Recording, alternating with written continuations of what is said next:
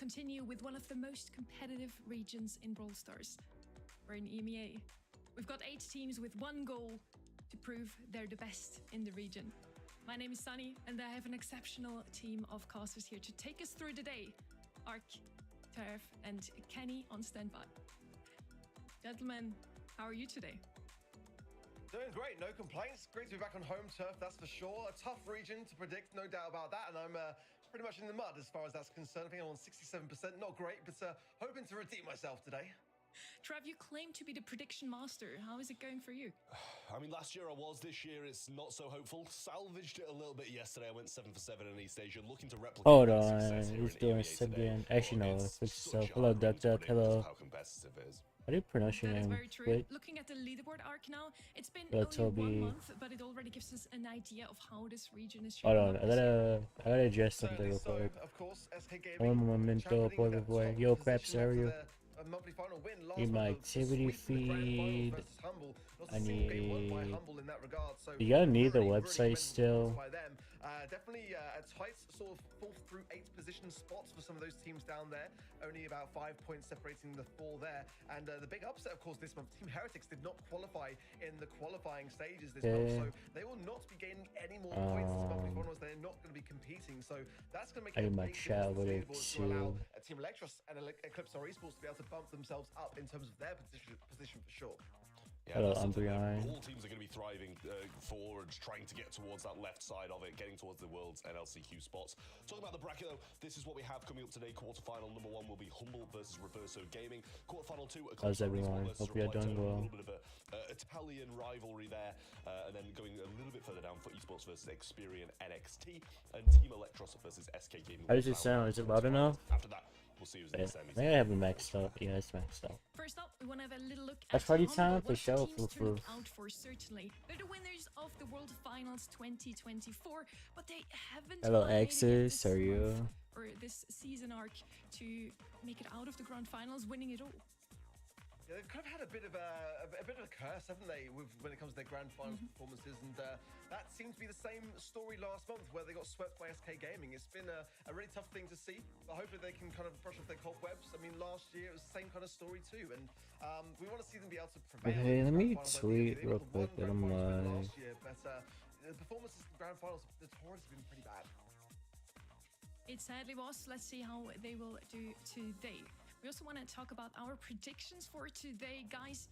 It looks like we all believe in Humble today. They're the first Yeah, I think quarterfinal Humble is against gonna win. Reverso Gaming. They should have it in the I bag. agree with all these Yeah, I mean, predictions. we've all aligned Actually. here on the quarterfinals, and I think they are all so close. Humble should have this one in the bag. I think they're the heavy favourites in the first. Second one, I feel like it could have changed left or right, Eclipse or Reply Totem, but it was just, 55-45. I felt in favour of Reply Totem. They are just an incredibly strong roster for esports. I think is the go-to in quarter 3, and for and SK Gaming, sorry, in final 4. I think is the heavy favourite in that one at least.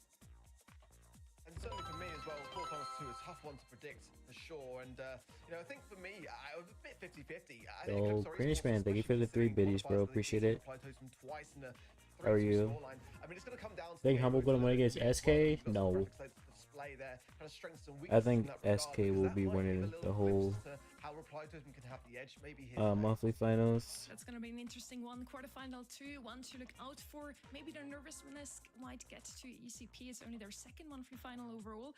That's a tough one for me as well. Remember also at home, whether you agree or not with our predictions, to get your predictions in on the website event.brawlstars.com to get your pins and also your pro rank XP. We had a little chat with all of our players from today to see what they expect from today.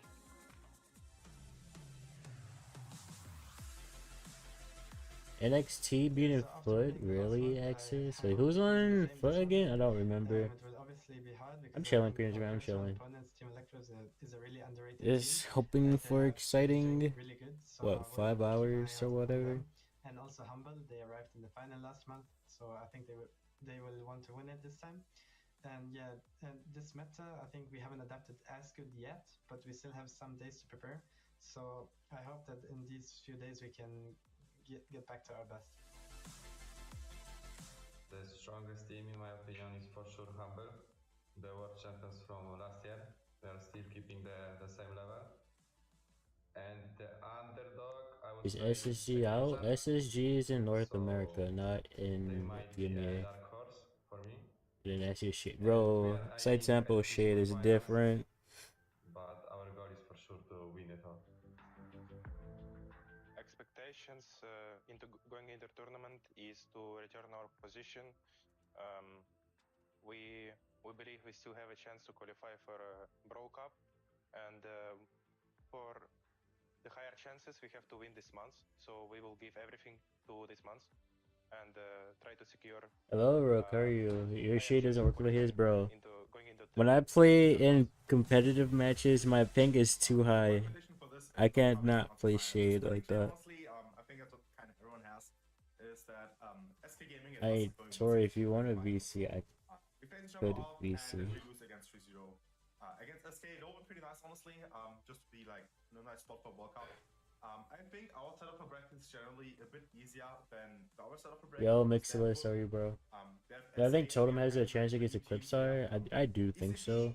Who we did the last monthly final, who are kind of honestly like, there might be Totem again. Yeah, for we monthly might have played finals, it's Totem two just times in the quarterfinals. their regions playing Who against knows, each other. there might be Totem again. Not We have reversed a brand new team in every the region, quarterfinals, so you know, I in the don't think we same should have any pool. struggles there as well. So yeah. Noi speriamo di This is only lavorare EU meglio. teams. Durante le qualifiche abbiamo fatto una Wait, buona is run. Totem versus Eclipsar Cerchiamo di two controllare Italian anche teams going le against each missili, other? però i favoriti credo siano sempre SK e Embol, mentre i sfavoriti credo siano i Rev Oh, that's actually e crazy. NXT.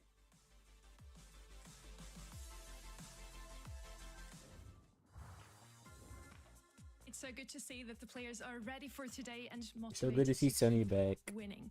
We're gonna head straight into our very first quarterfinal of today. But Oh, once stream it you 'cause they already stream talked live? quite a bit, Ark, No, the give us the lowdown esports on players tonight's don't match. stream it because they're Yeah, of course. playing. It's the ultimate David and Goliath story, isn't it, really? I mean, the current reigning champions of the world, Humble, taking on Reverso Gaming, who, for all intents and purposes, have not really been that present in monthly finals and didn't qualify last month either. For Humble, certainly, making the grand finals last month was a great way to start the season. If only they'd been able to get a couple of sets along the way as well, maybe a victory, that would have been Boss definitely the way looks to go tired. there. But it was that same cursed story of getting swept in those grand finals, so looking to redeem themselves this month. Every great team also needs a great leader, and Semantic has quite an impressive history in Brawl Stars. Let's hear about it.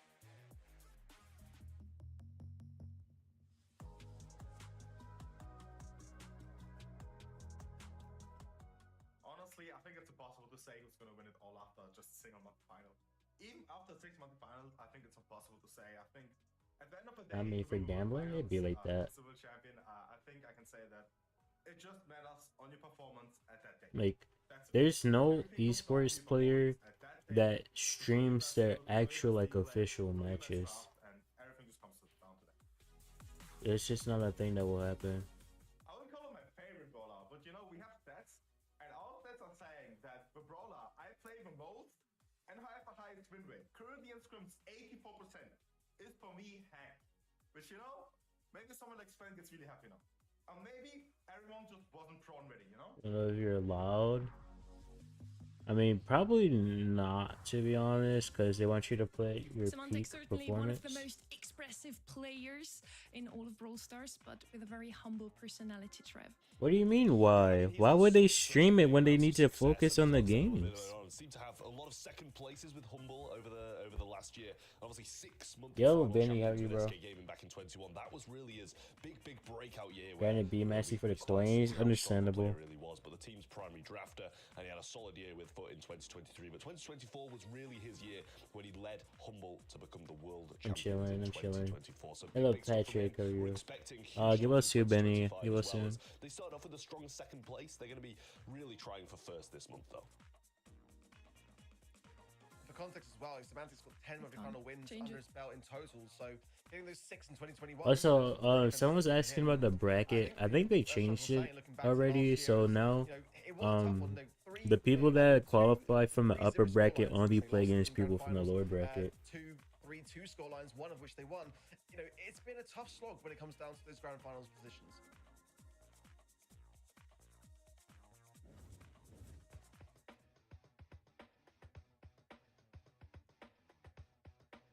Okay, well, as we load up our matchup as well, their competition, Reverso Gaming, of course, definitely a very tough position for them to find themselves in the bracket, not the place that they were expecting to find themselves in, I think it's fair to say, Trev. But again, their qualifying stages were pretty solid. Bro, it's big chilling. Power Supermassive in a 3-2 scoreline in a sweep. No games won on the other side of the field, which is their best performance to date. So not qualifying last month, it was a really quite brutal qualifier, let's be honest. I mean, in day one, round 2, they were swept by Eternal, relatively unknown teams. They didn't even get to day 2. But for this time round, they got a much better position. And that sweep against Papara Supermassive was a huge upset. Yeah, I mean, huge stuff from Reverso, really. They really, against, Supermassive, who looked like a decent team. They didn't get that far in the previous month, but we know them. They've been around for so long. And for Reverso to be able to get a win over them, showing... You like that eye contact? This is what I'm saying, bro. Like, why is he staring so hard? How much points I got in predictions? I finished my points during Reverso APEC. didn't have the best of the monthly qualifiers. They dropped to the lower bracket to Eclipsar. Maybe they can reverse their fate today, though, Ark. Yeah, certainly. I mean, a tough matchup for them again, and they were lucky to get a set, in my opinion, because Eclipse are looking so strong. How are you, honestly, bro? a massive up-and-comer, in my opinion. But the sweeps they got were pretty solid as well. Again, I think their biggest result so far was that 3-0 sweep against Papara Supermassive, and they were Danity, in the welcome. That was How are you? a big win for them, and it was a Yeah, very that's how convincing Sierra win lost at to that. Zeta. But Yeah. certainly the lower bracket, they had Zeta more played success so well, there. bro. A close Side matchup Temple there on as the well shade against, is just Murphy, but, different. nonetheless, I think that today they could have definitely I done think a different side of the bracket. that's I would what they say. figured out Face-to-face what against London, counters let's be the honest. Mr. P pick. I certainly wouldn't, but that's why I'm also not playing. Because you So notice kind of in take APEC, there the wasn't really shots. many Mr. We P's wanna at all. head into the maps now. It's, of course, the same ones we also had yesterday for quarterfinal number 1. So I'm just excited to see now if the meta is also going to be the same, Trev. I'd expect not. East Asia are kind of known to be a region who don't draft the best, and they kind of rely on their mechanical skill a hefty amount. But to be honest, yesterday I really did enjoy some of the brawlers Low-key that they brought out. underrated, It's quite yeah. refreshing to see a little bit of a different I'm match seeing to it what as we, well. usually see in the other regions. But There's a lot of shade I that's will coming not be through, playing and shade you can because work my on ping these is maps, which is ass, very and you need good dependent on ping for that draft shade. lining pretty well for it to come out. So Hard Rock Mine, one of the maps where we did see it played, I believe, and it worked quite well here. But a 79% prediction in favor of Humble to the 21 of Reverso Gaming, which is surprising to see Reverso with even 21. I really see Humble playing live. Yeah, I mean, They played last again, month. on the They event side, played we've got the like win for races 2 going on there years. as well. I think. So, but certainly, I've seen a couple of people raising predictions that they are signing with Reverso as a bit of an underdog story. I think it would be a huge upset if it were the case, though. Oh, they banned the Mr. P. Okay. Into the draft now. I do not expect to see another shade today. That caused some huge upsets yesterday. But overall, we have a new meta. We have new gadgets. 20 on changed one side and now 60 on the recharge other time is instead of just insane, 3 Kazi. uses. And we have 6 new hybrid charges Stu in the first program. pick. Yeah, well, Stu going to be the first selection. That's one of the brawlers that really did This benefit way. off getting the hypercharge just a couple of updates ago. Very strong brawler, and also taking that away from the side of Humble. Nita. Semantics so good on that brawler. They're going to roll in with the Oh, Nina Max. Okay, fair enough. Hypercharge and Max more of the same as well. 2 great brawlers selected there from Humble. A nice dominant. I have a Max favorite also providing them team. that speed to the lanes and allow them to win that as well. Probably Tribe. Yeah, very aggressive, for sure. No doubt about it. Certainly, I think that Max is in a much better place in terms of the meta than many 8 are, a.m. kind of stream, considering bro. overall, in It's my fucking opinion. monthly I think finals. that's, Of course I'm gonna really be a streaming. very good spot. And it's 9 Stu pick a.m. for for me, Reverso but is yeah. good. Ali They're both already. gonna come in now. Reverso, certainly Poco an is S-tier open, brawler but I now. don't think they're That gonna really was Poco not the here. case upon release. So I'm liking the meeple ban Yo, as well, Fahim, here we alongside go Reverso. again I for think it's sure. quite an underrated ban. The Hang Ooh, is a necessary ban Rico. for sure. Rico as well, fantastic. Okay, That now I want really, Reversal to always win love it on this game. map. But certainly has got some weaknesses, no doubt about it. How do you? So I think the aggressiveness What of do you Stu last and pick the, here? and the Ollie Buster? gonna have to suffice. So imagine Stu mid on the side there of Reverso, which is going to lack a little bit of range. Might be tough to How are land you, the shots to Patrick? as well. So let's see how Humble want to fare things. They've got their max for the mid to go against that, and they need an aggressive side lane now as well. Yeah, I mean, Ollie, very solid. Frank. Surprised he flew under the radar for such a long time. Why? How good Why it was. Frank? Can be picked up then by Humble. But just to open up Certainly is an everything. aggressive But I mean, they have a concept. Stu on the other Pretty side. tanky, very tanky. Able to I deal think with Buster that would have been Ollie better quite, because of his shield. proficiently. But It is I don't know. very, it's like just What a counters extremely Rico? good Buster brawler. counters Rico because of his It's gonna be up shield. to Rico, so have to make sure they get these lanes right and Stu have to counters set things up Rico against because you Ollie can with a little dash bit of help from around max like speed. so He's gonna be able to get in much. very good positions and cause They're some havoc in the always backline, so depend Reverso- on the angles of them, you know, Well, the gear area. up Yeah. for, again, the toughest match, I would say, of this bracket of the day for them as far as things are concerned. It's a very tough thing to get right in this draft. I think I'm kind of favoring a little bit more what Humble brings to the table, but regardless of Yeah. that, it's just the experience of which Humble bring as well, which has got to be looming over Reverso's minds in that regard. Again, 31 monthly final appearances for Semantic. It's very, very much a grueling thing. Oh, the to game already stare down the started. barrel of. And already, good Mommy third Frank, roll really? Luki. Semantic on the left-hand side aggressed quite heavily so. And now I think Luki and Boston have to pinch this right-hand side for Ness, who did get nice positioning there. Nice gadget jump Oh there, wait, Barney, but he's straight not even down using there. Luki anti-stun. and Semantic and should allow a bit more breathability in that mid. Yeah, Semantic's going to go down, trying to get a little bit of a last stand with that one hit there, but didn't get the connection on it. Luki risking that for the 5th gem and does manage to pick it up. It's 5-2 now, and Boss not having the best of times and will continue to have a pretty bad time until he gets this super. Semantic going to rotate over to the right side and actually play up against Annie! Hi Annie, good morning. How are you? Super now and might want to start wreaking some havoc with Ondi in the What back team lines here. am I Obviously, it's a supporting? difficult matchup. Probably Pretty Humble. much anybody at the moment, considering how But good it is, mate. honestly, I think Semantic SK is gonna take it all. But Semantic is such a chill guy that he's gotta support Humble. But now using the wall. Yo, David, how are Speed zone you? gadget to his Good morning, advantage. That's Sally. really quite great for Ondi there as well, jumping straight from Semantic. And Tori, shoots what's a off the VC? Not before the smash goes through though. Now the aggressiveness of that Stu pick going straight to the boss. Have to deal with the Bruce Bear for the meanwhile. 6 gems to the 7. I'm doing well, Annie. All things considered as Humble. How you doing, by the way, Now AJ? How are you, bro? Hyper charge for Semantic. Lacking a super, just using it to get into position there. One smash though, and he's going to have it now. Able to get Hello, the tea hyper charge drinker. super off though. However, Oh, that's now me in here managed for like to clean 10. all members of Reverso. Oh, my Doing a fantastic bad. job, in all honesty. 8 gems down Thank to you for 7. keeping the bed warm. Boss choosing not to use his hypercharge on that bear there, and honestly, it might have been a good idea considering how low everybody was. Might have been able to get just that. What I little think about the extra two out. Italian Nice super teams, there. No jump this time from Ondi on the I Ondi. do support Another hyper Totem, charge. Luki's gonna kinda, wait for another 'cause of how aggressive and how he's because, got you know, incredible positioning. Mari Mori. Gotta be careful of this hit until it going Okay, just good gets place away in with the face Luki. shift and speed. But 8 seconds on the clock and Annie, I'm already in the call fan. Chill, Annie. countdown, and that's gonna be game 1 going their way. Frank doing his job, yeah. Solid stuff. But again, there's some hope here for Reverso. I mean, if you get like a game in this set, I think it's True. plausible. I think the draft is not a bad one by any means, and a lot of the time, you've got to give them credit for staying on their feet. I will, Against, Annie, I a will. really serious contender in this whole year's Yeah, season. get 20 in here like These are last the reigning champions of the world for a good reason. I think that's so You far. saw it in a call, though. Let's see whether they can get in something back here. I think that it's definitely plausible. Yeah, I agree with you, Reverso. You get more Actually not points? keeping that No. at all. The points doesn't change at all, to be Starting honest. strong, we're getting some good positioning and Boss over this right hand side. It seemed like they were maybe trying to enforce the other matchups, to be fair, with Boss over on this Ollie, getting his super, or maybe that was just because he was fairly close to his bear, but Semantic not having a good start this time.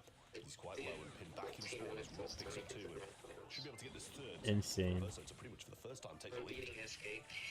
Yeah, it will not be Definitely happening. was a big thorn in the side of Humble, that right hand side there. Nice catch yet again. Ondi going straight on Semantic and the hype hypnosis popping off there. Get some gems, might not be the best person to hold them though. He might go down if he's not careful here. Semantic low as well, Oh, and Luki Boss is playing well really, too. playing a risky game here, Your but, buff for the most message? part, 20. relying How could I on drag you in? less Oh, position I didn't now, see you in a which is call. quite fierce, and Versa will have to Wait, do that can I? now. The max speed coming in as well, the hype charge of Wait, I might have to Semantic. open Ondi Discord on going my on tear here as well, the hypnosis laptop still with the low, drag goes you. for gems. Tori, are you able to drag 20 in? Yeah, I'm on my phone right now too. I can't even drag him in. 20, I'll get you in after this set is done. Getting that done. 10 gems in the hands of Luki now. Should be able to just retreat to the back lines and stay alive. Here comes Ondi though. The stun goes upwards and not to the right hand side, but Ondi really no chance here at all. Goes for the jump into the right hand side, gets one shot, but nothing else. Humble gonna take set 1, and honestly, it wasn't that convincing. They ended up just with all the gems on the Ollie, which is obviously not what you want to happen. But not a bad showing from Reverso, better than expected. Oh wait, this set is already done. Okay. You can't really expect to really get that many games off the world champs. You've got to kind of take advantage of a few mistakes, which there really weren't any shining through there. Okay, I put a You're saying beer it's back not up that real quick. convincing, Trev, what Humble showed us today. Did that match change your opinion maybe about Hopefully Reverso it Gaming? doesn't Do they bug have up what my it takes to audio reach like it the did last time I opened back- Discord. the current, Actually, I'm just gonna winner of the open World Discord Finals? on Google. I mean, not massively, I wouldn't say. I don't think Reverso were a bad team. Oh also. They wait, played that pretty well. James, are you able to drag 20 into the You know, VC? there's very few teams who can beat Humble and kind of newcomers to the monthly finals. I don't want to bug up my audio I just really again. want to see them put up a good fight, maybe get a couple of sets. Monthly finals? Oh, yeah, it's So monthly far, finals. Humble didn't look out of control of it. Thank you, James. Hello, Tony. I think for me as well, I'm really impressed so far. It was always going to be a very tough battle. Maybe Humble will sweep it. I mean, it wouldn't be the most unlikely Yes, things hello. to happen here, but I think there's some promise, some real promise there from Reverse. I think the draft as well, gaining Yoli. What I think is going to win it all for Emea, SK. That's what I think is going to win. One time really for me that was the slip up in that second game where it just kind of left Roop in a position where he was Sometimes it could be interesting, bro. I mean, possibly a dash away from Semantic's hammer blow, but it was always going to be a very tough thing to make work. And I think there's How you doing, by the way, James? Hope you're doing well. A slight turnaround from Reverso, but Humble are looking as solid as ever. They really are. I also liked Humble's draft. They showed us something new. The Frank is something we have seen yesterday already, but he's certainly not one of the top 10 brawlers, I'd say. On the other side, a very old comp, you could say, with the Stu, with the Rico, and then you bring in the Ollie that we've seen yesterday. Really shines against the Frank. Best players, Apex I do think they has have the what it best takes players. to maybe even take a set off of Humble, but it's certainly not an easy task. We've talked about it before. You wouldn't want to face Humble, especially not in the quarterfinals already. Yeah, I didn't even watch because of the lag. Yeah, but it was hacked. Again, not the kindest of brackets, but one I think is Rafiki, Bilal, and Ducky still playing together. Ducky decided to be a coach. Some people were saying it's probably because he's not old enough yet until next month, I think. But and triple dribble now, and some chance to get some heavy hitters off the map. For me, I just feel like Humble won BSC last year with these Ali ankle breakers. Real. Yo, Jack, and how are you, bro? Hope you're doing well. Those hacks, yeah. Spectating those hacks for like every region except which region wasn't really lagging last month? It wasn't EMEA, was it?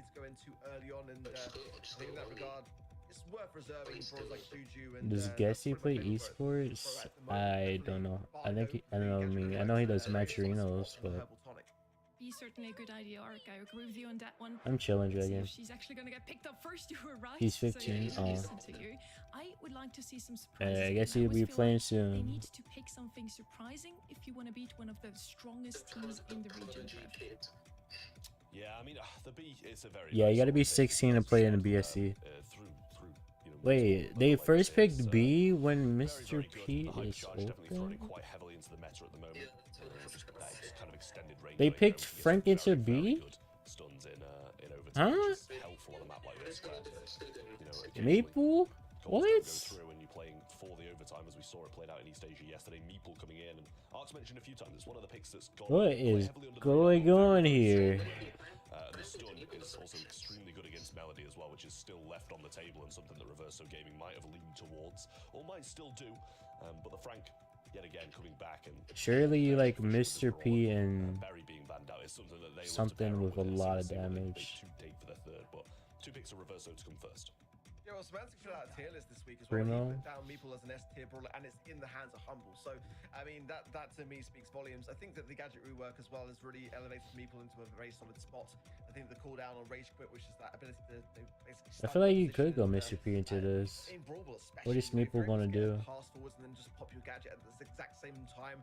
The ball's gonna pass through the bodies. It's not gonna be able to be blocked, and that's always, especially in like hockey as well. That's a fantastic strategy to implement if anyone wants to try that in their range. Melody into Meeple? But certainly here was underutilized in East Asia, in my opinion, yesterday. So great to see it coming forwards. But some fierce ideas here from Reverso. The Melody now as well. The tankiness of the Primo.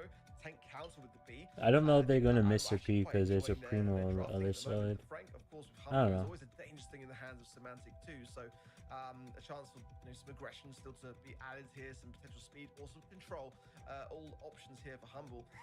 But so far, Nita I think Reverso give themselves again. a good amount of ability to have a say in this set, which is, I think, something which wasn't really considered by the majority going into this matchup. It's definitely that David and Goliath story. Humble bringing in the Nita, definitely always a good shout to have.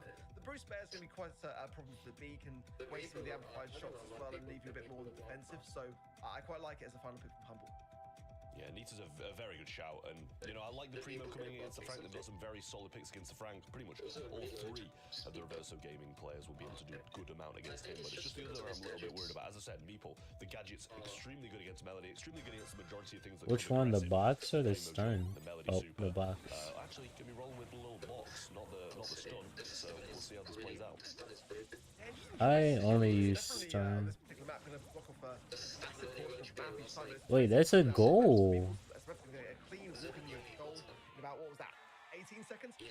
This is what I'm saying about the Frank. Yeah, you gotta have a good ability to defend against this, and B's always the holy double kill. Boss fares on his own here as Ondi now pushing it forwards. Has got the yeah, he can't defend that. With that in any way at all. Maybe could have got some additional damage at the back of it, but not enough to stop the goal.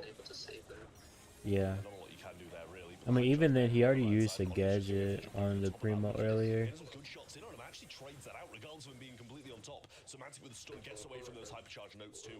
Bro has 100 HP. Ammo to get rid of that bear alone, and Ondi does have super back, but Boss will be there to assist Semantic if he goes that way. Okay. The Meeple skin just came out like 5 hours ago. We have to force the goal through. That is going to be a game going the way of Humble, and a very tough position to find themselves in for Reverso. But what a Meeple gadget! Yeah, great Meeple gadget, but I can't help say that Primo kind of jumped the complete opposite way. You know, he engaged the wrong brawler when Frank's down that right-hand side, and you know B is box still. You're kind of leaving your Melody completely open to be decimated, and that's just what happened. Complete walk-in by Semantic. Lem was in my chat earlier. He was like, you could just play Meeple everywhere. I'm like, really? But that might be the case here. But he'll clear his lines for now. Boss found out there by Ness. That's going to be quite a nice, favorable position for Reverso now to bring the ball. Semantic on wrong gadget, is he? Here it comes. Almost. I don't even know what gadget he's using. My liking. That's perfect time for a Meeple gadget and a super coming through as well. A tough spot now. Reverso to have to defend against this realistically here. Bruce Bear as well. The stun going to hammer down there on Ondi as well. And Semantic just looming forwards. It's a 3 versus 1. I think this is just clearly a skill diff. Yeah, now very little amount of jump available. Only got the cycle off. Actually landing it, really nothing else. Nez going very aggressive. Oh, he is using anti-stun. I mean, it stops Beast slow and Primo jump. Right-hand side, but not enough just yet. A little bit of tanking will probably get it done, though. Semantic might be able to walk that alone anyway. Hello, duck, how are you? A miss there by Semantic, but a little bit of a recovery in the end regardless. Not sure there was much of an angle, and that's going to be the set for once more, and a great performance yet again. Bro's walking away. It's not enough DPS there on the side of Reverso. Unfortunate position to find themselves in, and the Meeple's so suppressive. I mean, just yeah, you don't get knocked back by Primo jump, and I think you can cancel his throws as well. Can in fact be competitive. It certainly is very strong in the meta currently, and we also see it in I mean, Boss on 6 kills for no, but yes, at the same time. A lot of work there. Again, a draft that didn't really look bad from the side of Reverso. I liked the B. We talked about it a lot. The Melody was the most picked brawler yesterday in the East Asia. It kind of falls under that genre still, like, but as you said, Mark, just not like enough Ali. Yeah, I mean, Semantic there with the 4 goals being scored there. I think it says the story really. They just had no answer to what's done his HP. And again, the Meeple gadgets really blocking off Primo. If it didn't have super to get out of that box, it was really just where Mama Duck at? Helping hand things. And there was no suplex being run on the gadget front for the Primo as well. That's normally my probably just resting. To try to defend a bit better against some of these goals. But yeah, for Reverso, just a tough spot. I mean, to find themselves so Meeple meta? Yeah, Meeple is meta, but most people still don't really use him because a lot of people don't like his slow reload speed. I mean, but he's good. But me personally, I only use him in brawl hockey. Literally. Should have jumped to the right, and there's a few instances as well where he's jumping on probably the wrong people. Are they gonna sweep 2-0 every single It's just part of the learning process when you're playing against players of this caliber, like Humble. Getting beaten 2-0, it's gonna be tough to keep your mentality in check. Let's hope they won't get too nervous now and they can still take it over to the third set. It could already be our last one. We're heading into Shooting Star. Bounty is one of those And modes ground where game. maybe mechanical skills are a bit more important than pure strategy. Smandy go They ahead? Yeah, need for to sure. really just win their 1v1s in the end. How does this set fare for Reverso compared to Tabby, the I'm first two chilling. How rounds? about you? I mean, I think it's just more of the same, really. I don't know if there's necessarily going to be a mode where they're going to be better than Humble at, because Humble just, I mean, the world champions. You've got to be very good at every single game mode. Yeah, Humble, to put it simply. It's just. And The only way to push them back is just skill different. different. That much either. I don't think Humble are going to allow themselves to be that outdrafted that it's going to bridge the gap between the mechanical skills of these two teams, which makes it a very tough position to Reverso to be in. Humble so far picked up the knee touch twice, the Frank twice. We don't see them bend out here, Arc. Is that a huge mistake, or do they really just not make any sense on Shooting Star? I mean, certainly I think the most valued ban for me is the Mr. P. I think the Max is an interesting one for Reverso. I was saying that earlier. He looked so tired. That as well. I think Gray versus Fix has been a safe one. I just forget about Nita. That's fair. Further. But you know, for me, I think the Gus being left open here definitely going to be snapped up in my opinion, or should be for the most part here. Tick ban, very common in Emea. We don't see it that often in other regions, but certainly here it's pretty much a must ban for every team in Shooting Star. So I'm not too surprised to see that as well. Juju for the mid, I think could be certainly a viable option still, regardless of that. Only reward for watching or for predictions and stuff. I think it is. RT gonna come in, Humble. A very stable diet in Emea yet again. Never really on the bans, but certainly a very high pick rate for that particular brawler. I'm looking as well for Nani here because if the Piper's picked up, that's They probably go Gus here, to be honest. And nice and versatile for the RT. Good at close range, good at long range. If you have to play at close range, which is very rare on Shooting Star. Oh, they do go Nani. For if, preventing a Grey TPing in and killing one of these teammates. Interesting. Like that. There's the Nani that you mentioned. Great pick. The Peep, very solid. To be able to pick up some kills. If your teammate gets a hit here and there, you're able to go in and finish it off. Will they be on Mandy this game? And the range and damage just unparalleled on Shooting Star down these lanes. Yeah, I like that. The fact that Reverso didn't double down. Oh, there's the Gus. Gus. Going with the Grey was quite smart to allow then Humble to. I could see it through the bans. Humble was smart enough to pick the counter early on. And yeah, Reverso for that reason, not going to be swaying towards the Piper pick now. Leon, definitely a bit more of an underrated brawler pick here. Fair enough. Definitely was very meta back in the day on this particular map, so I don't mind it now that the gadgets are Penny. the way that they are. So Leon as well now, the lollipop drops a 20-second cooldown, quite the higher end of things I would say. Home projectors on 30. Yeah, I think Pro would have been better. That coming through somewhat now.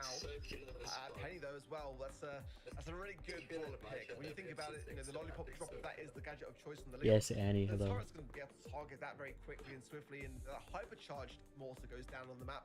Oof, that is going to be a big problem in pushing into the spawn side where it's going to be protected by Humble.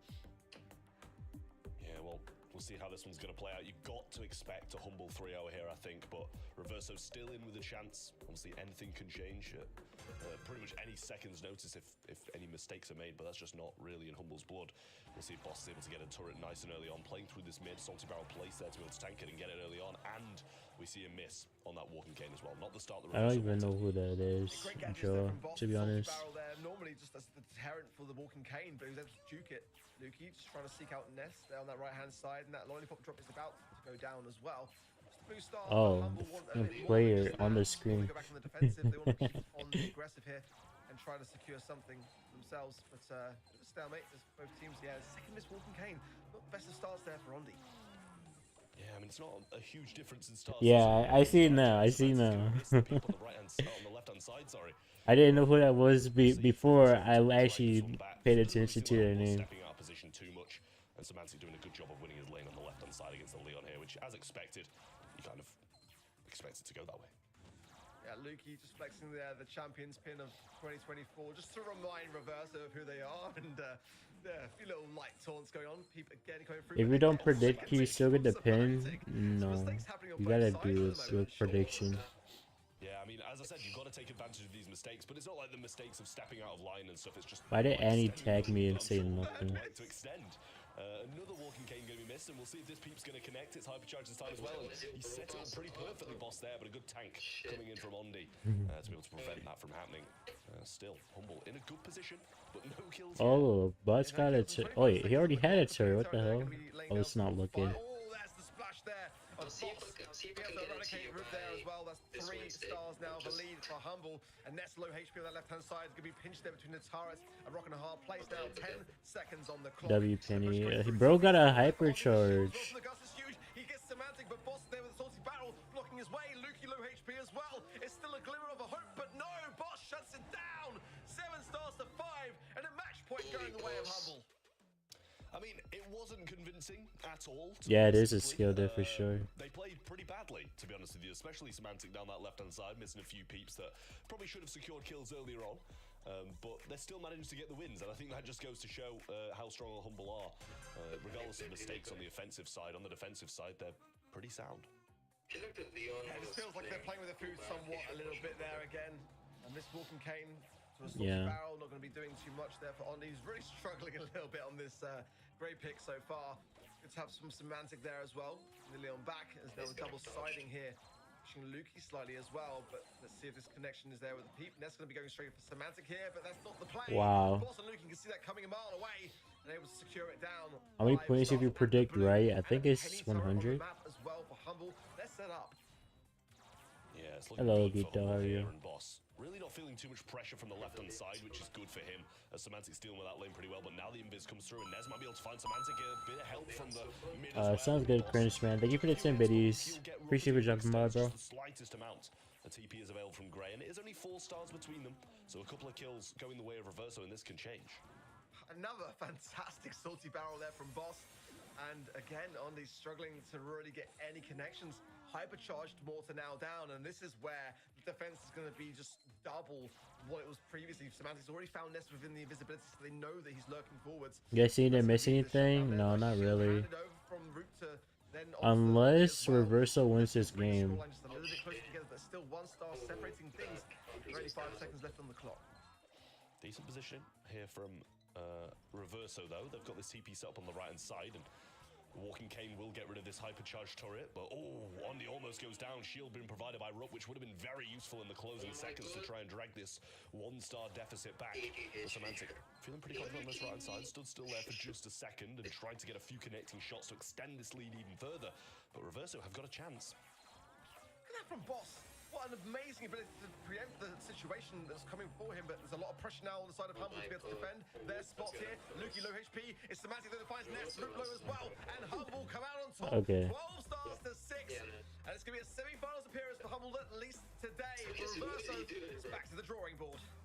That was expected, to be honest. Before Reverso were doing it, there was 2 times where they predicted the TPs, and you pointed out Boss shooting to the TP on the right-hand side, knowing Ondi was going to go through it, and then at the end, Lukey pressed super before he even TP'd in. So it's, you know, Not a single game is crazy. They're the world champs for a reason, and that's all I'm going to say. Yeah, it has been very convincing overall from Humble. I feel like they just had a lot of fun with it as well. It looked like, as you said, Trev, sometimes they just try to predict whatever their opponents were doing. Humble is certainly ready for their opponents in the semi-finals. We sadly already have to say goodbye after this to Hello, Reverso. Egg. How are you? I still hope Hope you're they doing well. at least gain some experience for next The month. players were even on a Reverso. It is the first one. Mark. It says on the screen. You know, it's always a tough thing Oh, when you're right. coming in with that early stage of their careers, but you know, everyone's got to start somewhere. And I think they've already made some massive moves this year in this season, and I think that we'll see them again before the season's over, and hopefully even maybe get like an LCQ spot from them. I think that, you know, it might be a bit hard to believe that they can make it to Worlds the way they're performing currently, especially with not qualifying last month. But again, I'm looking for these signs, and the drafting is pretty decent. You know, getting the win in that qualifying stage over Paris. Why did I call myself Stabby Duck? Because Humble, back like they can certainly make some moves in months to come. 5 years ago or Maybe so, also a little bit unlucky for them. We talked about it before. I was in a Making it VC into with a the whole bunch of monthly finals friends, for the very and first one of time, them their just first appearance ever, made yet a they face against duck the with a knife ex-World Final, picture, winner from so last I year. took So, it, yeah, and then I think made they it could my have had brand. a better bracket. talking about the bracket, let's have a look at it What's the right match? now. We only just watched Humble win dominantly against Reverso, I and need some Trev, study that guide us much. through what is yet to come. True. I mean, Yeah, I mean, there's not a lot to I'd say, make as you merch mentioned, if about, my the YouTube progression. channel It's just started Humble moving popping. forwards. Eclipse on Esport versus Reply Totem will be what's coming up next. We'll see which one of those two is going to face off against Humble in the semi-finals. No matter who it is, it's going to be a pretty Italian, or at least for the org standards, semi-final for Esports versus Experian. What's up, Annie? What's happening? Up just after that, and then Team Electros versus SK Gaming will round out the quarterfinals, and then we'll have 4 semi-finals ready to battle it out for a place in the grand. Ark, we talked about it before. Eclipse our Esports versus Reply Totem, probably one of our closest quarterfinals, and it's coming up next. Yeah, I'm looking forward to this one massively. I think for me as well, like the game modes is where it's going to come down to. I think for Eclipse or Esports, Gem Grab and Brawl are their worst modes, so that's 2 and 3, and their strongest is the 5th set in Heist. So if they get to the 5th and final set, they might get the edge here. For Reply Totem, it's been a really, really tough road to get to the stage. 2 losses to this very team. Brawler says stab? Like what? Like who? Haley, good morning. How are you? We're gonna be back in a minute with Eclipse versus Am I falling asleep? What do you mean? Hello, Tiny. How are you? Or is it Tinny? Welcome, welcome. Why is Annie dotting?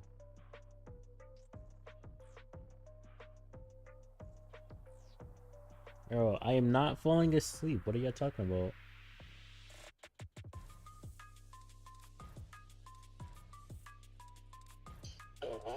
I slept loads. I took a nap yesterday. Apparently I slept 5 hours. That's what I was informed. I think I slept from 1 a.m. to like 10 a.m. Bro slept the whole morning away. Literally.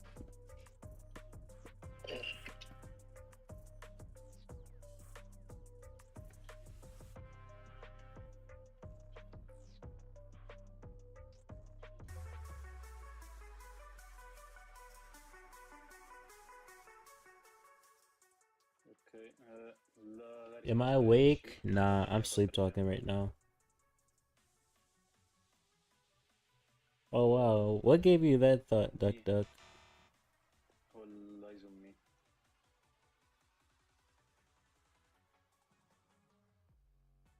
Ah, 724.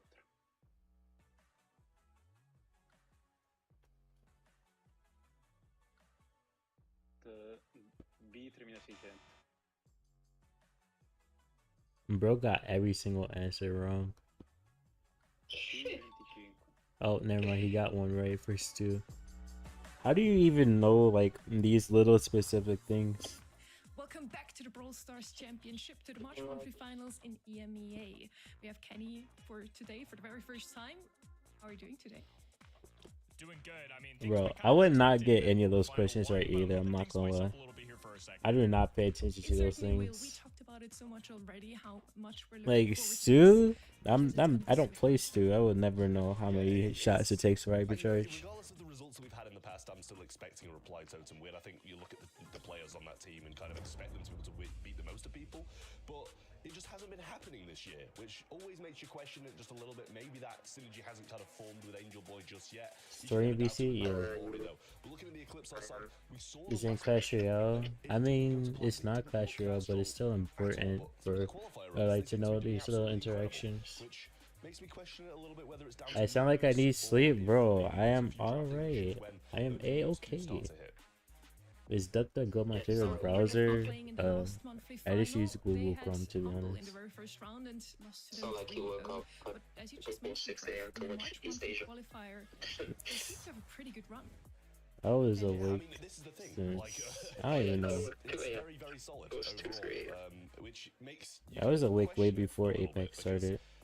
That's what makes me think it's down to the nerves of getting to these monthly finals, you know, possibly being on the cameras, being on the biggest stages. Oh yeah, Eclipse You are have beat to all these question teams to qualify. why they're not getting these kind of results in the actual big That's why I took stage. them to win against Prove your Toad. point. I'm not saying that the multi qualifiers aren't going to be making you nervous Wait, at all, what's because they should be stream account? making you equally as nervous to get to this stage. The dynamic duo plus Angel Boy. I think it is safe to say that these are our underdogs in this matchup, yet still, we all four have not been really secure in how to vote in this one. That's certainly going to be one of our I don't closest play quarterfinals that we Stu. have all weekend. No, I don't play Releasing Stu vote. because my Let's ping talk a is bit about the S. other team there as well. Reply Totem. You'll know them. Kenny. Go to sleep? Alistair. I will For after sure. I mean, Maru monthly and Mari finals have is been done, together for a probably. long time. I don't know the people at home are going to vote on this one. Reply Totem were a team last year that definitely had Who won the a bumpy game? road, Humble but they were a swept. top 4 team at Worlds. And at the end of the day, I'm putting my faith in the talent and what should happen. My brain just can't see a roster with Angel Boy, Maru, and Mari teaming up together and losing it. Not that ECP don't deserve to be here. You just saw the gauntlets they went through. But this is a talented group of folks. I really believe in Angel Boy's potential. I don't know. I just can't bet against them. I couldn't either. In the end, we all voted for Reply Totem. Also, you get to see what I feel like voted Joker for is on the better and eventofworlds.com Lucky. website. But for now, we want to talk a bit more about this matchup. It really seems like Totem Bro, can't you crack said the code against the best Eclipse. players in They Emea. haven't had the best of runs against them, Trev. How can you argue that? You know, I'll always side with this team over the likes of Eclipse and predictions no matter what. But you look at these results and I mean, he's a question top player, but why he's am I not predicting one of the best in Reply Totem? Emea. Because they've lost against them in both the February and March monthly qualifiers. But now I'm still predicting Reply Totem.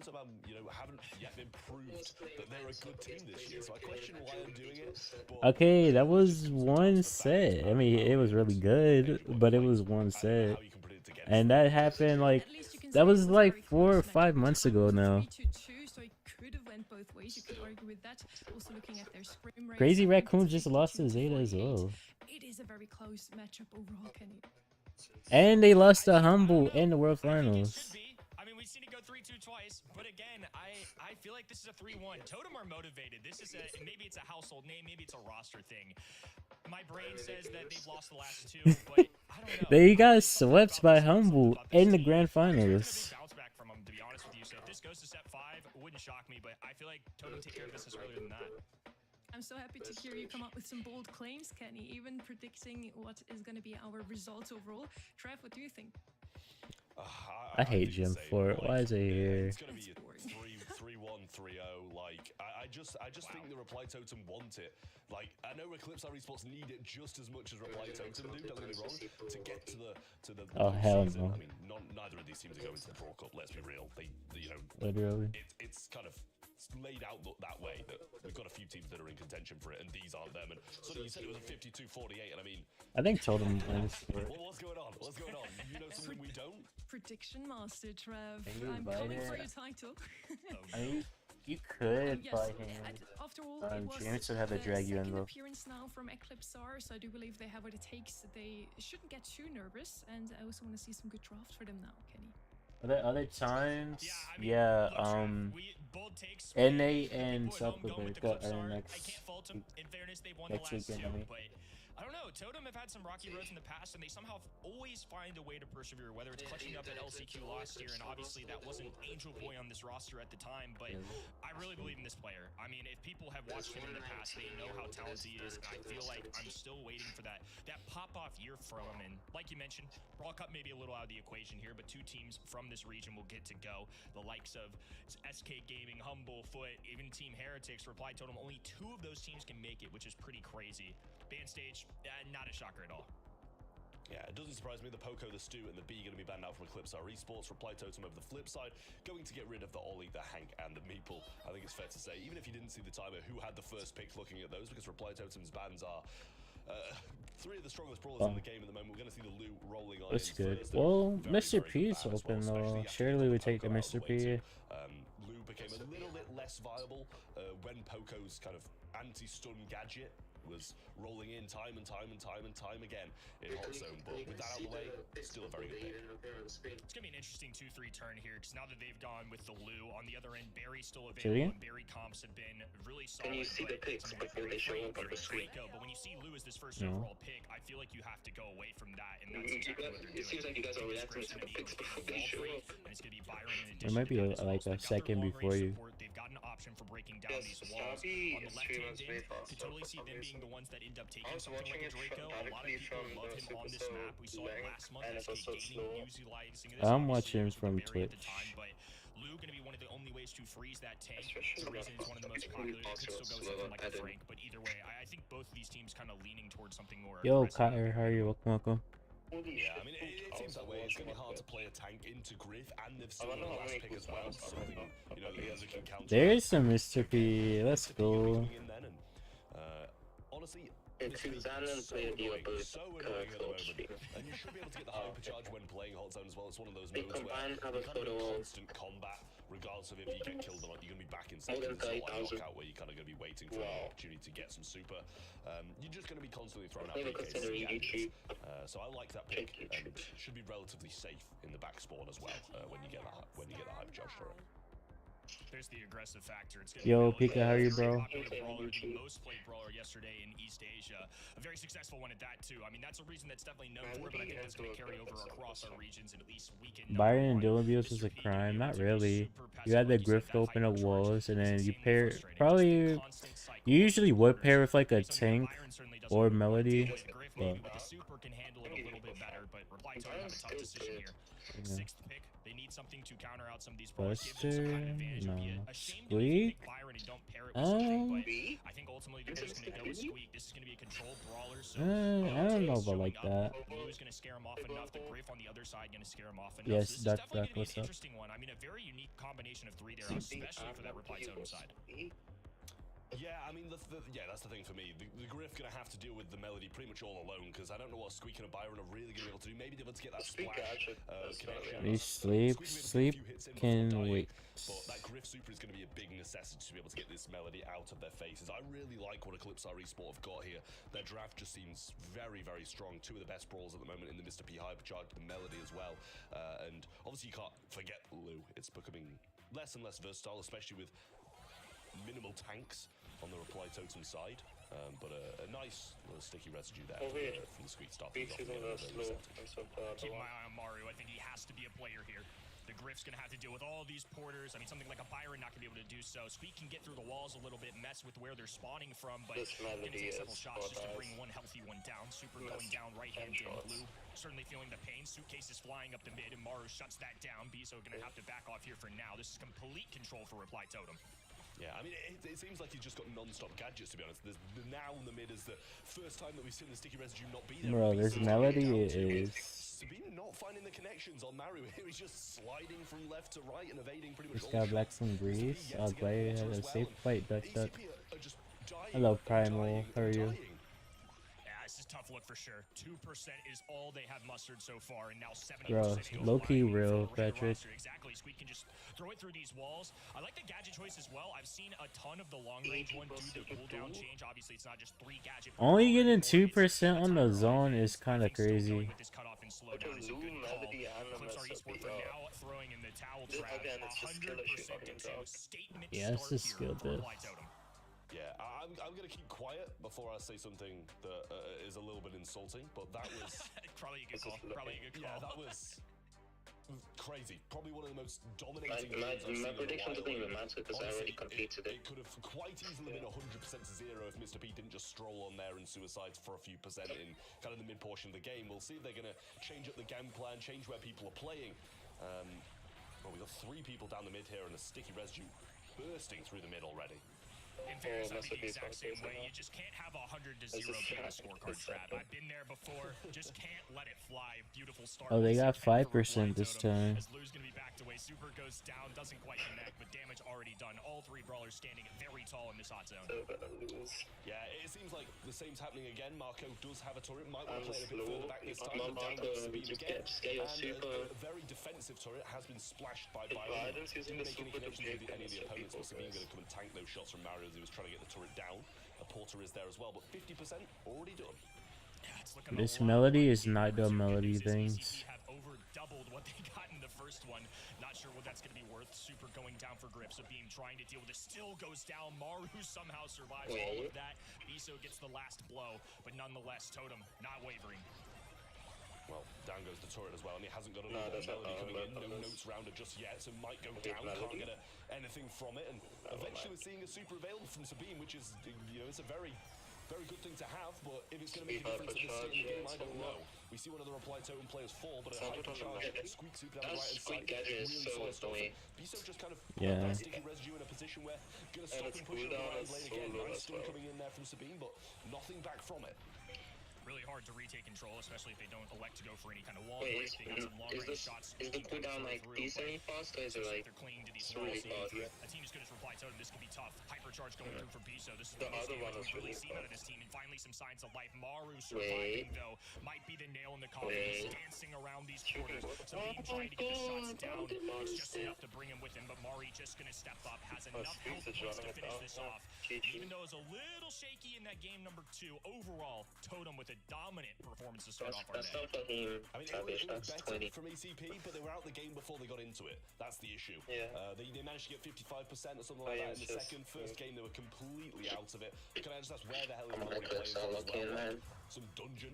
Even though I didn't give a shit. But that was all Reply Totem. Absolutely crazy dominance. I feel like on one hand we have Eclipsar that are slowly warming up now. The sets didn't really look very convincing from them, but game 2 already looked a lot better than game 1. And then on the other side we have Totem. They just don't want it to be another close call, it feels, Kenny. Yeah, just even the stats category, I mean, clear across the board. 5 kills cumulatively on that left-hand side. Mari, as a squeak alone, had more than the entire team. Some cool stuff that we've got going on in our overlays as well. We've got a little bit of the average percentage from the set these guys got, which obviously in this one, very clearly going to lean Totem, but Mari just kind of hunkering down, letting Griff, Byron get some chip damage in there. I mean, everybody looking good on that Totem side. 74%, so... Yeah, really nice stuff from them. And, you know, Biso had a few moments in that second game where Melody was able to get the supers, get a couple of kills, but it's the same for Totem as it was Humble. Regardless of a few plays not going their way, they always looked in control.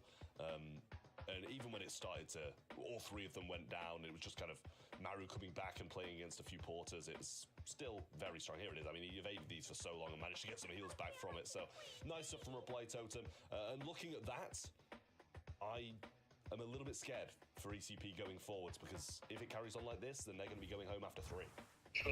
Watched one very dominant game already between Humble and Reverse, so I really hope this is not going to be as dominant. At the same time, I would hope it for Totem that they can finally beat the curse. They just really seemed to struggle with this team. Always a 3-2 every time Eclipsar won, and now today they finally have the chance to turn things around here, Kenny. Yeah, I mean, job's not done yet, obviously. This is a team that you could even see it on Maru's face. You know, he was pretty locked in. We got a thumbs up out of Angel Boy, but that's really all they get after an 100 to 2% win. You know, these guys know they've been here before, all of them veterans in the scene, new as an entire roster, but I'm expecting big things out of this team, and I know they are as well. So are we all, it feels. At least 52% of you at home also voted for Totem to win this one. It is very close. No, I'm Not so listening close to in this it. first set. Let's see if the second one, we're heading into the draft right away, is going to be a little closer. Ollie and B already picked up. I do feel like those are 2 very solid bowlers on a map like this one. Maple now also coming out of them, completely getting rid of the walls, really. Gemford is a map that you just really want to mid-control Trev, so Meeple is certainly going to help. I heard Meeple is good on this map, but I haven't used it, so I don't know. Pretty much everywhere at the moment. Same with Ollie. B, a very good one also from Reply Totem. Surprising to see that come down as the first. They're going to take a Poco as well. Play through this mid and just drop in a Frank as well. Very fast draft rolling through. Reply Totem already completed theirs, and I honestly quite like it. We saw a Poco Frank combination yesterday. Poco Frank B. That East Asia region, and it was it worked. They had a few hiccups here and there when it went down, but never really got out of reach. Mortis. Okay. I see the vision. I mean, we've got Ollie going, we've got Meeple going on the other end, we've got the Poco, B, Frank. I mean, a lot of fireworks could really go off here. It seems to me that Morris actually shows a decent amount of pro level right now, whether it's a Mr. P counter or just as a way to kind of mess up close with a Poco and a Frank. I don't actually hate that pick, I don't think, for ECP. I mean, we had to make some quick decisions here, Trav, some gut instincts, but at least off the rip, I think that might be okay. Yeah, I mean, I think it'll be perfectly fine. I like both drafts again, same as I did in the first. It just seemed that Reply Totem kind of ran away with it. So we'll see if that's the case in this one again, because it can quickly get they get sweat? Frank and Poco in mid for a while, and you know, Mortis only gets a couple of chances to make plays in a game like this. I mean, so far, Mortis should win this game, right? Without taking any further damage, and Angel Boy just gonna power through this mid towards the ult. The zero thing A is little hop, crazy. hypnosis, but Mari with a good gadget there. That's a clever way But of he's using literally that to standing deal on with top of the Milan hypnosis. surface. He's so Oh, low on HP, but will I don't know narrowly what service survive. he's They're gonna be got. tearing down these walls, opening it up. Okay. Actually, One Mortis hyper, they have a yeah. giant cube they can throw down the other end, and they've got a Yeah, sharpshooter his mate that was Yeah, it's a question of whether they want to Okay, open it in time. And Okay, he Marco got the just hyper. destroyed This game is over. his first one, all the bats making a connection, and the second one Just only making a yesterday I connection on two realized of them, which allows Maple's the shots cycle and the go kill. towards But enemy. Frank already back in the mix. Actually, Mario got an honestly. open side now. They're probably wanting to keep this left-hand side He's closed off to Frank, literally a but cheater, they might just so- hope for the B to do all the work. Little hypercharge for Angel Boy. Marco has one of the same. Gets stunned before he can even use it, though. This is going to be a 3v2 What is he situation. doing? Biso holding this indestructible wall on the right-hand side. Meeple is going to want to live in that domain This rather than all wide is open like fucking Mario. alive. So he gets a kill, a trade, and Poker will hold on to these gyms for now, but it's going to be a continued count here for 2 more ECP. jumps. Yeah, This really game nice is stuff, and over. Angel Boy picks up a gem along the way, which is not someone you really Let's need to just- have one. Let's just go to the next set. Connections onto him, goes in with a hypercharge. Shooting just Almost gets Alpha. two. Now Poco in a tough Oh, position. Super was used there, sorry, to get some damage in. Yeah, this is a Solo, fire they're gonna be draft. healed up before they've got any pressure on them. Biso very low, and Frank Bro, uses the super to get the out of Maple in time, box try and is get so back in the mix. toxic. B attempting to get Sabine down here and Super the Maple box. actually they managed to get the Oi, kill. he I saw didn't the see Frank countdown. slides one through, but Ollie behind him. Does he get the Gonna kill? be able to survive this one out, and Marco retreating to the right hand side. He's going for He's it. going to go for the reset again, buy some time Yes, for his sir. team.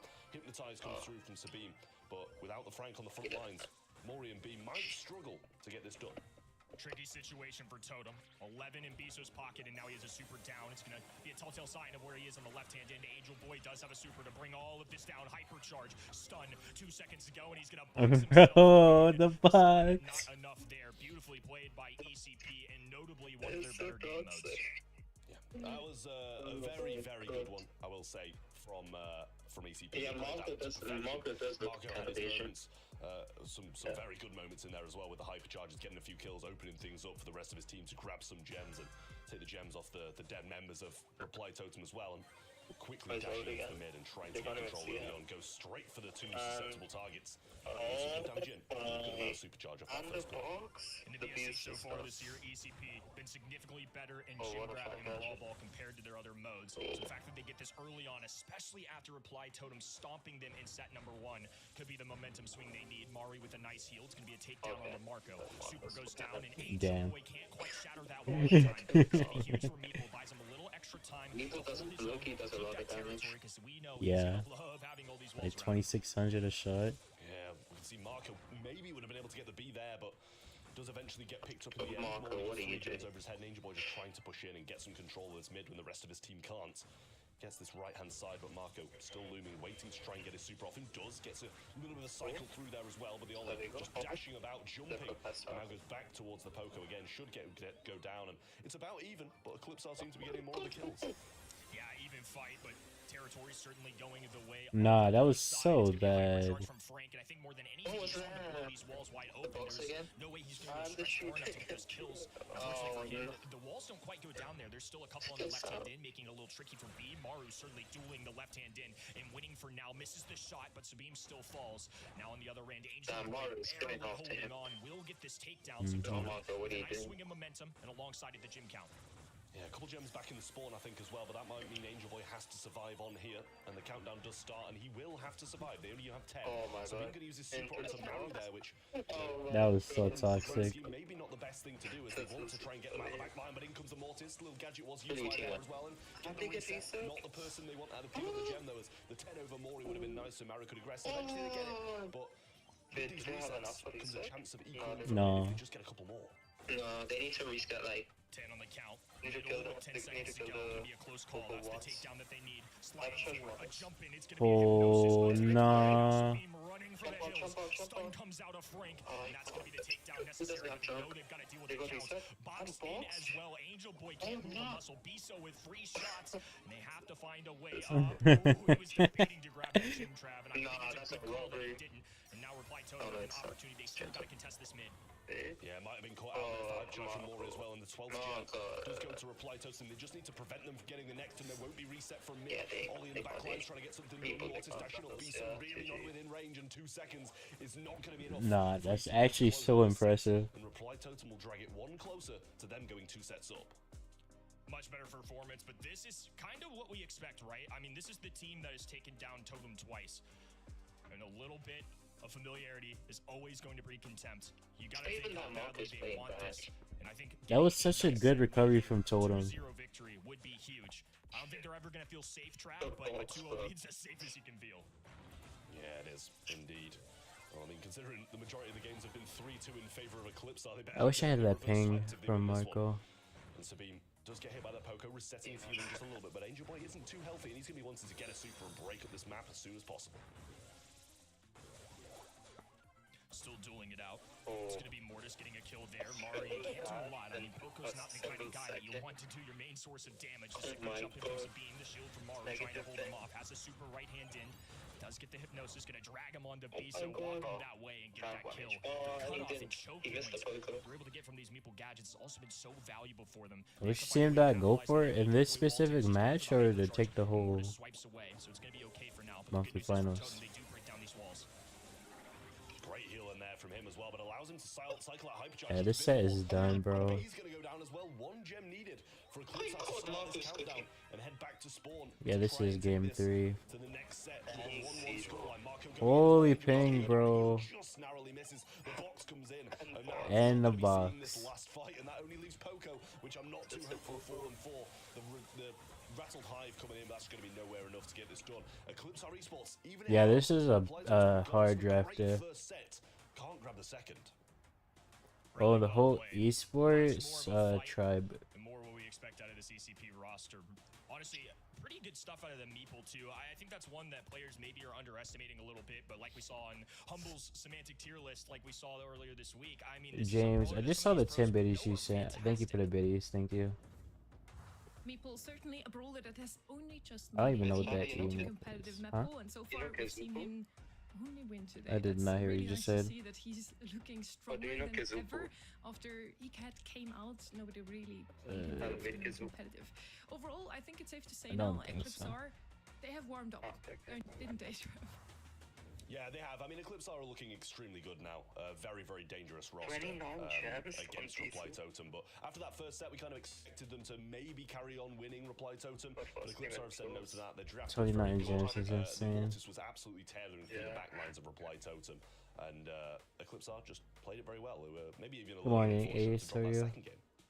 I mean, look at that count. So even the whole way through. 8s across the board, a 7-6. I mean, everybody pretty much participating in that set. Big thing that stands out, obviously, the total gym count you're going to be able to see across that set. Meeple, a great gym carrier for that squad. I think that's one thing that separates pros from other players as well. Just knowing who should be carrying those gyms, knowing that you're aggressive brawlers like Mortis, your tank, Ollie. You want them to be able to duel these enemy sides. Meeple What do you mean, can I hear anyways, you? so it makes so much sense why he would have those gyms. Do they show high safe damage? I'm not sure. Along the way from ECP, really making some good moves in the back lines. David, I just responded to your question. Thinking, okay, maybe they're going to be able to win this one as well. That's why I said it was a bit unfortunate for them that they didn't. Because I feel like they Well, I mean, they show goals scored in Brawl Ball, so maybe they show it. But in the third, I mean, but I guess with Heist, it's kind of harder to track that. Get a look in Reply Totem, you can see everybody's getting cleaned up there, and ECP having a very, very solid game. It's still uncertain who will How take did this Humble series. win? They What we know for swept. sure is that we're gonna see a set 4. They We've made swept very the close once again. sets. Not what Reply Totem wants to see, as they were kind of hoping to break that curse, to not always lose a 3-2 against this one team. Eclipse are really their arch nemesis, but let's see. if they can turn Honestly, things around again same in Brawl Ball and Mixless. take over the lead Skill once diff for more sure. time, Kenny. Should be a fun one. Pinhole Punt has been a really interesting map this weekend. I think in this region. Yo, Tony, thank you for the raid, bro. Hank for sure. Most banned Appreciate brawler it. by a mile yesterday. It was not even close. So people are trying to stay pawn ready. It's pretty difficult though when he's I'm just tired always too, in the base Nicky, but Honestly, I'm so glad that he is, though. I really am so glad that he's in the ban phase, because gets to overtime, the hypercharge gets pressed, and the super gets pressed, game yeah. over. You win the game, congratulations. if SK lose to Foot, that's a bit fair enough, TYK. But I don't think that's gonna happen. will shed a tear. Yesterday, Poker didn't really slide through the banning phase. Today, once again, Really? he's banned out by Reply Totem. They have the first pick here. I wonder what they want to pick up instead. Meek will be banned out as well. It is a map with a lot of bushes. You could play some tanks on here. His first pick though, something a bit more solid. Mid maybe, Kenny?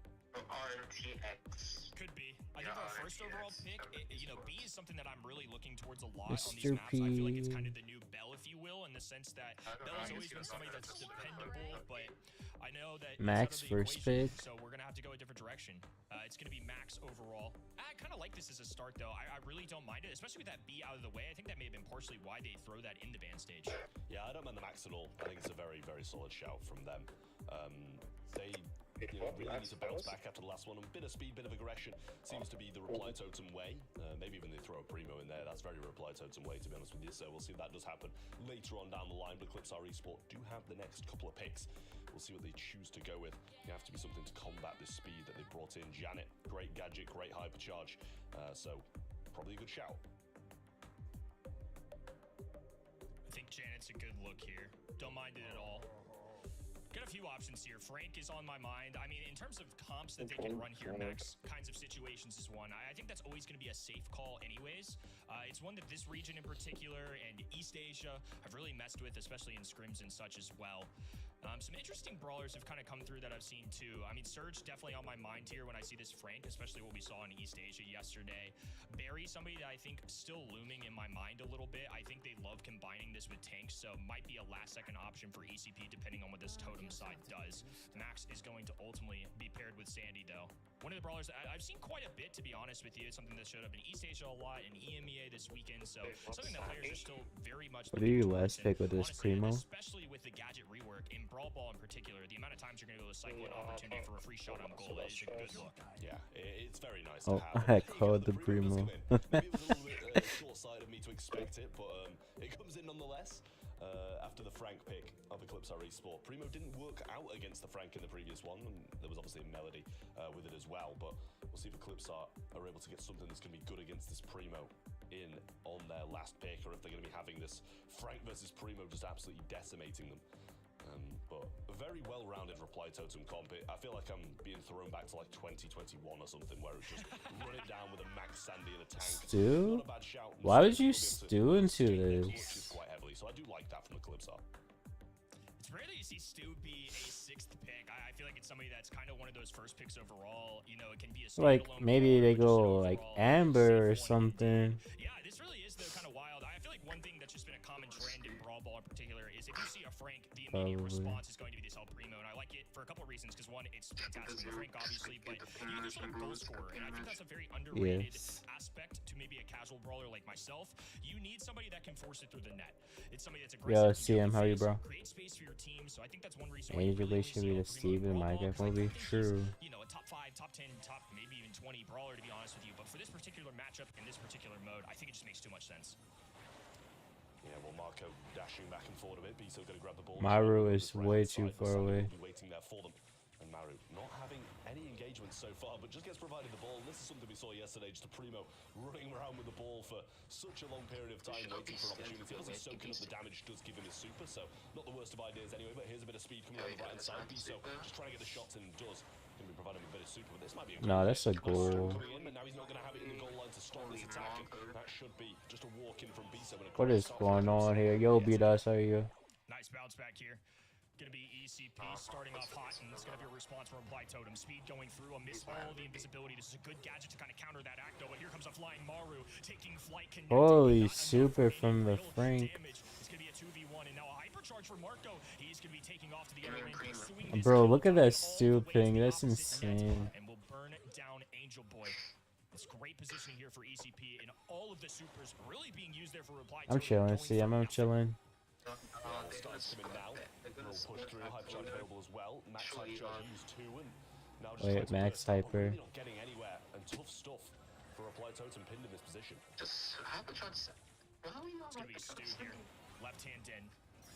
Dealing with the enemy side. What the fuck, Maru? Invisibility helping them out there. Just a smidge. Hypercharge available for Sabine though. It's gonna be Janet. What is going on here? Why are they playing bad? Sandy. All all given a little speed here. Maru diving forward. It's super available, looking for the Okay, jump. that was good. Now Marco standing alone. Frank is Now they score here. the net here. Really tough stuff. Pass forward, easy lock in there. Beautifully played by Angel Boy. Yeah, nice stuff. Primo managed to hold on to his hypercharge as well. And now a Sandy super coming in also. This is going to be a tough position. There's the jump. Should be able to cycle this one out quite There we nicely. go. This is looking way better. Okay, not that second jump though. Holy Sandy cycles. Holy Sandy moment. From Mori and a great attack from Reply Totem. What a quick turnaround that was. Nicely played. This set 3 is pivotal. Angel Boy and his teammates have got to lock in. This is going to be a really, really big moment. Having a 2-1 lead, especially against a foe where you have been the loser 2 times this year already, not beating the squad. And now at the biggest stage, the biggest match of their year so far, they have to find a way to win. Same can be said for ECP. Causing yet another upset would add to the story that they've had. This looking like an early goal here once again. Literally, I wish I had that ping, bro. And once again, ECP will start 1-0. Yeah, I mean, I think it's something we've come to expect, especially after that first one. When Primo gets the jumps, things start to happen. Same with the speed, same with the Sandy supers. Sabine gonna pick up this right side, a dash from Angel Boy. Mari is dying for no reason. Get it on the right person. Suplexes the Frank instead of the Keep wishing. I am wishing, bro. Really nice stuff from them and a great answer to that late game comeback from Reply Totem. What a speed run of a game there. They took care of business quick. 1-1-1-1. That is a scoreline that we'd love to see in the BSC. Really shows that ECP are legit. I mean, after that first set, they got absolutely blown out. I was having doubts, despite ECP beating the team twice, 2 months in a row in qualifiers. I mean, can't say it enough. Reply Totem, all the talent in the world. Maru, Mari, quite the history of success. Top 4 last year at Worlds, and now they're just trying to do well in their own home region, a very competitive one at that. This time a much slower start. God, look at this thing. Mari on this right hand end, and Maru just hiding. Not moving a muscle, just waiting for Biso or Sabine maybe to move forward. Right back sounds good, Exodus. Not even going to be trying to take advantage of his tank trait and charge that up naturally. They're just going to play patient. Yeah, I think after the last couple of games where they've received these, the early onslaughts from the Eclipse are, they're going to realize we need to play a little bit slower and not just sacrifice our tank and get walked over because of low DPS. Frank has anti-stun? Yeah. Going in, gets the jump, but actually uses it straight away. Surprising to see he didn't just come back with that one, but the gadget is available. Biso managing to use the super. No. Misses the target and hits the wall. Angel Boy left all alone, but Mario should be coming up shortly, but doesn't have his super yet again. That would have been a nasty bucket, but Mari just didn't quite have the angle. Very oh my god, what are we watching? Sabine taking complete control of that hypercharge. Angel Boy having to hold on for his entire team right now. Grabs the ball, dribbling, moving down the sideline here. Sabine still right by this ball. Has a gadget to utilize and Marco there to back him up. Biso now walking up the mid. Hypercharge going down in Totem. No, they have to respond here quickly. Straight on Sabine, hasn't got the super in time. Marco now is next time coming through, gets thrown over. Hypercharge super from Biso is going to break up the map a little bit. Now pushing forward, Angel Boy managed to grab the ball and stop him from getting it. Great grab from him to prevent Marco from slotting that one in. Is Totem actually cooked? And also the Hypercharge Primo. This is a dangerous spot regardless of where they are on the map for Eclipse. Honestly, such a good get there from Angel Boy. That was likely a goal if he doesn't dish that ball right. Mari barely holding on, getting the super down. It's enough coverage for them to now march forward. Maru diving in, and once again, doesn't quite get that kill. He has to win. He is there, and his sole purpose is to counter out this Frank. 3 brawlers moving up the map now for ECP. Left-hand side, Maru hypercharge once again, sprinting up the middle, looking for his next enemy. Bro, just hyper it and just a hyper. As a threat, but not quite clicking that button. Yeah, it shows against this time, but there's only 10 seconds left. Now Judge being used, trying to get Sandy this super. Yeah. Judge, they really need him to get it now to be able to play in this overtime, as they're going to be completely outclassed. Gets a couple of shots in on the Frank, has the hypercharge there, and is stunning. Beautiful as well. Gets the Primo within range. But ECP, Biso throws out that super, and now he's just retreating to the back lines, cornering the ball. Janet might be able to grab it here, though. It is just him left. Primo's there as well, with the super available from Marco. He's waiting for the shot. Holy. Do it. Hyper prosthetic, literally.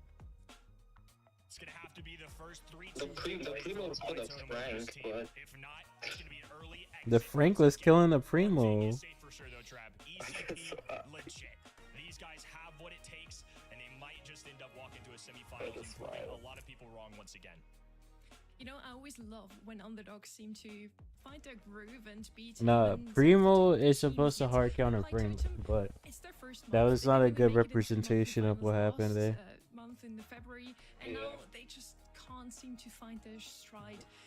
I want to talk about Stu here. He seems like a really solid pick from the side of ECP. He had one of the highest win rates yesterday, just the same as Shade, and that just continues today.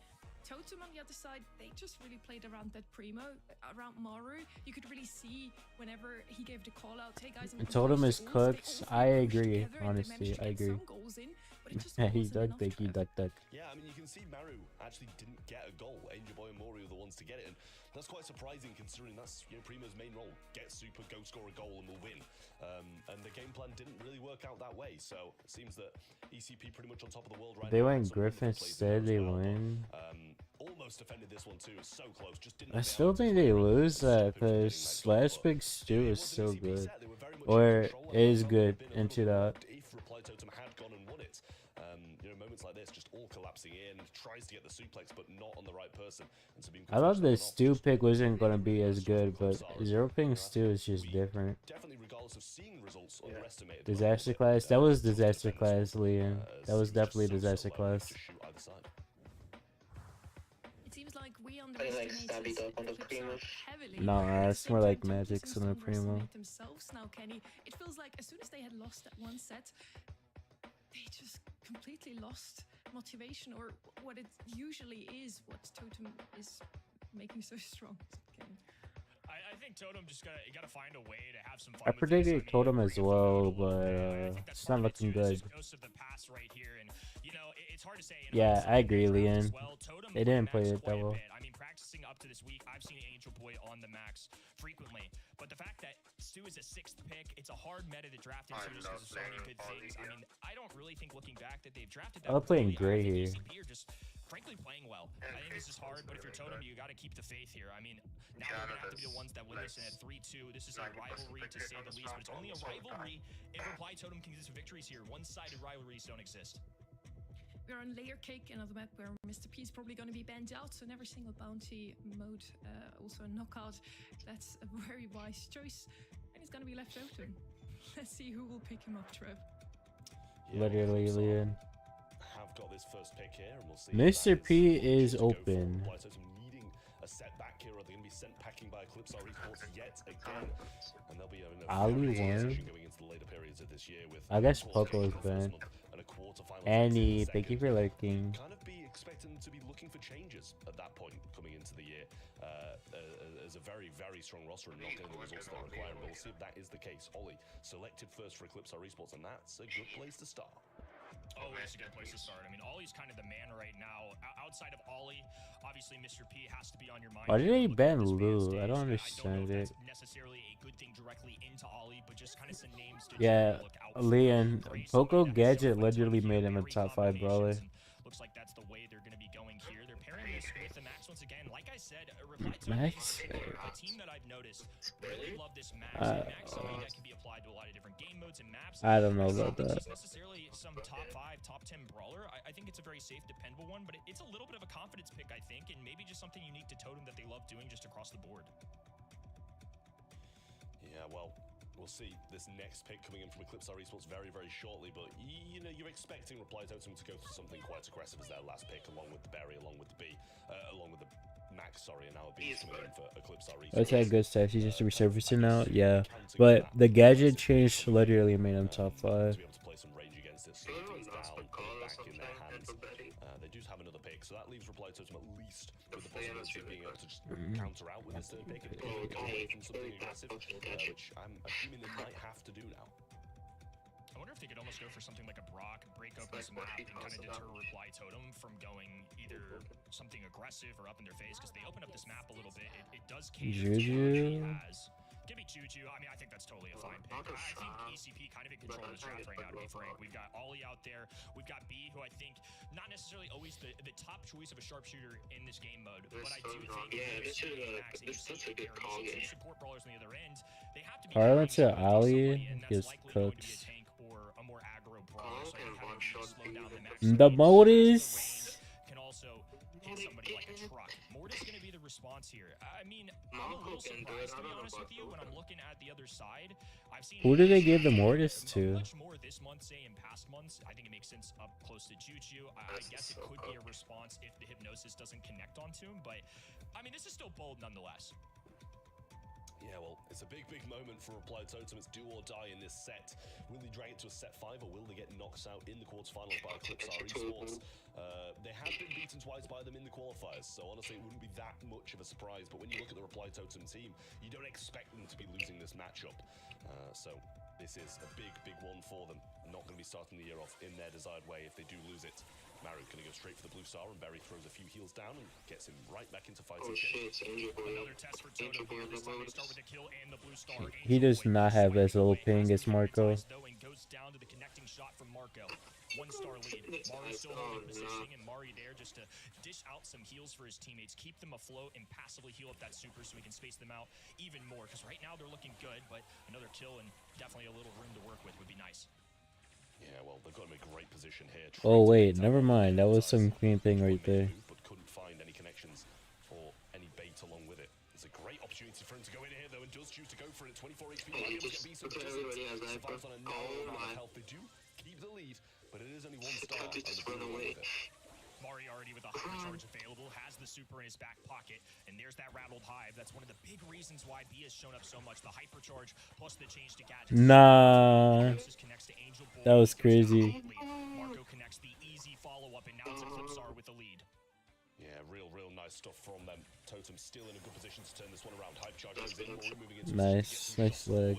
Now Angel Boy choosing to go in, hypnotize instantly again, though, and he's just not finding what he wants to find. Angel Boy, what is that? A little bit of lag here, sorry about that, guys, but as we do get back into the action, Hype charge used, and now they're going to try and lunge forwards. 35 seconds on the clock.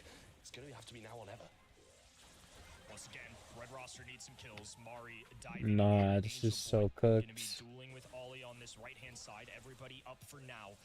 Not a lot of health points for Mari. Gonna have to take his time with this one. And Angel Boy really needs to make this count. Does cycle in the super in time, but Marco gets the kill as well. Still 4 stars for Bro, Marco is just stacking up his stars right now. Was the production still shit today? No, we've had no problems until just now. Cycling through. Sabine looking to defend. Max going in, and 14-13. It's a close call. And honestly, We didn't even have any problems with APAC yesterday. Be a match point now as well. We'll see if they will be able to take this one for Totem to be able to turn things around. Oh It just no. wasn't the best. I will say from the Mortis, I don't know if this is a bit of a mispick. It did not work out at all. Has to be Aura for sure. But the Ollie just had him in his pocket the entire game. Every time he went in, he was hypnotized and dragged back towards his teammates, where the B would pick him up and kind of get those stars over his head going up and up and up and up. So changes have to be made for Reply Totem, or game's going to be over. I mean, Berry is not looking good there. Why?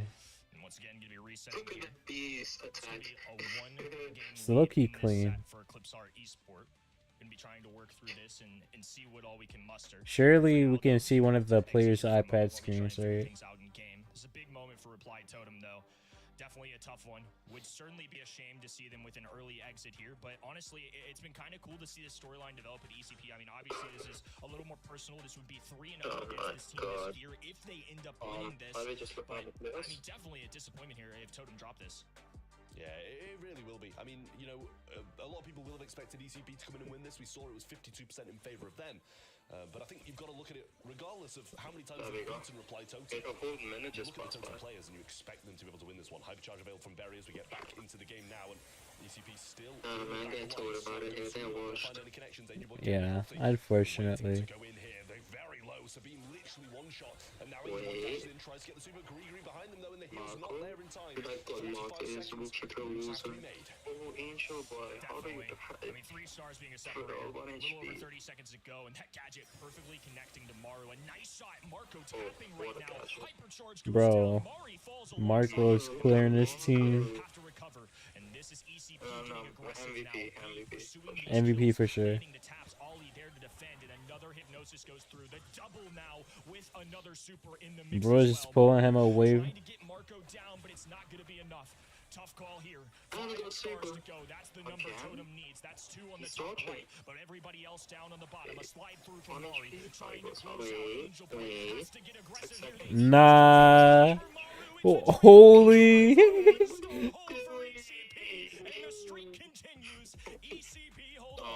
my I mean, that god. was so close, but Eclipse are Did Humble win? Humble swept. all really nice stuff from them. I mean, what a Let's go, my performance that was, predictions are still genuinely. up. Such Totem stuff. gone in You round can see 1. he's not quite believing in himself. He looks very happy. Moving on to the Oh, semi-final. he's so That is happy. just incredible from ECP there.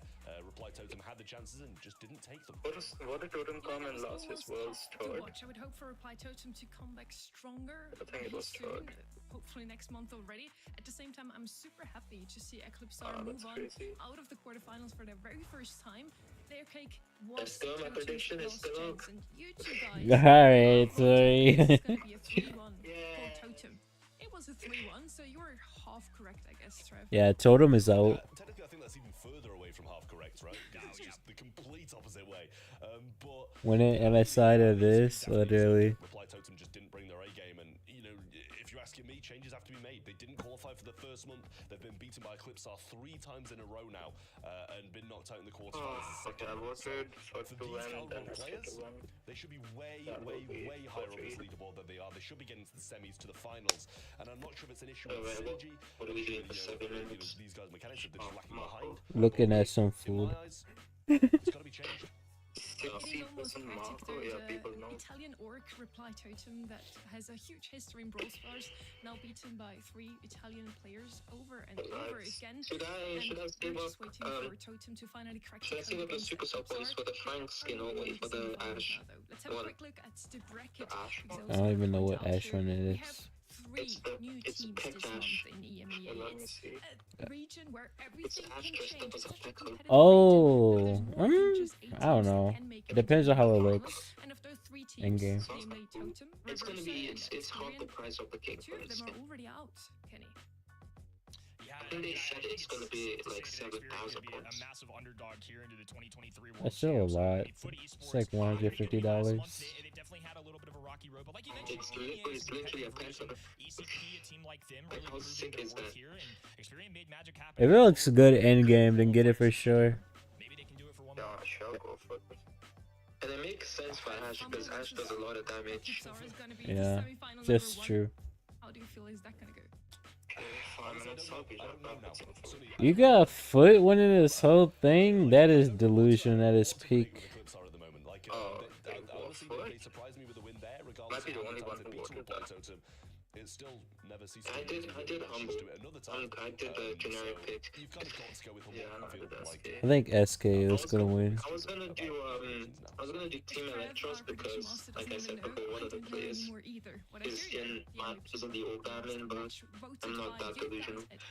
Everyone of you was Marco. So Go, good morning, Tiger. How are you? moved on into the semifinals. He also NXT earned the time, title Axis. of MVP. I predicted Foot to win, but I do want NXT to win. Later. First, we want to talk about Foot Esports versus Experian NXT. It's gonna be the match that we NXT has a Arthur. Did it have game? I don't even know Ogito, but apparently, yes, apparently, but I don't know.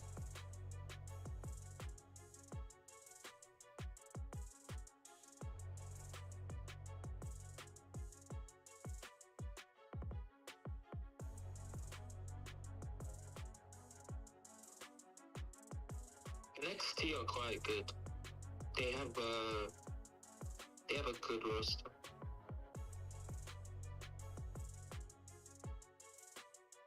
Kinda, Rook. Kinda.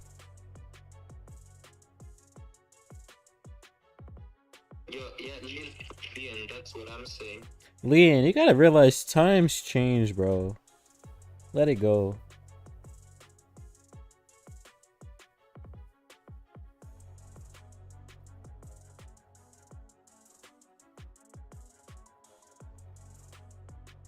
Yo, Saga, how are you doing?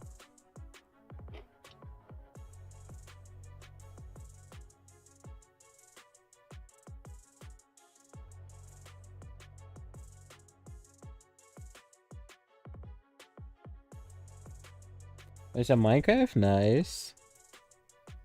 Chill vibes.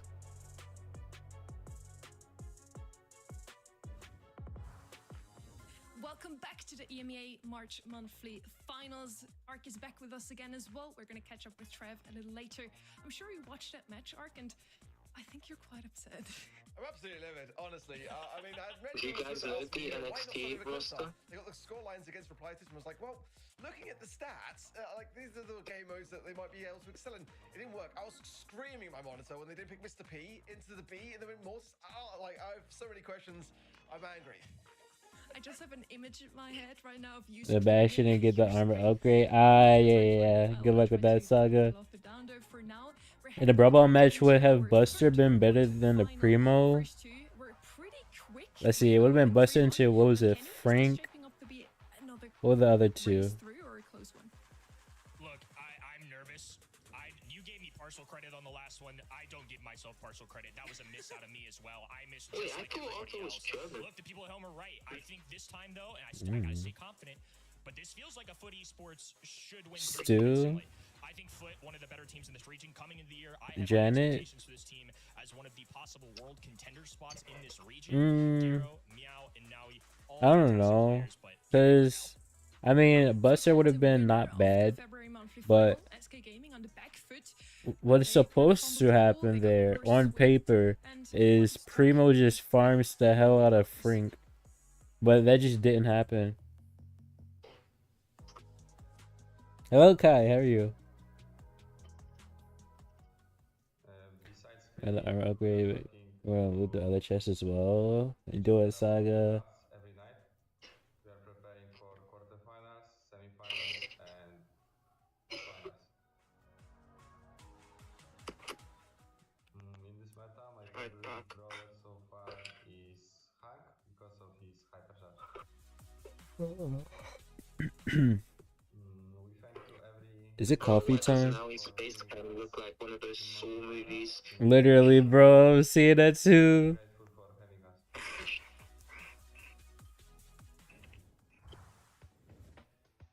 As I mentioned already, Ark, it wasn't really their month last month. They got reverse swept by SK Gaming.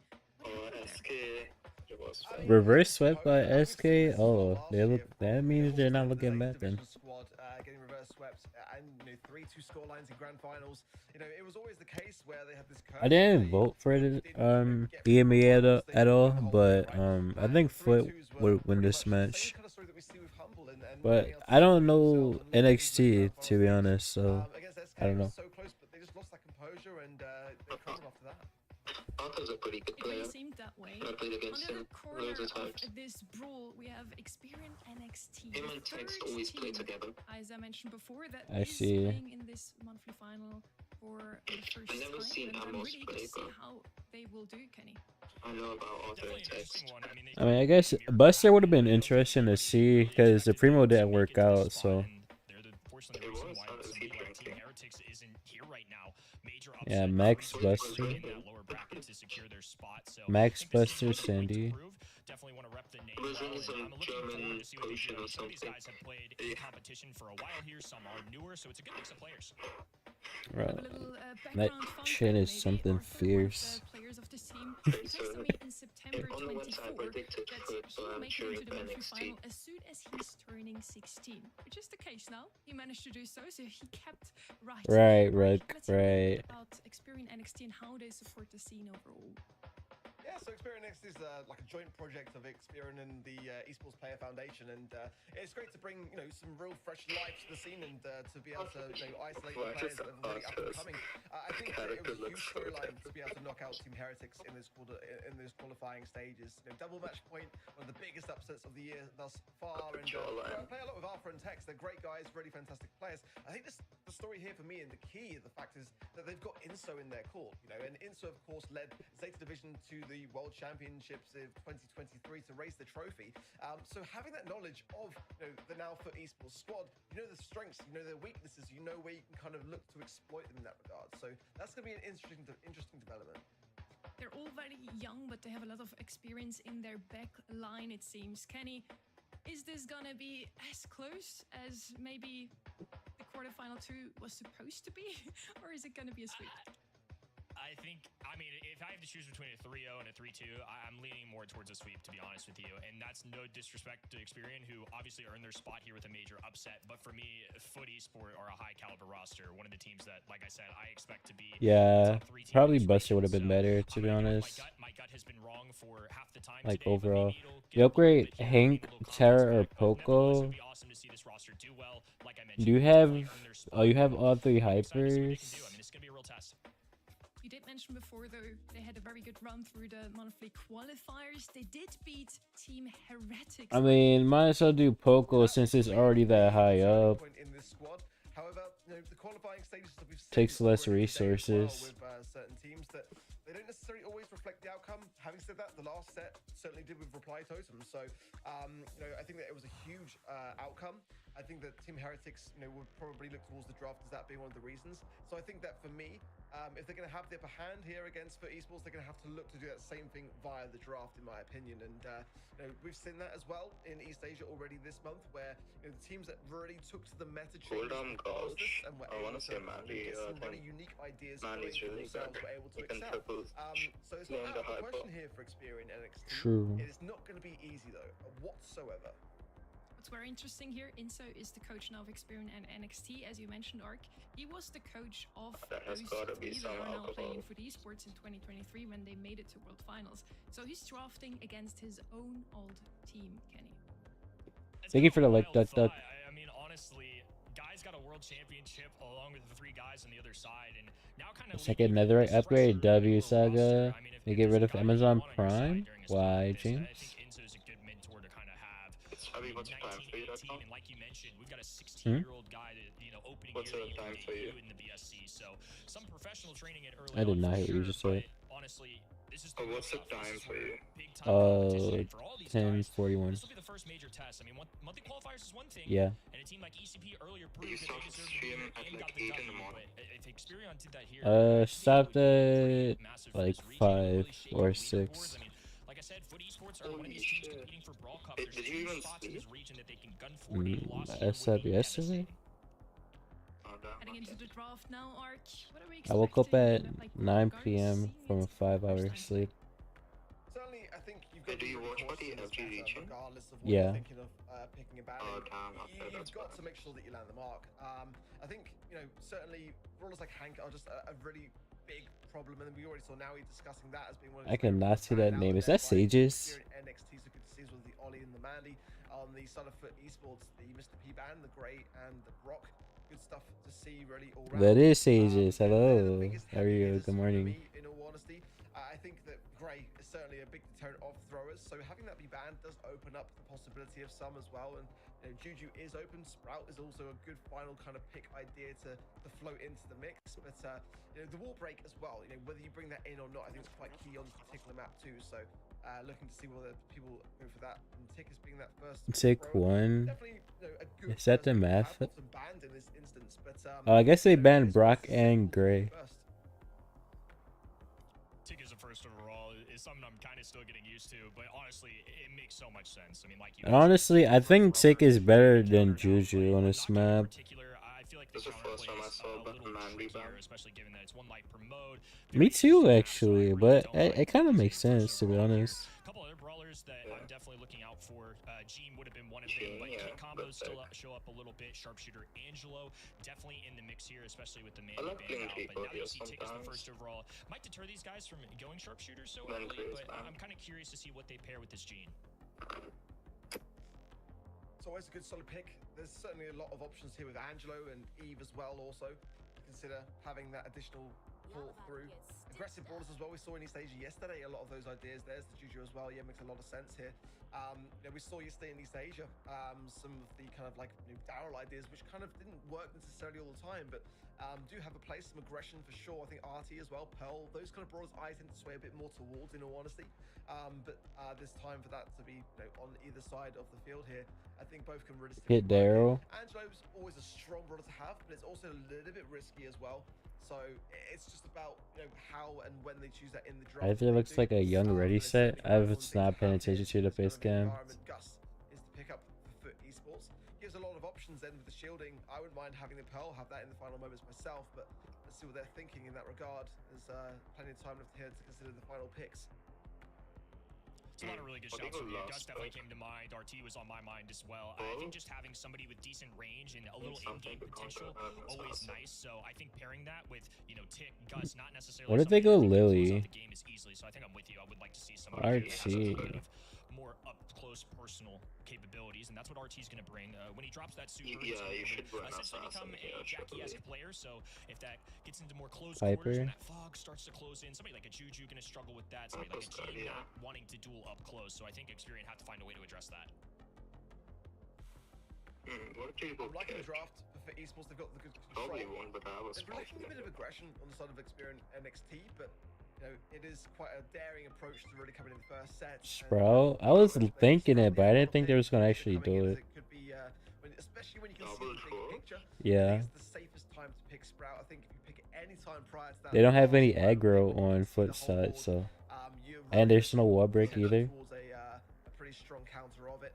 So, not a bad spot, but double thrower. It's going to put esports in a difficult spot here. I actually quite like this from Experian NXT. I think they haven't really got the biggest advances for a heavy thrower counter. Maybe they didn't see this one coming. Maybe they thought when they saw the Juju that that was going to be the only one that they were going to have to face. And now this might change things slightly. Double thrower is the first thing I thought of too. I mean, we rarely see this in the BSC because it's so easy to be countered. But like you said, as a 6th overall pick, it's going to catch him off guard a little bit. They're actually going to send Garo to this right-hand in, which is pretty rare. Most of the time, we see teams group together, wow, move left-hand nice, side. cool. Looks like NXT also going to be Thanks. in there. Little duel going down. And Tex, Let's go production. to say the least. Gus now flanking, has the angles, looking for these long-range shots. They're getting boxed. Going to be left-hand in, and the Tick head going to destruct a little bit of this grass on the left-hand side. But for now, everybody remaining standing. I think we're just trying. Yeah. Hello. Spectate, we'll see if we can get that back as soon as possible. But I'm really confused. I just woke up and I heard Shadow's voice. I'm like, am I fucking tripping? Arthur there. I realized someone raided you again. Yeah. You let me talk. It will be that Tick head. The gas now closing in as well. It's a very difficult spot to really come up ahead in the 3 versus 2. Arthur now going to fall straight to the Gus. Yeah, and it's going to be a case of going to the gas for Tex. Good start for Foot Esports. 3 for 3. I think, especially off the beginning, you just can't have a situation where Garo gets the flank on them. I think that's an issue, and now you're going to see them adjust to that. NXT going to be all on this right-hand side. They're going to group together. I just feel like with such a squishy combination of brawlers, you know, Gene's got a little bit of beef, but, you know, Juju, Sprout, they can be trampled pretty easily. So I think making sure that you're playing as a unit is a good call here. Once again, the difficulties of being able to control this on the side of Experian already on those back lines. And Foot Esports are just kind of just wasting their time out. I mean, it really is credit all to the favor of Foot Esports really here. Who are doing a wonderful job of whistling down the HP, and this between Garo as well. Lovely stuff now. 2 versus 2, however, does give an opportunity for NXT, but I just don't see it happening. Arthur down to 200 HP. We're going for a final pull. We're going to get nothing. Bro, pulled the RT legs. Little desperation grab. I mean, I think the writing was on the wall. There was not a lot Sleepy they were Duck, gonna be able to do there. So true. Foot pretty convincing to start game number 1. A lot of brawl left to be played. But the previous world champions certainly meeting expectations so far. I think that's part of the risk you run with the comp that NXT have. I mean, this is a double thrower. You have Gene. These are all good brawlers arc, but to me, it can be a little tricky to make work at times. Granted that it's an RT and a Gus. Traditionally, you like having throwers that can lob shots over walls into these sharpshooters because they can't do the same, but especially towards in-game situations, you got something like the RT legs, which can stomp down. Gene's going to have a hard time pulling that, so I do think Foot doing a pretty good job of handling this. Yeah, they're looking like they're not being tested fully at the moment. Who's the favorite? Lack of experience in that regard, like going too quickly back on the defensive and just trying to... I guess for this match it would be Foot, but there's some people cheering for NXT as well. And it's not the greatest of things. There's a shield for Garo here as well if he wants to choose to use it. Yeah, just in the nick of time there. Literally Exis. Stand as well there. The shielding in particular. He will fall down. They get 3 versus 2. It's the best chance Experian have had so far. I think Garo knows it too. I mean, he's left-hand side, basically in the fog. Tex should have some easy follow-up shots, and that's exactly what happens. Na'Vi going to be on the bottom left-hand end and run off into the fog as well. Foot Esports do not believe they have this one. They're going to try and prevent the enemy team from gaining too many supers because they've got none. Oh, I see her. NXT walking in with an advantage in this round number 2. Okay, well, Tex using the invisibility, but then did show himself just a little bit there as well, so had to go back on himself. Now Amos is dancing this top left-hand side as well. Hypercharge now. I'm also just going to say, get a nice supportive wall down. It will definitely help Arthur push himself forwards, get a magic hand connection onto someone, and make it that 3 versus 2, which Experian are looking for here. A very important time for them to get this round. Ideally, get a game on the board and really even out this set. So let's see now. Everyone's got the utility on the side of NXT as well. We're seeing supers available for everyone. So now really is the time to strike, and they've got to have the confidence. David for a million channel points. There's a few people doing it as well, Rook. Imagine I started like a fucking subathon or something, and someone redeems in stream. Oh, I forgot ads are a thing. There's nowhere to walk. They're gonna need one final tag, and it's just enough. And now a 2v2. Garo dueling, Amos lobbing up shots. They have a shield available. This is exactly what Holy, that was so close. Pick up the round, and we'll even things out. Oh, now a very tough spot for Experian. They can get the round they can survive on in this set, but for esports now, such an important closure. That last round might be able to just make this clean and whistle things over to the next one. Arthur needs to land this pull now. Really, it is a crucial, essential time to do so. And if it is the RT of Naui, then they've got to ensure that the takedown is swift, because those legs will certainly pack a big punch. Nice eradication of the Are we to get sleep? I will sleep after this is done, don't worry. Back now, but yeah, really all eyes are on Arthur here. They can go for Naui, but they've got to ensure that DPS is there to make that takedown swift. Ideally, they kind of want to go for the tick, don't they? But I mean, Meow's is going to sit as far back as he possibly can. Yeah, I think intelligently played there. Some good jukes coming out of Garo on the top left-hand side, and they have to make sure that they erase all 8,700 health points from the RT pretty quickly if they go for that. So a little chip damage would certainly help if they went for that. The invisibility is something Tex continues to take advantage of. In the closing moments here, Fog moving forward, Hypercharge going down. He's going to move that ticket as close as he can so those mines trap them in the back. There's nowhere to walk. So much damage that they even move a muscle. Holy for Foot ending. Beautifully played there as Foot take the round and the game. Alright, Rook, calm down, bro. Calm down. Really was the man of the moment there for esports. It was always going to be a really, really hard position to start things off for Experian. They certainly did gain a bit of confidence as the time went on. We saw them less in that back spawn area and kind of standing that middle fight better. But yeah, as a matter of time, it wasn't them for esports getting the momentum to get the sets secured. I said it before today, if you're the underdog, you might have to try risky comps to surprise your opponents and through that win your matchup. Now, was it really just a draft, Kenny, or did Experian NXT have to change something overall to win here?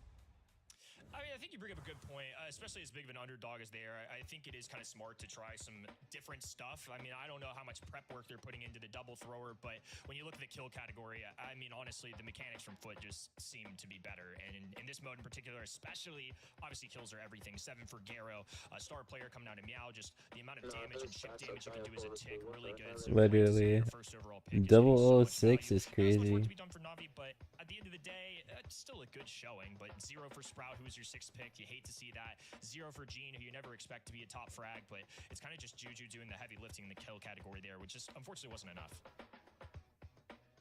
Yeah, Tex doing what he can, but you know, it's got to have a team effort realistically there. I wanted to see a bit more from Arthur with the magic hand. Really, that was a key turning point that could have happened, but you know, credit to Foot Esports in that regard as well, to be able to put them in the position of making it a struggle to land a lot of the time. But yeah, that was the one connection that we kind of saw, and yeah, I mean, you couldn't really do much else in that position there. Just low HP, the last man standing. So, but it was more in that kind of like stage. Foot played that really well. I wanted to see that happen, but you know, again, like cool. Tori and VC knows them, and X is in chat as well. So they're always going to look more confident at the beginning. You know, it reminded me a tiny little bit on the Eclipsar versus Totem match that we just saw. We saw Eclipsar kind of struggling in the first set, not winning the first game. In the second game, they looked a tiny bit stronger. And then in rounds 2, 3, and 4, they turned everything around. So maybe Experian also just needs some time to warm up to their opponents. On the other side, yes, we just are dealing with a very strong roster here in Foot, Kenny. Yeah, I mean, now we move on to Ring of Fire. Look, you just got to put it behind you. Look like a more convincing team. I mean, just to flat out say it. But this is still early on. I mean, like we saw with ECP, you can always bounce back and, you know, get your footing a little bit. I think it's going to be tough, but I don't know. Like I said, I'm expecting this Foot roster to kind of run away with it to a degree, but these are the kind of moments that are building blocks for a roster that can help build towards your future. These guys are young, newer to competition. There's still hope for them yet. Definitely so. I feel like in general, if you're playing in the monthly finals for the very first time, nobody expects you to move on into the semifinals right away, Arc. But if you do, it's an even bigger story.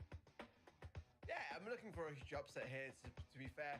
I think the draft wasn't a bad one either. That's obviously the first sign. Certainly there's some nerves, though, shining through in the early outsets of that knockout series. But maybe there's a better game mode still to come for them. But certainly Foot Esports are going to take no prisoners. That's the problem. They're not going to give you second chances. They are just going to, you know, be a bit like that humble match we saw earlier today.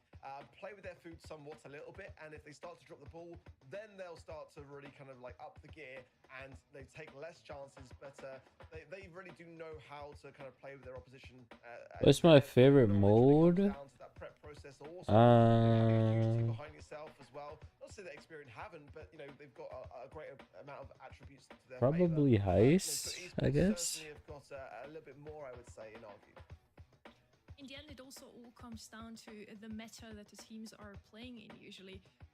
When Foot Esports still was Sata Division back in the day, like in the last few years, they had the strength to always kind of, even if they lost the first round, the first sets, they can turn things around, learn how the opponents play, and then So I'm gonna say as soon as they saw the Gene. I mean, I think that was just scale diff, to be honest. Or maybe they should have just last picked Piper. Was here the same. They are very young. They all are still very motivated to learn the meta, and we didn't have that much time to learn the meta now since the 6 hypercharges came out, the gadget changes. Maybe a young team has the best of chances in such a young meta.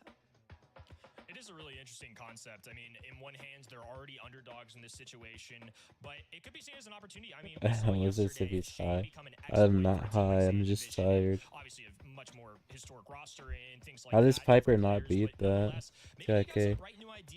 Piper beats RT and Gus. So I think to your point, Sonny, that's a really good call. If they actually hit shots. All the fresh new bands and plays, and maybe they find a shade of their own, if you will. Mark, what do you feel like could be another brawler in the current meta that maybe shows up as a surprise pick? Well, Ring of Fire is up next, and you know, for me, I feel like we haven't really kind of seen the new Rosa strategy come through. I think that could be an opportunity in the draft for Experian to try and find a little glimmer of hope and have that be like a final pick kind of shock idea. Certainly, you know, tank counters are very much up there in the drafting process, and everyone's looking to kind of establish at least something in their back pocket in the eventuality of that coming. And you know, with Hank being so prevalent, that's the kind of problem that you can't really kind of swoop in with that idea too easily now. But you know, for me as well, since the gadget cooldowns become so prominent now, Sleepless Duck. Rose's ability to grow the bush in the middle of the map on this particular game mode is really quite strong now.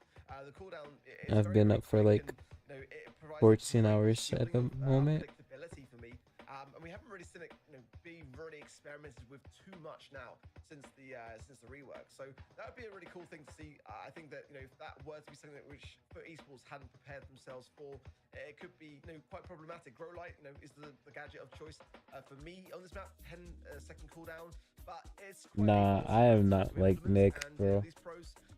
That guy just stays up streaming for like 30 hours for no reason. So certainly, you know, Rose is not the biggest of threats to be seen in this meta for me.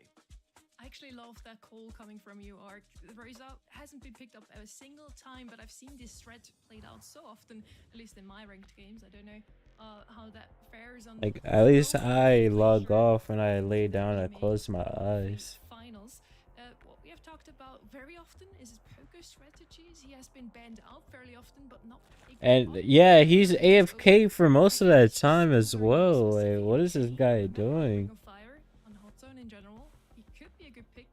Banned out though once again. True, too. Okay. I had 4 brawlers written down in the band stage: Hank, Poco, Barry, Ollie, and Hank, Poco, Barry on that right hand side. No Ollie, so that's somewhere that I'm Double Poco? I think the other band fans are obviously great shouts, though. Lou has frequently been a first overall or early pick on this map. And for Ring of Fire and Hot Zone especially, it just makes so much sense. You can do a really good job at shutting down enemy tanks, and also his ice rink can cover the entire Hot Zone. So if a team dares step on it, they're going to get frozen to be skating. Belle, the first overall pick, though, this is one of those old-timey, dependable brawlers. She is consistently a top 20 pick in our pro scene, and it's never the maybe best option, but it's always a safe one. And if you have that first overall pick, sometimes you're just looking for safety. You don't want to be hard Belle countering one. pick. I didn't know it brought written down Kenny Meeple, and I'm surprised it wasn't I picked up. kind of don't mind it. You know, it really can open up the map massively. So with the mansions of Meeple gadgets. Full Byron. Are they just gonna go Byron Ali? Maybe I do mind it. So in a map and mode like this, I think it is really quite prevalent, and I would suggest the Esports pick it up next, but maybe they won't. Maybe they want to take that risk, but certainly I think there's better first pick brawlers than Byron, but they're probably looking to combine it with a tank potentially here. I don't know whether they're going to be doing that just yet. Still, maybe they'll save that for the third and final pick, but if they don't combine it, then I'm going to question that Byron pick a little bit. Definitely leaves that door open. I'm with you. You definitely don't get as much value out of Byron if you're not pairing it. In Emea in particular, frequently it is a Poco or Byron, so you have your support brawler, somebody that can heal, and I think Poco is more that go-to. That's why you're seeing him be in the ban stage for both sides. Barry's an option as well, but on this map in particular, you like Frank, Ash, and Draco if you're in this region. Those are the are these Melody players? Often, especially in scrims and even with this team when they were practicing. Oh, they take the Ollie. Okay. Ollie just makes too much sense. It's a hard one to leave on the table if you have the opportunity to pick it. Penny. Now the question for Furt is, do they want to cancel out Penny will work. harder tank counter or just go with tank themselves and overthrow? Because Frank's available still here as well. That's always a big concern for me. Penny as well, I think, is another brawler which is not really spoken about too much, but make sure your team sleep. Early is the problem with Hot Zone, and sometimes that's the reason why many don't go for it. But once you've got it laid down, it's a massive problem to have to deal with. If it's hypercharged, even Rosa. the right time in the draft. That's the problem now. Frank is open. Deviate away from their tank idea. Primo's open too. They can at least burn down the bush. Stu can do it to some extent, but this is now a problem that might force Furt Esports to deviate away from the plan. But hey, what a time to talk about it. Who would have thought? But is it going to work out? That's the problem now. I'm not so convinced. At this Griff? They needed the third and final pick. Honestly, a great shout out to you. And like I said before, sometimes you're an underdog. You just have to throw something at the wall and see if it sticks. This is a bold call. Doesn't mean it'll work, but at least they're trying something interesting. And along with this, since they go double tank, Why do you Rosa there? Why do you Rosa there? To go against this Belle because it's just going to be able to do chip damage into the amount of health points that Rosa and Ollie I feel like Frank or Primo will be better. It's more consistent wall break and grass break. Going to apply to so many different brawlers, so I'm curious to see if Experian and NXT can win with this crazy comp. But nonetheless, good work, partner. That's a good shout out of you. But I do worry, man, now because I mean the Griff is a solid nice pick, and that's why I wouldn't suggest that strategy in that stage of the drafting process, because they can just really use the Griff to really seek and destroy within those bushes, and if they get the control, use the pick-a-bank gadgets to break those bushes as well. So that's the problem, is that if you in that position, then those bushes mean nothing, and the Rose is essentially useless. So it kind of is a bit of a tough draft, in my opinion. Whether it works out or not at this stage, it's hard to say for Experian, but I would sway towards not. I think it had to be the Rosa final pick. Nice. That may have been enough to sway me, but I think the Griff is a very solid answer to it. I think so too. I mean, for a wall break to disrupt those More W spectating for sure. sure. Like, can we just get a camera pointed at the iPads of the players? On the top left, we're kind of seeing that. That is a great point out of you, though, in the sense that Rosa is a 6-pick kind of brawler for me right now. I mean, with all the tank counters that we have in the meta between B, Lou, we've got so many different ways to shut down these brawlers, and Griff is probably not in the top of that list and still an option on this map. So I think if you don't have that as a 6th overall pick, you don't want to leave Rosa to have an answer. And I think that might be the issue they're running into, and so far, it's exactly what we're looking at. I mean, 100% almost to now 20%. Another runaway here for Furt Esports. Yeah, that was kind of what I was fearing, to be fair. Not to say that maybe Experian can't find an angle here. Good morning, Kiki. How are you? If they lose control, then their entire concept of this comp crashes to the ground. No, they're really banking and putting so much on this Rosa idea working. And the Griff was a solid response. I was thinking maybe more something else, to be honest, as a counter, but I think the Griff makes a ton of sense. And also that early break leaves the Ollie exposed as well there as well, so not going to have any issues on that left-hand side either. So, Shook up. Good morning, bro. Esports have just done a cracking draft here. Already look at that control that they've been able to establish, and this is where the Rosa runs into problems. What can you do now with those cyclings of the Griff and the piggy bank? Again, yeah, exactly that. You know, it's the perfect brawler counter. Does Griff Gadget actually keep up with Rosa Grass? I don't know the times. I don't pay attention that much. Unfortunately, even if Foot gets spawn trapped, one, they have a massive lead right now. It's gonna be really hard to come back from this. And two, they can just keep pulling out these piggy Should I add you? I can add you on my minis, duck. My main is full though. Benefits from that. A skate away from Navi is some good work, and Foot just continuing to climb right now.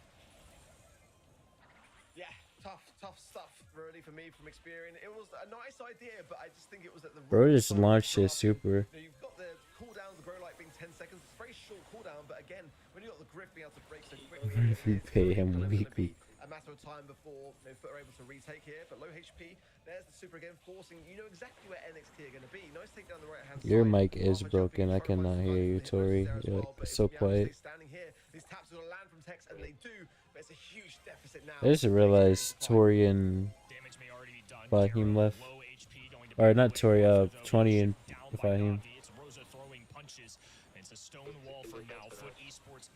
You're still hella quiet. Hold on. Maybe is it my side? I'm on next for you. Oh wait. It might have been my side. I hear you way better now. I think that these are the ideas that can Ah, sounds good, Fahim. and it's like those kind of moments that I look for in a team in terms of their knowledge going forwards and how they're going to fare. But just the wrong coin toss, you know, you can't risk it. I mean, I loved that little moment in the draft that we just had, Ark. You just talked about Rosa Gatchup being so good in the game right now with just a 10-second cooldown. And then Foot Esports just kind of had the perfect idea to counter that. With a 16-second cooldown, it's not quite as short as Rosa Gatchup, but for every single time... Put the Rosa away. No more Rosa. There was an answer from the Griff, from Yao on the other side. Of course, also a huge cycle over at the other side. Against two tanks, you will have so many Griff ults ready. It's the perfect tank counter. The fact that Griff and Stu has the same exact DPS is insane.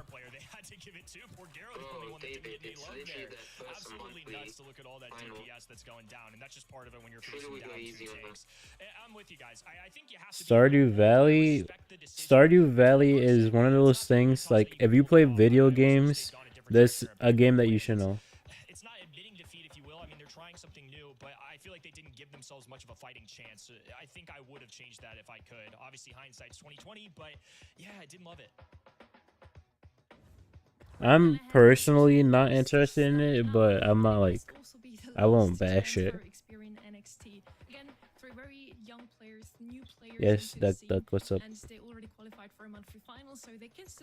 Is this gonna be another sweep?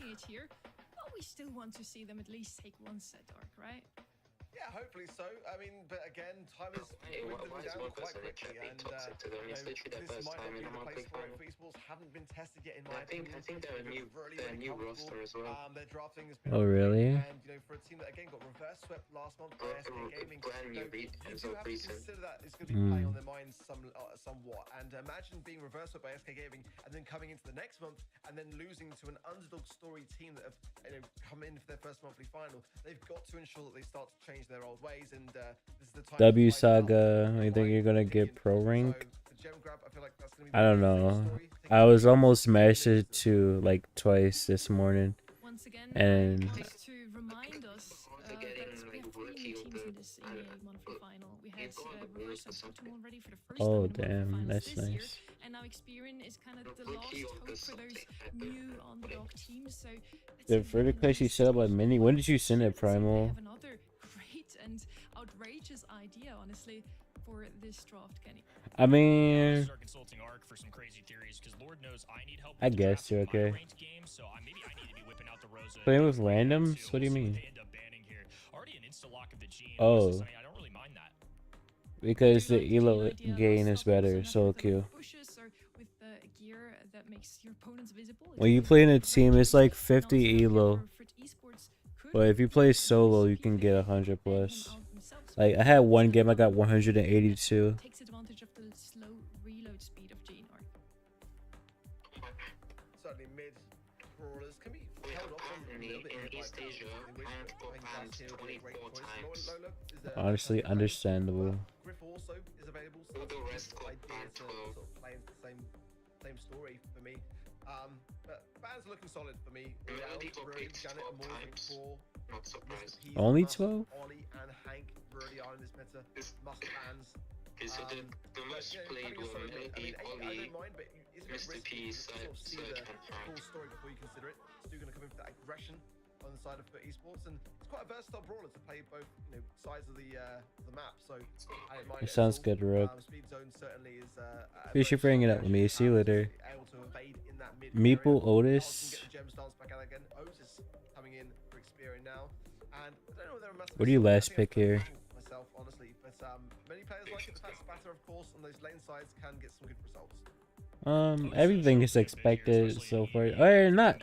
I didn't think Totem was gonna lose, to be honest, but Stu's a brawler that I almost anticipate super early on. I think Gene's obviously an option as their first overall pick, but Stu's just so flexible. Squeak game. Especially if you can keep it up for as long as you have. Squeak is banned too. Okay.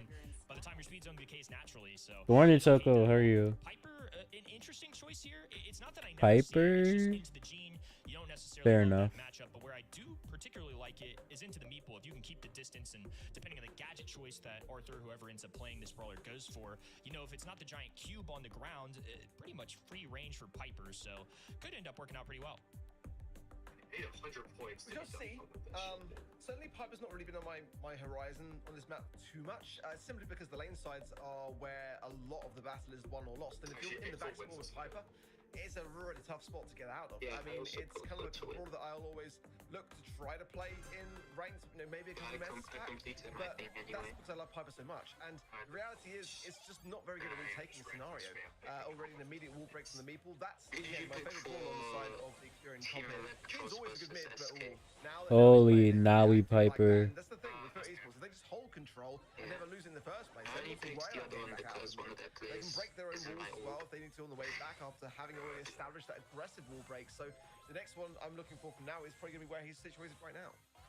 That's what I was kind of getting at with the Piper. In that one-on-one situation with Meeple, it's a couple taps away from the long distance and you're good. It's one connection and a gadget, and Meeple not going to necessarily be able to keep The up. box spam is crazy. Lola holding down this right-hand lane, and Garo just skating across the map can do whatever he wants, and having that speed zone also helps them maintain these gyms just a little bit better. Especially when this Nice taps now, continuing on. Amos doing his best to evade it pretty well there as well. I Stally. I don't think he's beefing. I think he's just one just ping. I don't know. I swear it's the same screenshot every time, but I don't know.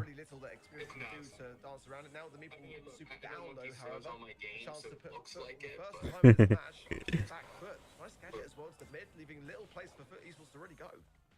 Yeah, cut off Garo entirely there, so he had nowhere to walk. I mean, as a Stu even, can't go over that water, just has the grass to work with. This is a lot of pressure that they're putting down, and now they can threaten this tech super as well, because if it's a pull into something like a Lolo, or if Piper loses a super... Nawi, why are we dying? Right there. All the gyms being spilled out from FUT Esports time, and they're going to be trying to hold off, and they do jump back in, but it does cost them a super, never something you want to see.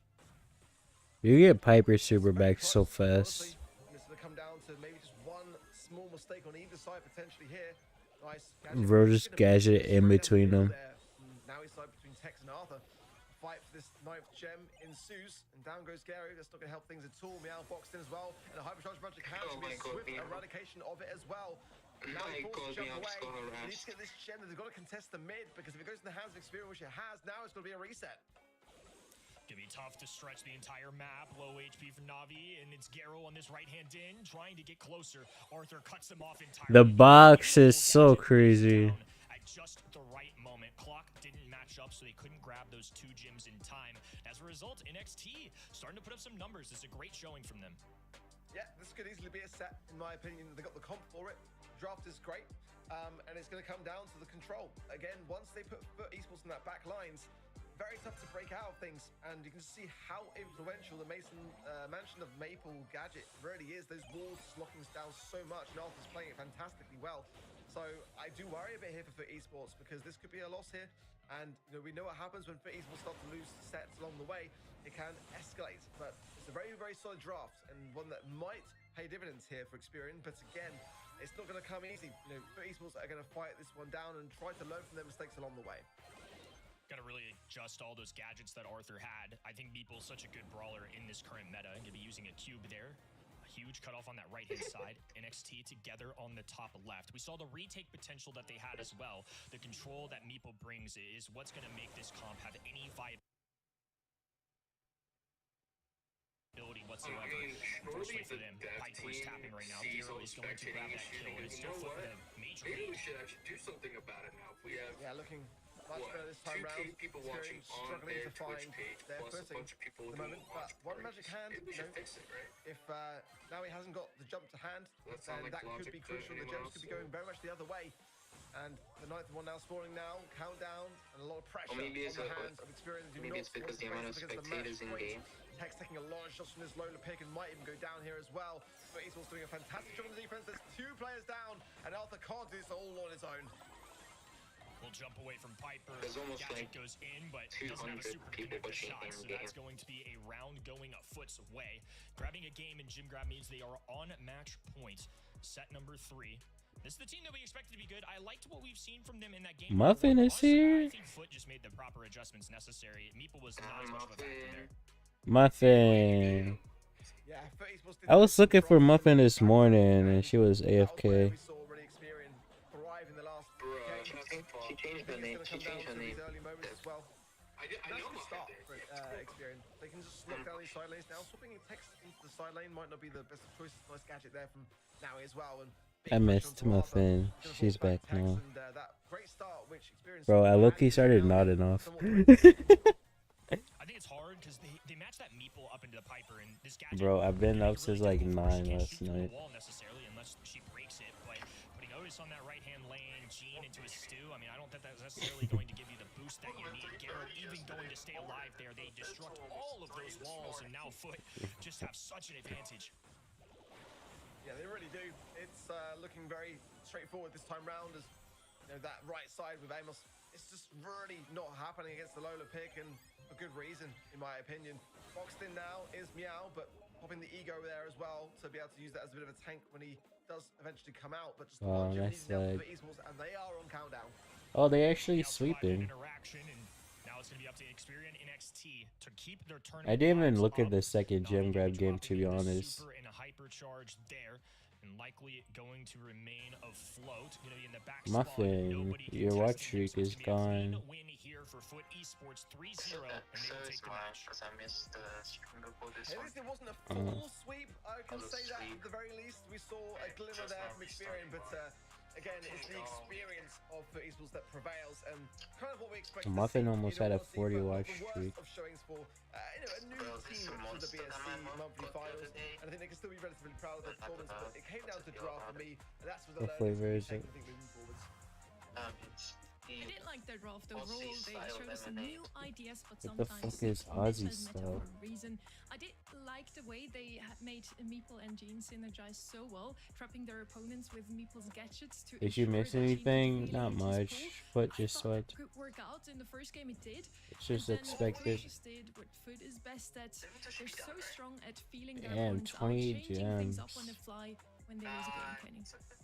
Yeah, I think James. overall mechanics of the drafts were pretty solid. EXO Both used sides. to Expectations are just abbreviate different channel here. I points. don't I'm wanna like, take away please from don't. Experian NXT story. I mean, they made a major upset against Team Heretics, a team that I think are one of the better teams in this entire region. You So saw they that just certainly from earned their 7 a.m. spot here, but Oh, they're I definitely see, gonna have to keep Muffin. competing for future months. This is a start for them. You have to start somewhere. My bad, Unfortunately I will for them, keep it up just with it comes at a better. 3-0 defeat to one of the better teams in the EMEA.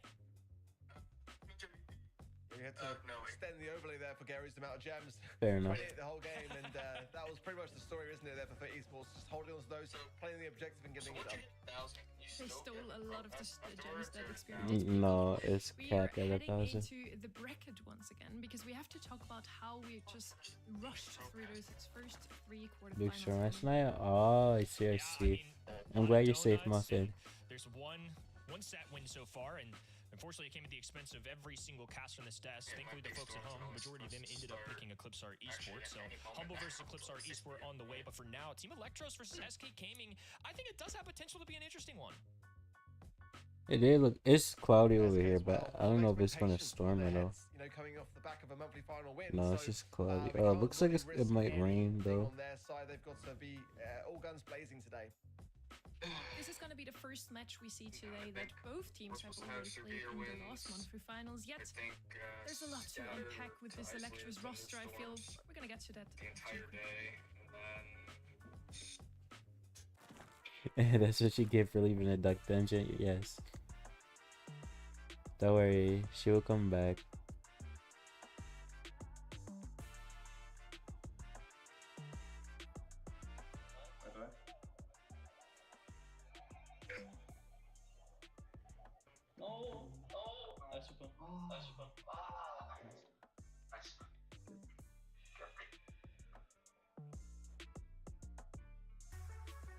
No, you're back now, Muffin. You're not allowed to leave anymore. This is what happens when you leave. I think this is a tricky one. If I had to guess, I would probably say B 12%, but I'm not really 100% sure. Okay. I think I would probably go for C, 4 2/3 tiles. Who, like, okay, you actually don't need, like, most of this information. I agree with James after actually paying attention to it. Probably A makes the most sense to me. Probably let's say maybe B5. That's Why do they phrase it like that? How many more rockets? There's one more rocket. max damage. You can do. Oh, that's 4800. I think I'll go for 4600. So A. It's 4B. It's 4Bs.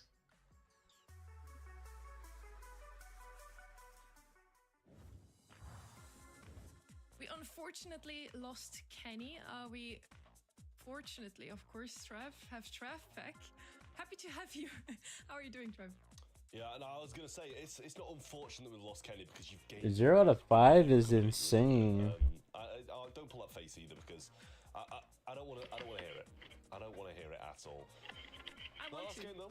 That last game, it was pretty convincing. Sticking to the Brawl Stars topic that we should be on rather than how great I am. The last game was a good one. The last game was a great one, even better than Trev.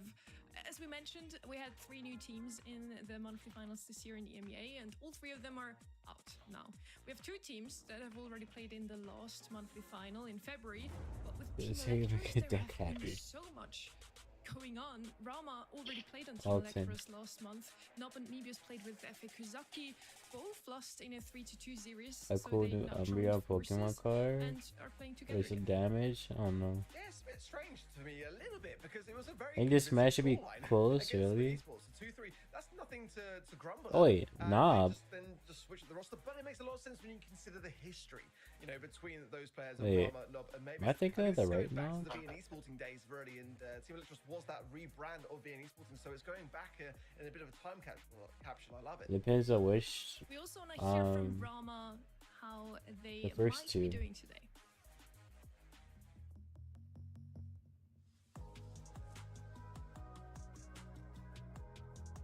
Oh really? It has to be SK. I didn't know that, to be honest. That's a good team. Obvious, but new meta, new rules, so who would you say is the team to beat this month? And we're gonna aim for winning monthly finals. I yes, think James. Better because in 2023 we had no experience, and now everyone make their achievements. So we have more experience and we have synergy. So I hope only winning this. Who's winning?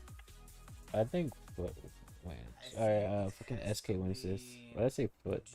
I like this new meta with gadgets. SK wins this, right? With Jin, it's like too broken sometimes.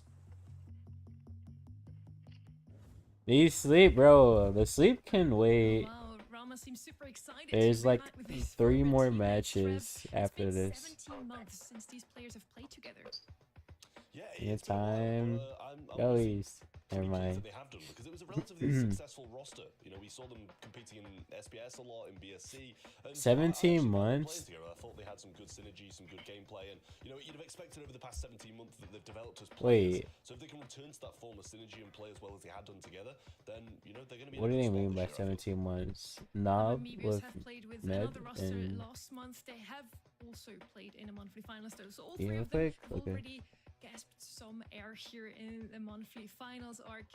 Do you feel like they have what it takes to beat SK Gaming though? Oh, wait, Buster's It's a really tough hypercharge, it call should because be in the icon past I would in-game. have said yes, but that was simply because they've spent a lot of time in that roster and they were looking so good. It was a 2023. what's the question marks for my friend? You know, they haven't been Because together of for a while, Nexus, so right? it's gonna And obviously with hypercharges. any roster like that. It's coming back showing together, the it's gonna icon look in-game fine, when let's be you honest. select Buster If in they friendlies. can, I mean, it'll be the biggest upset of the storyline so Well, far. I meant like We're one back? selection. Okay, muffin.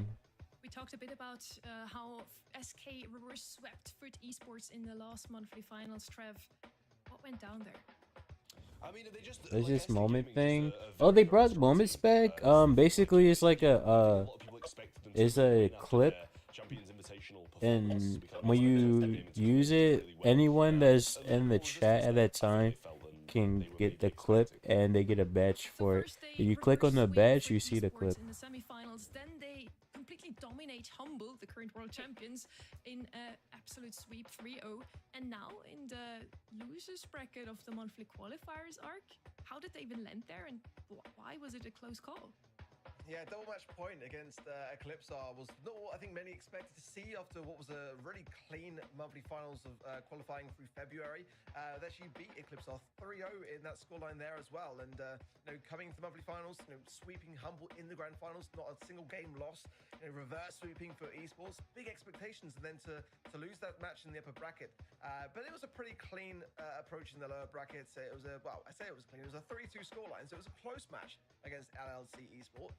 But nonetheless, they were able to secure things and make the monthly final because, yeah, that would have been definitely quite a difficult position to find themselves in had they not. I mean, we'd have had even more upsets in the qualifiers than we already had if that had happened as well, and even more teams that we're not so familiar with as well. So I'd have been pretty open to it, but for SK Gaming to have gone off the back of doing so well in that first monthly finals to then not qualifying would have been a night and day difference that I'm sure a lot of the public and themselves wouldn't have been ready for. In terms of our predictions, we all said SK should take this one. Team Electros has a fighting chance though, I believe. We're going to start out with Pit Stop, our heist map to begin with. Do you feel like they can come up with something here, Ark, to even beat the February monthly final champions?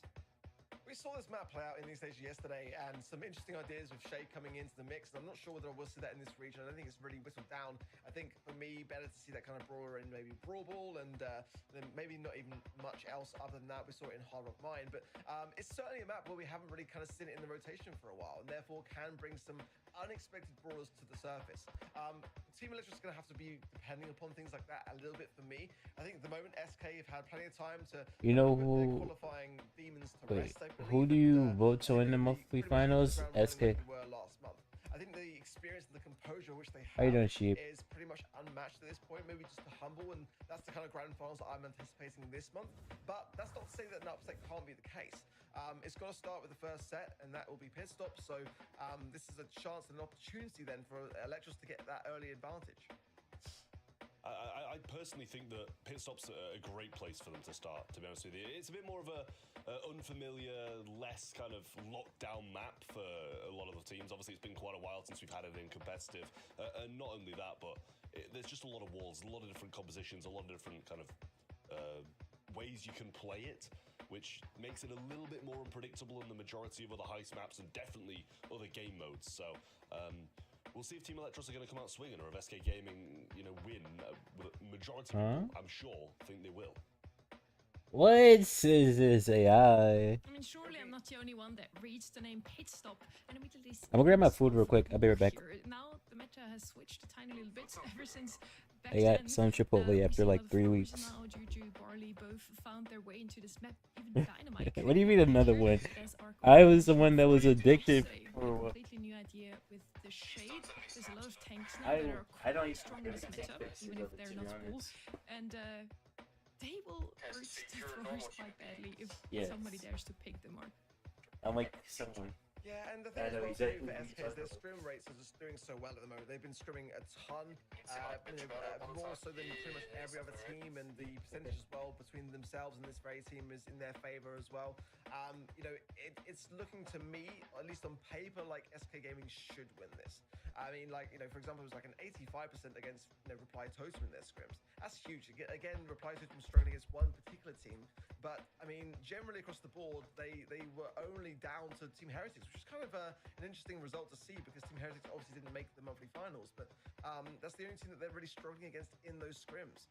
I think that when you come that prepared, that's got to be taken into account here. And for SK, certainly last month's results, that sweep in the grand finals against Humble, yeah, 92% in their favor. I mean, that's what you kind of expect when you come into the month following a monthly finals win. Definitely, though, with that comes a little bit of an expectation, and that can cause a little bit more stress and some potential nerves at play, but I don't think we're going to see that from SK Gaming. They're pretty good at putting those nerves to rest.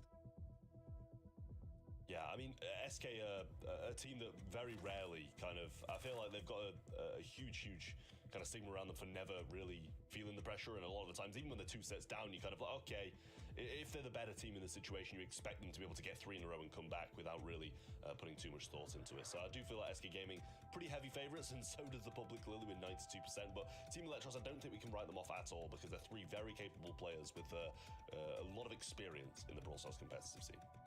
I'm quite surprised to see a Dynamite being banned out here. Not something I had in my head right now, but in general, I think the meta still very much revolves around a lot of tanks. Yesterday we had a lot of Shade, Buzz, Draco, Frank on this map arc, so I do feel like we're going to see some tanky brawlers here on Pitstop. Yeah, Charlie Bannon's kind of wild for me, not going to lie.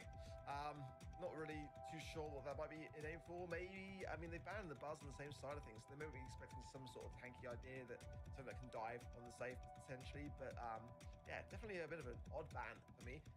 Picks coming through now. Carl, I quite like that one for me. And I see a Carl first pick. What the hell? And a BB, huh?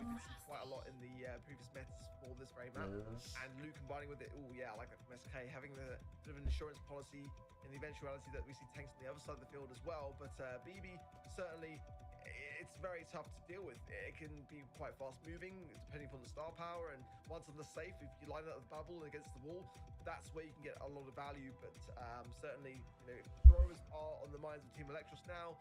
With BB on the field, they might be reconsidering. I mean, if you go with a Barley, sure, you can have like a sticky syrup mix a gadget to what do you go here? The hills are more approachable as well, so fair enough. It's a tough thing. Spike is very safe. Not sure it's my favorite thing, but on the safe, left untouched, yeah, sure, with the right. I mean, maybe you can go Nita just because there's a BB. Yeah, it seems like they just moved away from the tanks after seeing that Lu being selected. I mean, there still is a chance that it could be the last, and one tank's not the end of the world. I was sad because someone wasn't there this morning, but I'm better now. And especially with hypercharge as well, the balls can bounce, so many different directions considering how many walls there are, and how many different angles there are to find it. But yeah, getting towards the safe with the speed, with the heals from the gadget, you can do so much. Cordelius can be brought in as a bit more of a defensive measure to mirror that Lu as well, so that SK Gaming don't just take tanks and walk over them. But personally, I wouldn't mind Thrower to round out this SK Gaming. They could double tank this Shade. Okay, but are they side tempo on the Shade though? No out of relief out of East Asia's book here, and it worked so well yesterday, and I don't see why it wouldn't work against this comp. I'll be honest, I didn't like it as much on this map as I did in Hard Rock Mine, and then later on in those game modes as well. I felt like it worked better in Brubble and Gem Grab for me, but you hear now true, my friend. Safe and just being able to get right up against the wall, really. Certainly a leaf out of East Asia's book, and the first that we've seen today, I was kind of curious after yesterday's show. Are they side tempo on the Shade? Some ideas from there. And I'm glad to see it, honestly, because I loved that about East Asia in previous years. They were always like leading the path a little bit prior to draft with the brawler picks that many of the regions would then look to and then go, yeah, we're missing a trick. I should never underestimate Shade. So, that's fair. Definitely, not surprised to see it as much as I was yesterday. That's to say the least. I think yesterday I was still a little bit on the fence, but today I'm very much for it. Yeah, when I saw Shade to start with, it was very much just like, oh, okay, well, it's going to be a little bit of a hindrance. They're maybe not going to be able to do too much. They might make a few plays, but then it was kind of the top dog, the front-running player. So they're looking to try and replicate that. Wanna explore my magical tickle dungeon? What the hell? We'll see if Team Electros are going to be able to defend against it, because it's one of those brawlers that can play in the middle of the pack, can play up top, pretty much go everywhere. So SK Gaming did have a very, very solid comp, but with Carl, if you're not running the Flying Hawk, you can run this burn. It's going to be good against. And that's really bad. It'd be like that sometimes, my So friend. we'll see if that's how it works out. Especially because you said it was storming over there. Yeah, 50% damage dealt is going to be a concern for SK. Now they're forcing themselves forwards onto the safe, and that's going to be quite a scary prospect. OP just giving some swipes, gets a super as well. Nice lineup on that ball as well. It's going to get down to 66% now. Oh wait, so Moments is not back, James. I see. That trade. So now on the safe himself, getting more damage to his team. It's down to Yoshi now as well as OP to be able to defend this out. Yeah, good little super there from Nob as well to be able to take Yoshi out of the equation. It was. That's weird. him, to be honest with you. It's a little close call on that one. OP gets a nice knockback, but True. will survive. We should see them back in time to be able to stop this completion of the safe, and there's a bit of damage still going on up top as well. But how do you phrase this without sounding crazy? Nob's playing great, and I think a lot of the reason why. Never mind, I'm not going to try to figure it out. But I think Muffin knows. Seconds, final centiles, and that will be first game going the way of Team Electros. Yeah, I mean, they played it very well, to be honest with you. They just kind of had the loop Hinden spawn, taken out the equation by the Cordelius a few times, and if they can replicate that, they're probably going to be able to win this set. But it did seem like Joker had a very firm hold on the spike back on the other side. Nothing to defend Caro, true. Better start and not be 50% down, then they'll be able to take a bit more of advantage of the time in the game.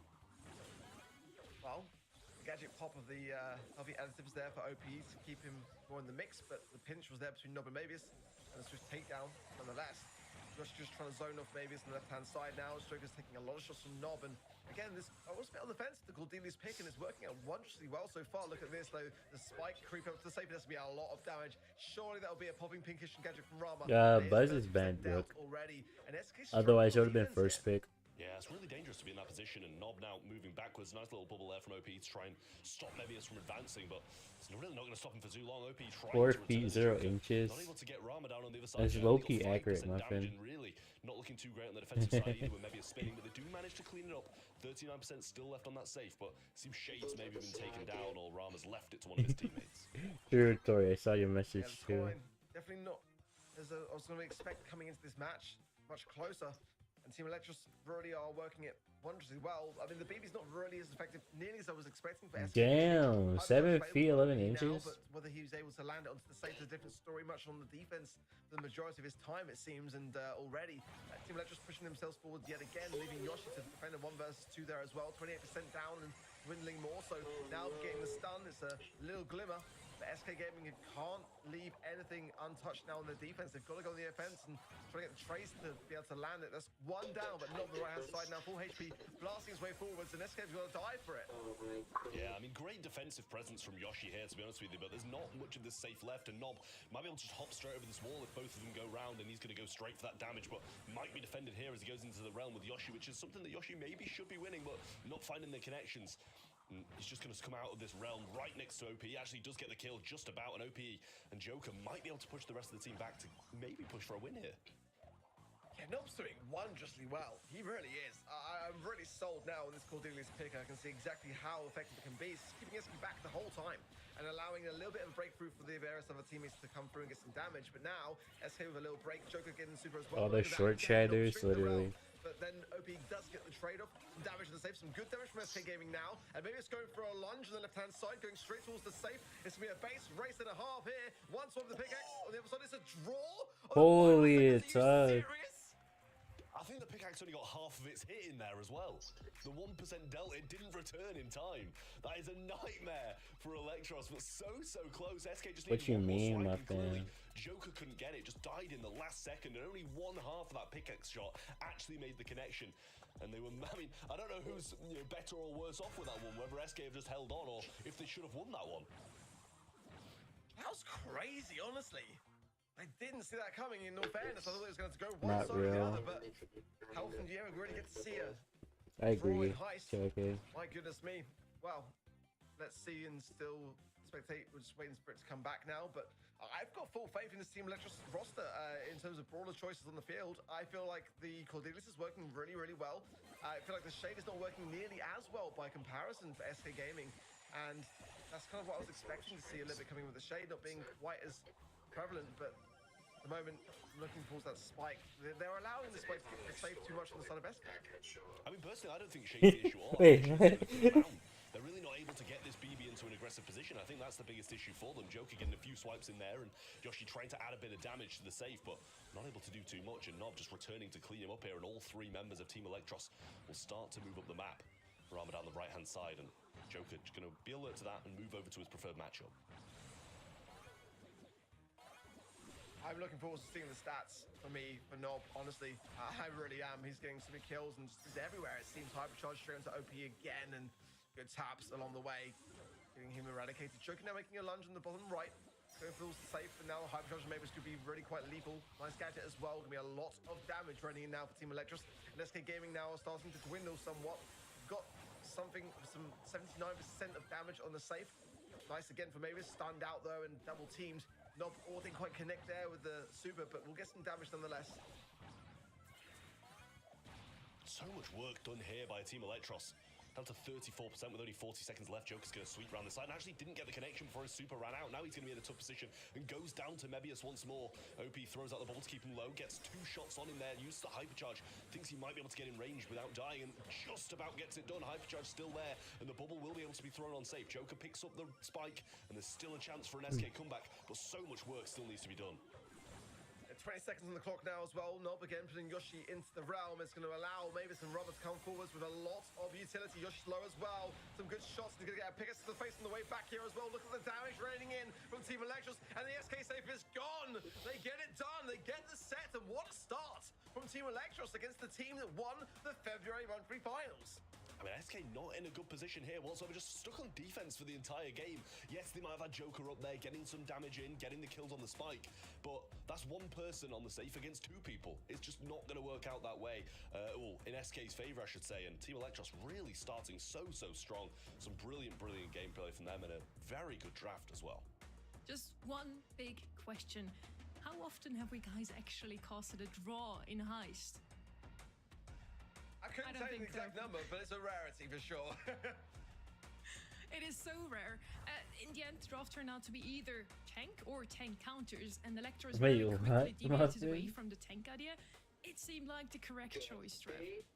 I mean, yeah, this is the thing. Like I said during the game, I don't think Joker's really having too many issues. I think he's playing very well, but it was those defensive-sided brawlers that were having a bit of a tough time. Lou, against no tanks, isn't going to have the best of times on defense, and I think maybe they accounted for that. Maybe wait, how did Shade do so much safe damage? What the fuck? Expected because she was just forced to play defense constantly. Real tough times there for the SK Gaming squad. I don't think they played bad. I think the draft just played straight into Team Electros' hands. I'm still a massive fan of what Nob was bringing to the table for me. Good idea, my like friend. Going on the aggressive, getting everyone into the You be back, okay. Nuisance in the defense for SK. Thank you for like it, I can see like a lot of damage from Joker on the Shade. I think it makes a lot of sense to have. I'm just still not necessarily sold on it as much as I am on other gamers, actually, ironically enough. But, I feel like the Cordelis is definitely the reason why, for me, Team Electros got the win. Yeah. Just being a real problem and thorn in the side of SK, and they just were not able to get the damage done. They really weren't, even though the Shades did work out, as Trev mentioned, it didn't work out in the end to actually win this set. So our underdog, you could say, in this matchup, took the first set here. SK, I'm sure if we asked them right now, they would say, we're still motivated, all good, fake. we just want to make it interesting, Trev. Yeah, I'm sure that's exactly what they'd say. Definitely. I mean, they won't be taking, anything to heart. It's the first set. There's still so much room to work with. Maybe if they go 2 sets down, they'll start to panic just a little bit. But knowing SK, they're going to be confident no matter how many sets down they are, unless it's 3, obviously, then they'll be out of the competition. But we are out in the open in knockout. A bit more calm, a bit more composed. Should be able to play to their strengths a bit more with just a bit more time and a bit more patience in this game. We're heading into the draft here already. We see the bans, a lot of tanks out of the way, and Mr. P, of course, one of the best bowlers in Knockout, probably. What would happen if SK won a third game? Open, you really only have two ways to play probably it. just You either replay the whole set. Walk all the way to the right as the whole team, try to push in mid, or you use the jump pad on the left, or you break the walls, which is usually the strat I try to go for as well, Orc. Yeah, Brock first pick, love that. Also, the Buster Bands, really underrated one that I love from SK Gaming. Normally, I would be looking to get a Pearl now since that Buster Band's there, because that's the biggest like thorn in her side, in my opinion. Kit Band as well, just really good bands, I think, from SK. And ones that you don't really expect. Hank, though, yeah, left open. Yeah, I didn't have time to process that one coming through, and that's a bit of a blunder for me. A little bit from SK. It's a really tough thing to play into. The hype charge, just like. Can I hear you? I did, but I think my audio might just be too. Already, that's a really tough thing to look down the. Can everyone speak real quick? Take care of this comp, then I mean, all credit to them, but certainly, yeah, the Hank first Tori. is going to be a very scary thing now for SK. They cannot afford to get stuck in that spawn. Yeah, and they've got the Byron along with it as well, so even if he wants to step out, take some risks, try and get his super low by hitting some shots, Byron's going to keep him topped up on the health, unless they have like heavy damage dealers to this SK side, which can leave them, you know, a bit open at the range. Then it's going to be a tough game for them. The hype charge can just wipe them off the map, closing seconds. You know, even in the early game, if that's what he's got, then they're just going to home in and kill the players. They're going to take the B. I think that's probably about as good as they could have done against the tankiness of the Hank, while still being able to compete at range.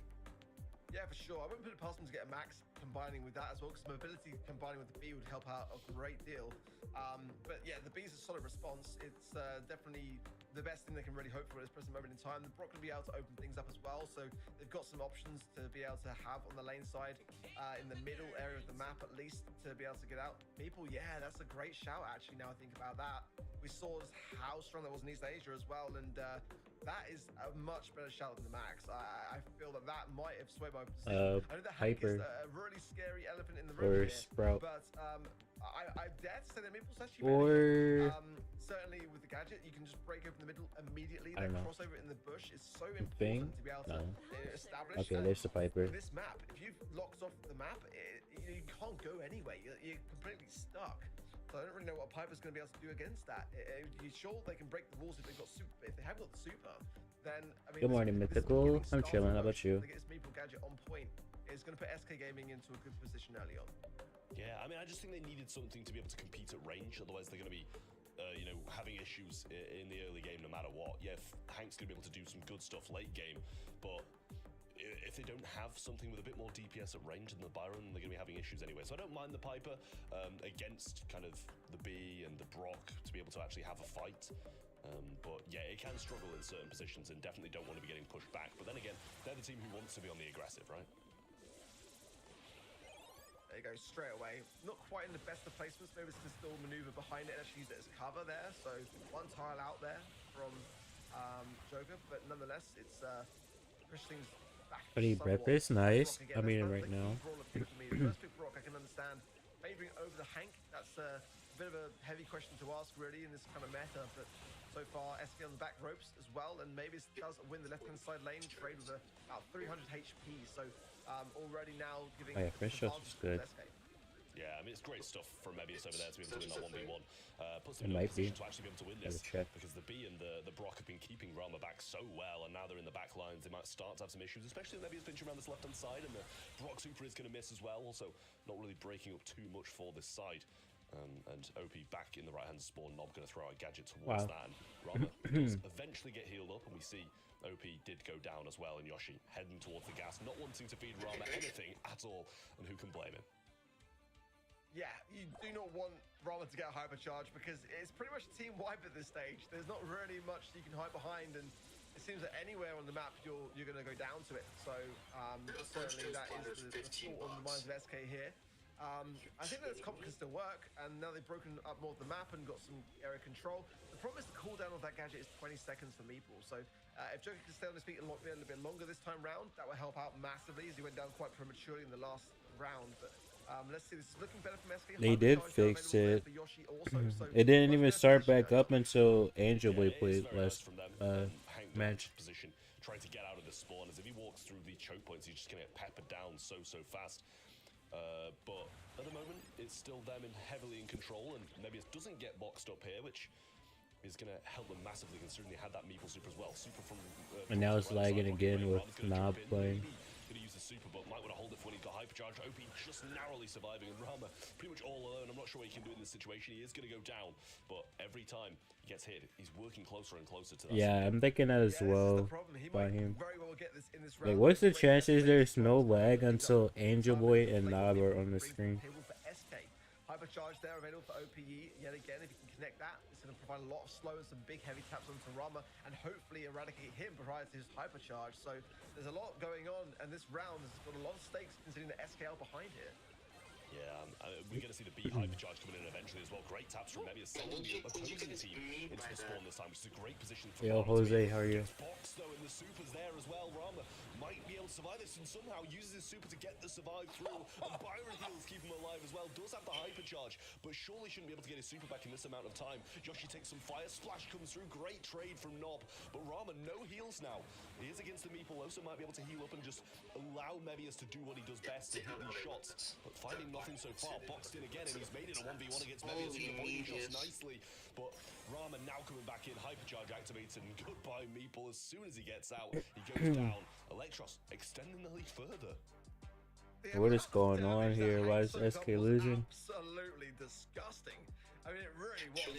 But who would have thought that would be Lynn's position right Surely. now? SK just struggling to get anything really on the board. Just around so far. And it's not looking fantastic for them. I think this comp can still work, but these eliminations have got to be faster and swifter. They've got to get these rounds over faster because the Hank being the biggest threat there. And like you mentioned, the longer that they are soaking damage into it, the more closer that Rama gets to a hypercharge. Yeah, I mean, so it's tough. Yeah, I was gonna say, no matter, like, he's going to be pretty happy about the rounds going quite long. He's going to be happier if they win them, but if he's just soaking up damage, getting his hypercharge, if it's 1-1, they're going to be in a very good position in the late game, but this is a very tough position now, but no one's able to shoot him as the Meeple has no super, so even if they boxed him, they can't do anything about it. Depending upon Yoshi having the Rocket Rain at that point in time, and we already saw that didn't quite work out enough to dismay. They're going to get Nob really taken care of. That's the key really to this comp, is keeping Rama alive. So if they can get rid of Nob early on, but they're not really focusing their attention on him, that's the problem. Misconnection there from OP as well. Bit of a slow onto Nob, however, and that might prove costly. Nice Holy, how are they both alive? What? Nob's still there. At the moment, Team Electrus is just invincible at this stage. I mean, Mebius doesn't need any heals. They're just being skill diff right now. What is this? Teammates are getting absolutely battered by the others, and all three members of Electros survive. We did see a little bit of a Hank super in there to keep them alive with the heal that comes along with it, but how have they won from that position? I mean, it's crazy. Just the survivability is insane at this point, and I feel like they're just got to take care of Nob. It's a really good pick. This Byron I didn't quite see coming, combined with the Hank, is just a perfect scenario because Hank is so hard to take care of on his own. And if Nob continues the accuracy, look at that. Now SK is starting to realize that and really focus him. But I feel like it's a matter of time. As everything they throw at them, that's not the greatest of gadgets either. They were getting some good damage into the Hank there, and now they've got to slow the advance. So he's just there the whole time. Rama is the problem, and Nob is keeping him in the conversation. I mean, Rama can't be far off a hypercharge now. I feel like he's taking so much damage and already used Oh, the super there. nah. He's got it now, and the player's already gone down. Joker's died, leaving Rama in a good position to just hypercharge this. The snipes go through, doesn't get the cycle, but they're also low. Brock goes down, and OPE will be right behind him. Oh, he should be right behind him. He had a little bit of a chance in there, but Team Electros do eventually win the set. And what a play that was! What a draft! Yeah, I mean, just to remind everyone at home, if you are joining the stream a little bit late, we did see coming in as opening statements that this is the hardest region. Reverse sweep, right? So if you are struggling here, we feel ya. We are as well. We all predicted SK. It's 2-set lead now for the former A&R squad, and I'm getting some flashbacks here. And A&R were a fantastic team back in the day, but who would have thought? Oh, A&R. I remember that name. The last one for the final champions, crazy. We all predicted Reply Totem too, so I wouldn't listen to us today whatsoever. Rama did announce in his interview that we watched earlier that they've learned a lot since they have played together in 2023. The draft, the gameplay, they know what they're doing, Trev. Yeah, I mean, it's really, really nice stuff from Team Electros. It just seems like the 17 months that Rama was apart, it feels like... How do you lose this? Like, on paper, how do you lose this with that much damage? So well. I mean, how good the survivability of Rama was in this game. Nob just healing him constantly. If he has to, he throws out a super to heal himself to keep himself in the mix. And I feel like we've got to touch on Mebius as well, because there were so many times where they were pinned in the back spawns, he'd just go and get a kill and free them up completely. I mean, even him bursting down the left-hand side there got so much space opened up, might have missed a few shots and got killed, but in the end, Team Electros really didn't take that many casualties at all. There were a couple of times where 3 players were still standing, 2 players were still standing. It wasn't even that close. The draft, the highlights just perfectly showed us what you just were talking about, Trev. Mebius really on that left-hand side, doing so well for themselves. Overall, Electros 2-0 up against the February monthly final champions. Could it be, Ark, that we are losing those champions in the quarterfinals already? I don't want to jinx it, to be honest. At the moment, we need to see more from SK. It's coming down to draft. There was someone, I don't remember who told me this, but there was someone that said that SK always fumbles after the first month. At this stage, you know, it's no secret. If you're leaving, But I don't remember who said that. prepare to lose, in my opinion. Did it say maybe Spin said it? Because it should just be literally if you Hello, don't have like a Lambo. coin toss, an insta-ban, and then work out everything around it. It's safer to do it that way than it is to do it any other way. I don't see why you wouldn't at this point. I think that very, very few people in the world are going to have an answer to Frank. To Hank, sorry. Thank you for the like and Pep. I was about to say, just make sure to ban out Hank here. Team Electros is banning him themselves because SK Gaming actually has the first pick here. Now, this Mr. a very P is interesting open. map. We have those bushy lane on the left-hand side. You could place a penny turret there. Usually you want to play Ember into it to just burn those bushes down, but both of those brawlers haven't really been showing up recently in the draft. What we've seen yesterday. These guys have SK's number, literally. Great idea from SK Gaming with the speed. So Hey City, how are just you? dodge Good the morning. incoming shots from the opponent's trap. And how you doing, Makusi? I don't know if I'm pronouncing that correctly. So versatile. The mobility that it brings that allows you to get in and out of Ooh. people's ranges so fast, and obviously the hypercharge, getting into the back lines, getting into great positions is just what Stu does best. So we'll see if Team Electros are able to match this with their first 2 picks and start this draft off strong. B, great shout. I love B. Stopping them from playing the more tankier things. Obviously Berry banned out the way, so it makes it a bit more difficult to play the likes of a Frank or something like that in the mid here, but B amplifies that even more because of how strong she is against tanks. Well, not that it made really a difference in the last round, because His name is my second name. but you see Team Electros are able to add something that strengthens this comp even more. His name is my second name. I mean, Stu first pick. I think this is a really good starting hand for SK. I think it's always been on this map a really prevalent brawler, and in this meta even more so. So I don't mind it. I think the B's actually going to have a hard time connecting shots with that speed zone, which is surely going to be the gadget of choice for SK. Byron, though, You passed out? I could tell. Hank is banned, though. So You disappeared. we've seen How did you sleep? This is clearly a brawler pick that Team Electros have put to good use in their scrims, and there's other brawlers that can still be equally as forceful. If they get the Frank coming in, then that could also be a problem. Berry's being banned out, and the Poco. He's about to throw hands. Do it, my friend. SK to have a similar strategy. You want? We saw that a lot last month. Janet coming in though, it's a good brawler for SK, no doubt about it. It's the hypercharge, it's elevated this brawler into such a fantastic place in the meta, but I'm worried this final pick, honestly. Yeah, I mean, Janet is another great brawler, but Team Electros, what they've got here, I think, is very, very solid as well, and is more than capable of dealing. Pam gonna come rolling on it. It's been a while. Maybe I'm not worried about this final pick. Listen, I love Pam. One of my favorite brawlers. And when this map was a You need a competitive map, massage we saw Pam today. so That's much, crazy. but she We just get ran up the with meta her for a while. back hurting. And I'm intrigued to see if this is going to be something that this map at least is something that's going to be able to bring her back. Stu not much damage, Janet not much damage. Surely a misclick. The bell bouncing back and forwards between the turret, but I don't hate the Pam too much. Yeah, I'm doing her dirty. She was always good here, and this could be a really good pick actually for Electros, because I think the teams have forgotten the fact that she was always this good on this map. And I worry a bit for SK with the Byron as well. That's double heal. Quite scary stuff. Really going to be depending a lot on the speed zone to dance around the shots and not feed into the speed. But certainly Pam, yeah, it's quite fearsome, honestly. And some strange brawlers to see. We haven't seen her for such a long time now. And Why did he just not pick Mr. P? Last year, really. So a really bold pick from Electros, and I like it. Yeah, I do love it, and you can see that it's running that healing star power as well whilst hitting the shots. And although we pivot back to the game, and SK seem to have a the city is city. Must have just got a kill, and Yoshi and Joker feeling pretty comfortable as well in this position. SK definitely started this one off in a strong Very fashion, entertaining. being in the position that they are 2 sets down against a fairly strong Electros draft. You've got to be playing very well. Yeah, trying to get the spectate back now, and Joker with a hypercharge going straight into their knob. He's going to be burning down now and all the way to his death as well.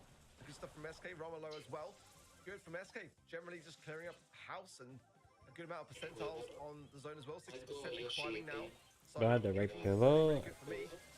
I see. What kind of pillow do you use for that? There, so sure, I think just to keep the momentum going for SK and stay on the zone for as long as they can. Now though, this is the chance for Electros to pop some of these nest eggs, get themselves back into the game, because quite a big climb to make now. SK put a lot of time in the zone. Yeah, they're just going to have to try and establish maybe a bit of a higher PAM turret and move up the map, try lock them in spawn and have PAM scout out this bush pretty well, but he's still scanning the top end of it when OP's returned all the way to the back, so probably wasting quite a lot of ammo on scanning that out rather than hitting the opponents with it. But the Rattle Hive is in use as well by maybe over the left-hand side, so we'll see if PAM's able to get a turret and keep control of this, or if SK Gaming are going to push back into a strong position, which I don't doubt they'll be able to. All it takes is a few stew dashes into the back spawn. Yeah, the lag is terrible. Be a big issue as well.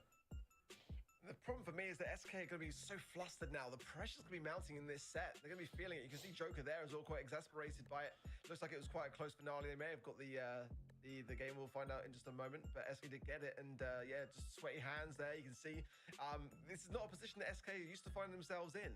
They're going to have to dig themselves out of a big hole. You can see the OP there. The OP there looking a little bit better for that and giving some words to his teammate. Real and, Lambo. That's really what you want to see from SK now. They can't afford to lose this. They really can't. Even just a game, it could be crucial.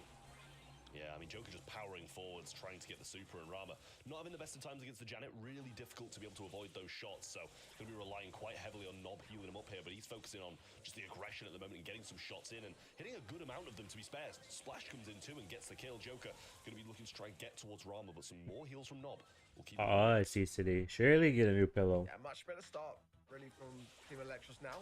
Joker coming in, good taps into Rama, didn't quite land the last Such a one. small test just to get a new pillow. And he needs to be able to get that, the Gasser heal really rolling in now to stay alive on this zone. Yeah, Rama finds him at a weak period and then does secure it. Smart there from Yoshi as well. So, tough from SK behind now slightly, and baller. I'm not a baller. I wish I was. This is where you start to worry a little bit about the nature of this game. SK have got a little glimmer of a hope now. They've got to bring this back under control.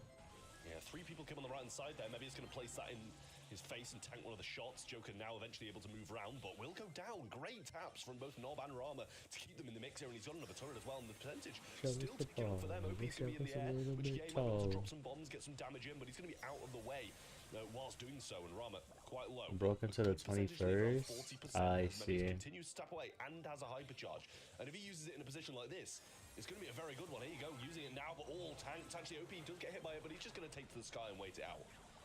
Yeah, OP is playing fantastically well. You can see just how many bombs he dropped there onto Nob and the healing station, but now it's the last man standing for Joker, dancing around the situation, putting fire everywhere that he possibly can. But it's not going to be enough here. And Two Electros are still climbing in the percentages now towards 100%. 95 now. SK have got to shut this down immediately. They've done so, but Nob is going to be able to heal up and then City, if I bought it, we will be sharing it together. The entire time, and now with Yoshi going down, it's just going to be Joker on his own. There's nothing he's going to be able to do now. Rushing the zone is going to be Electros, and they get it. There's no way they win with a PAM, right? Serious red alert for SK. They've got to wake up. The monthly final champions of February are about to fall in the quarterfinals unless they turn things around. And I mean, not just about to fall, they're about to get swept. That is absolutely crazy. We're in the quarterfinals, if you're just joining, guys. We're in the quarterfinals, and SK Gaming are on the brink of getting swept by Team Electros, who are a very notable team, extremely good players. But they shouldn't be sweeping SK this hard.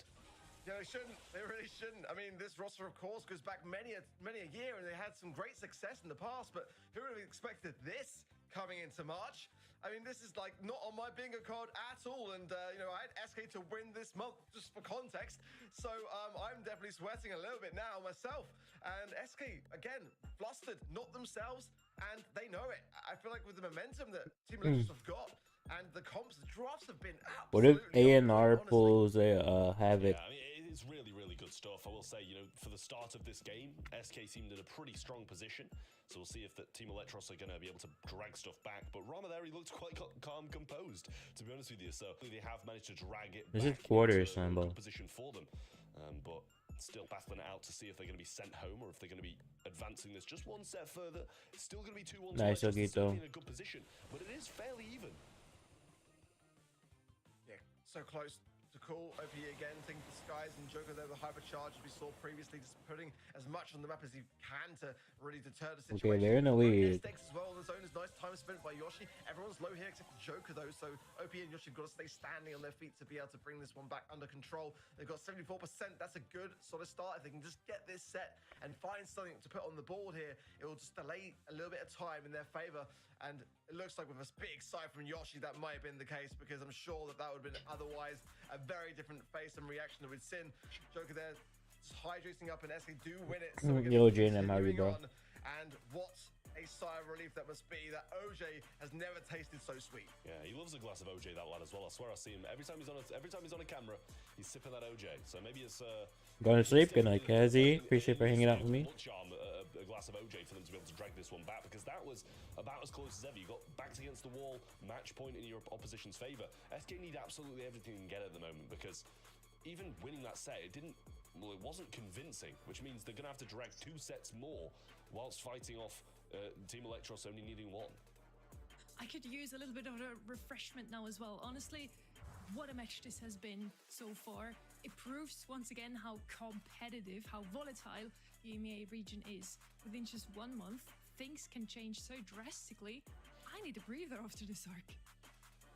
Yeah, you and me both, honestly. You can see that as well. Joker really just bringing the objective for his team there. And that's kind of what you expect. It's the first pick brawler for a reason.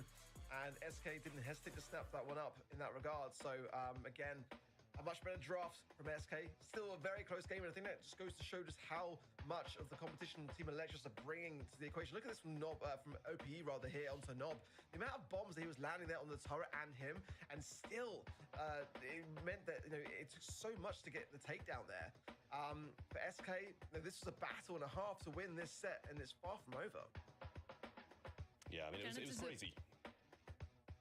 It really was, Trev. Janet is a brawler that we haven't really seen come out of many teams, but SK Gaming already have been playing her in the February monthly finals. I do remember some moments where OP showed us off how good she really is now with her hypercharge. In general, you can say Electros has definitely what it takes to beat SK Gaming today. It would be a huge upset to already lose our February monthly final winner in the quarterfinals, but honestly, they would deserve it. Yeah, I mean, they're hitting the mark, really, for Electros at the moment. And, you know, again, it's not the craziest of rosters, one that we've seen many a time over the year, bringing some great results.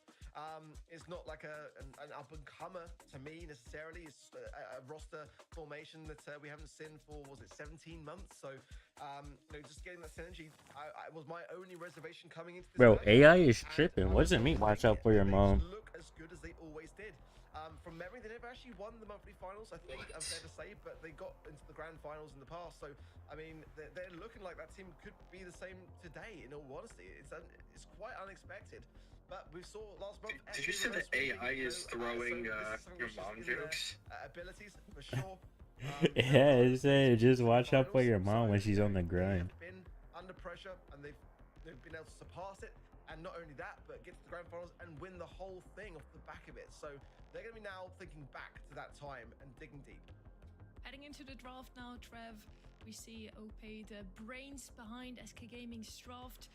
Let's see if he can cook here. I mean, I hope for their sake that they do. Team Electros still in a pretty commanding position, but yeah, the ban's good across the board. I always very happy about seeing a Mr. P ban, and especially on a map like this. Nita is the first pick though. Can be quite easily outranged down the lanes, I feel, but it's very versatile. Good against some mid-range brawlers, good against tanks. You know, you're in safe hands with Anita. First pick worthy though.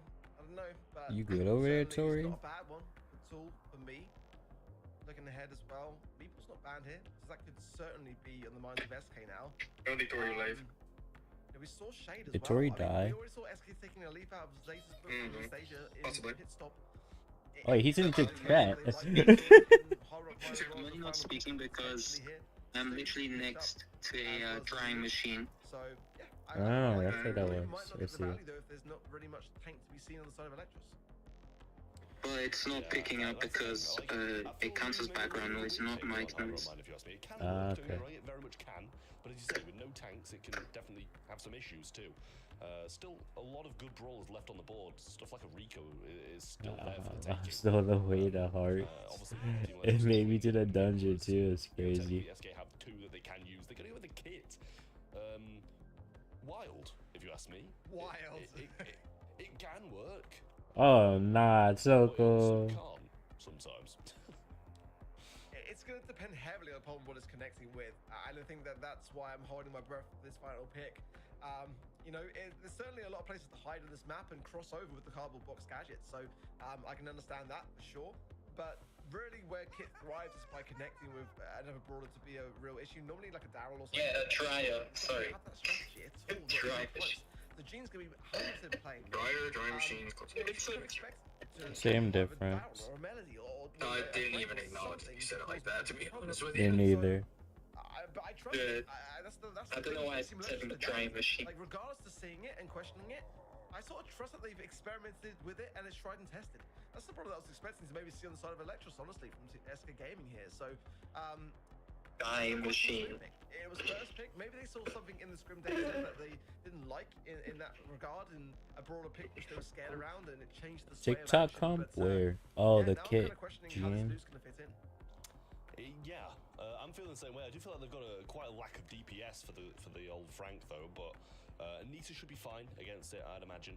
So we'll see if Team Electros are going to be able to win this one, take it the game, and knock SK Gaming out of the competition, or if we're going to a set number 5 to see if that's what separates both Team Electros and SK Gaming. Seem pretty even at the moment, to be fair to you, which is very surprising considering SK Gaming are the monthly final champions of February last month. So Joker with a strong start and 2 gems back to the SK side already. Yeah, interesting stuff. I mean, it is OP as well in the Frank, which gives me a lot more of a lot more confidence. But Nita into Frank is going to work out pretty well in favor of Nita, honestly. OP gets the super, especially the right-hand side lane, gets the bushes taken care of. But I think he's going to struggle against Mavis. Mavis actually find the distance. That's more of a mistake on Mavis' part there. He needs to give his distance a bit better. But certainly, good position for OP to get stuck into. Yeah, definitely not a good position at the moment, though, for Team Electros, as those gems were dropped, and Nob's going to be able to pick up OP on the right-hand side. 2 gems back in the hands of Rama, and we know a pull can change the entire game, but it's going to be difficult to hit when Joker's got some dashes.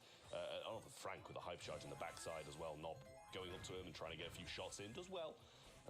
Able to get out and should be able to use the jump, actually goes back onto his teammate rather than going aggressive with that. Yeah, the right play, and it's kind of put OP at a bit of disadvantage now. Can't use that wall to push himself forward either, so it's going to make him a bit more exposed to range. Hypercharge now, though, as it's running out, it seems. Rama's got the magic hand yet again, but like I say, speed zone potentially there for Joker, and we're not able to see as well when the players have actually got their gadgets back yet since the gadget rework, so we can't tell whether he's got one to hand in that regard, but SK have got the countdown nonetheless. They're looking a lot more confident, it seems. No magic hand now for Rama, obviously wasted that along the way, so it looks like SK are pretty much safe and sound now. Yeah, I mean, really nothing can stop them at this point, and we'll be heading on to the next game to see if it's going to be pushed to a set number 5, but OP looks confident. He's feeling pretty good about that last one. The Frank pick, clearly just to stop Kit from being able to go aggressive and jump on him, because if you jump on him, you're going to get Chipotle, you're huh? going to die at the end of the day. You've got to keep on jumping back and away from him, and that's just kind of defeating the point of the Kit.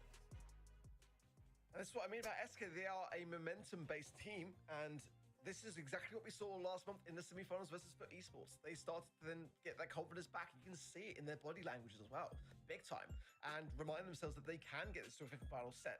And then it's just down to one draft. I think they've got the draft here for sure. I think this kit is just not really doing what Team Electros had in their minds. They're not really seeing what the strategy even was.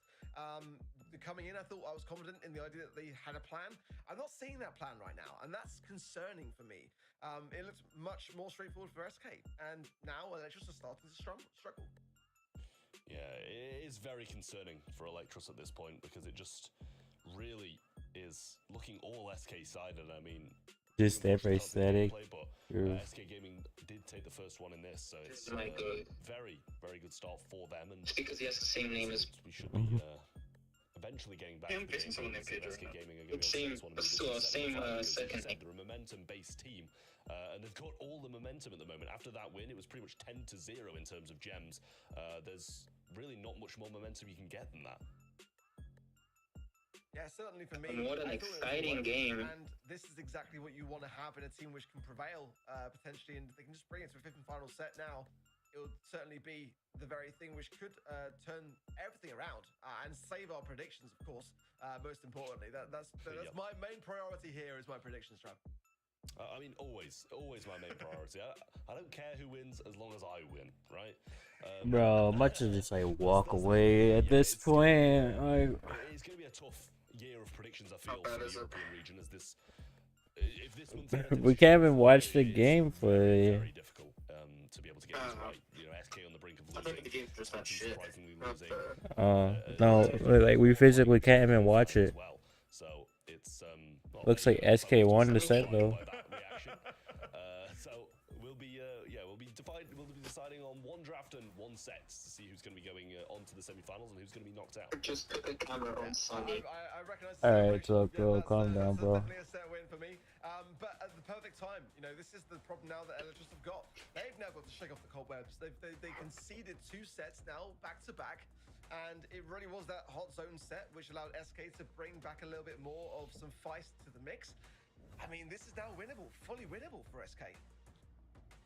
It is, truly. Other than maybe Kit not working out as intended for Electros, SK seems to feel most comfortable when they're in the back foot. Same thing happened last month already against Food Esports. They were down 0-2 in the semis, and now they seem to find their groove and turn things around once again. Also, worth to mention, Stu, with this now is a 100% win rate. Already last yesterday, he had an 80% win rate, only lost 1 single set. So I feel like that's a brawler we have to look out for. On that man as well, Joker. I mean, he was playing it on the hot zone set previous to this, and you know, I think it's time to potentially look to ban it, depending on the game mode, of course, for Team Electros. But you know, he's just so dangerous with it, and you know, it's worked out perfectly. Rama still with the highest DPS. The gene almost worked out. A great game to watch for sure. You two did that. Kit was an idea that just didn't work out, Trev. Yeah, I honestly don't know what they were really going for with that. It was SK Avarosa. It was a female team total. Go aggressive with it, and it's not like they even tried doing something different. The Kit was on the Frank for the most part, or at least what we saw. The Kit was just facing off against the Frank, and hey, what are you gonna do? Jump on him and then die, like over and over and over again. It's really not gonna do too much for them.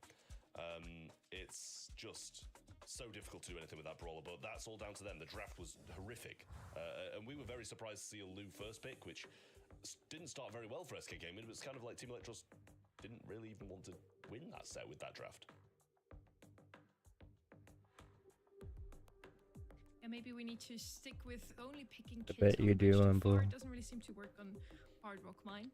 Heading into the draft very, very soon. We're just getting the players situated here. We have their last discussions, and SK now has the momentum arc. Can they take this one, or will Electros now finally get their well-deserved match point?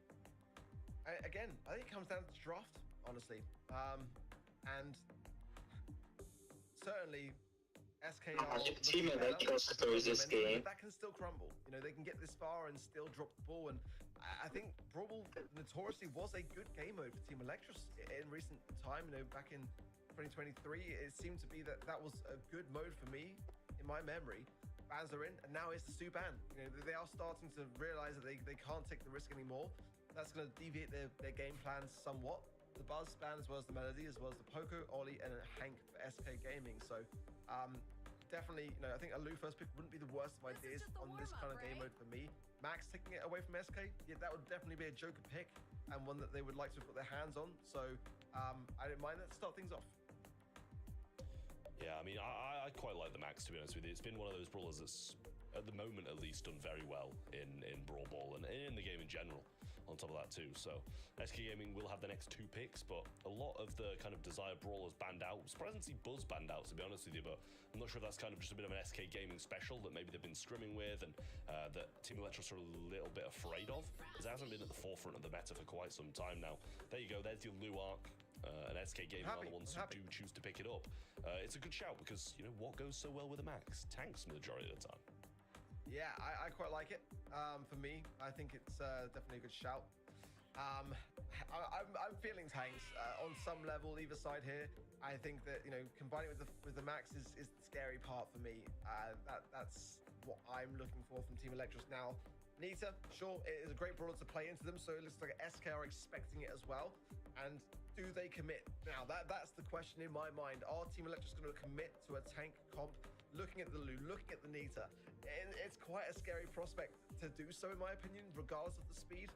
I'm looking towards kind of like a Frank idea here, but there's a poker ban from SK as well. So there's these things to consider. You know, control could be on their minds. They're going to go with a 10 counter themselves, and B, regardless of being a 10 counter, just a great brawler all round in this kind of meta anyway. The Rattled Hive gadget for sure can really just alleviate a scenario and push yourselves forwards off the back of that. The slow, of course, really nice to have, combining with the speed to close the gap. Ooh, it's a scary prospect for sure. But again, so much rise now on this final brawl pick. For sale. Yeah, and it's going to be a grift. They're just going to go for the complete map break, and honestly, I don't mind it. Yeah, that's I mean, even if it gets to overtime, right? If they can hold out and get to overtime, they're going to be in a great position with max speed, B shots, griff shots, and the supers coming out of all of them as well. It's going to work if they can get the map open, but they can just as easily get rolled very fast against Anita, and if they throw something else down that's going to have that fast, quick aggression, then they can quite easily get rolled before the map's even semi-broken. I mean, I think this is the great draft from Electros. I think they've played this perfectly because we're expecting tanks. The draft is looking like it's expecting tanks. SK Gaming for sure, but Lu and Anita are expecting a tank. And then Electros go, yeah, well, actually, this is looking like it's going to be that comp. We're actually just going to break it and use the speed to close the gap. And then and the B, notorious, that combination of the Griff and the B, it's always a great thing to have. So with Anita now, once the map's opened up, I mean, I'm just a little bit concerned as to what that's going to bring to the table, in all honesty.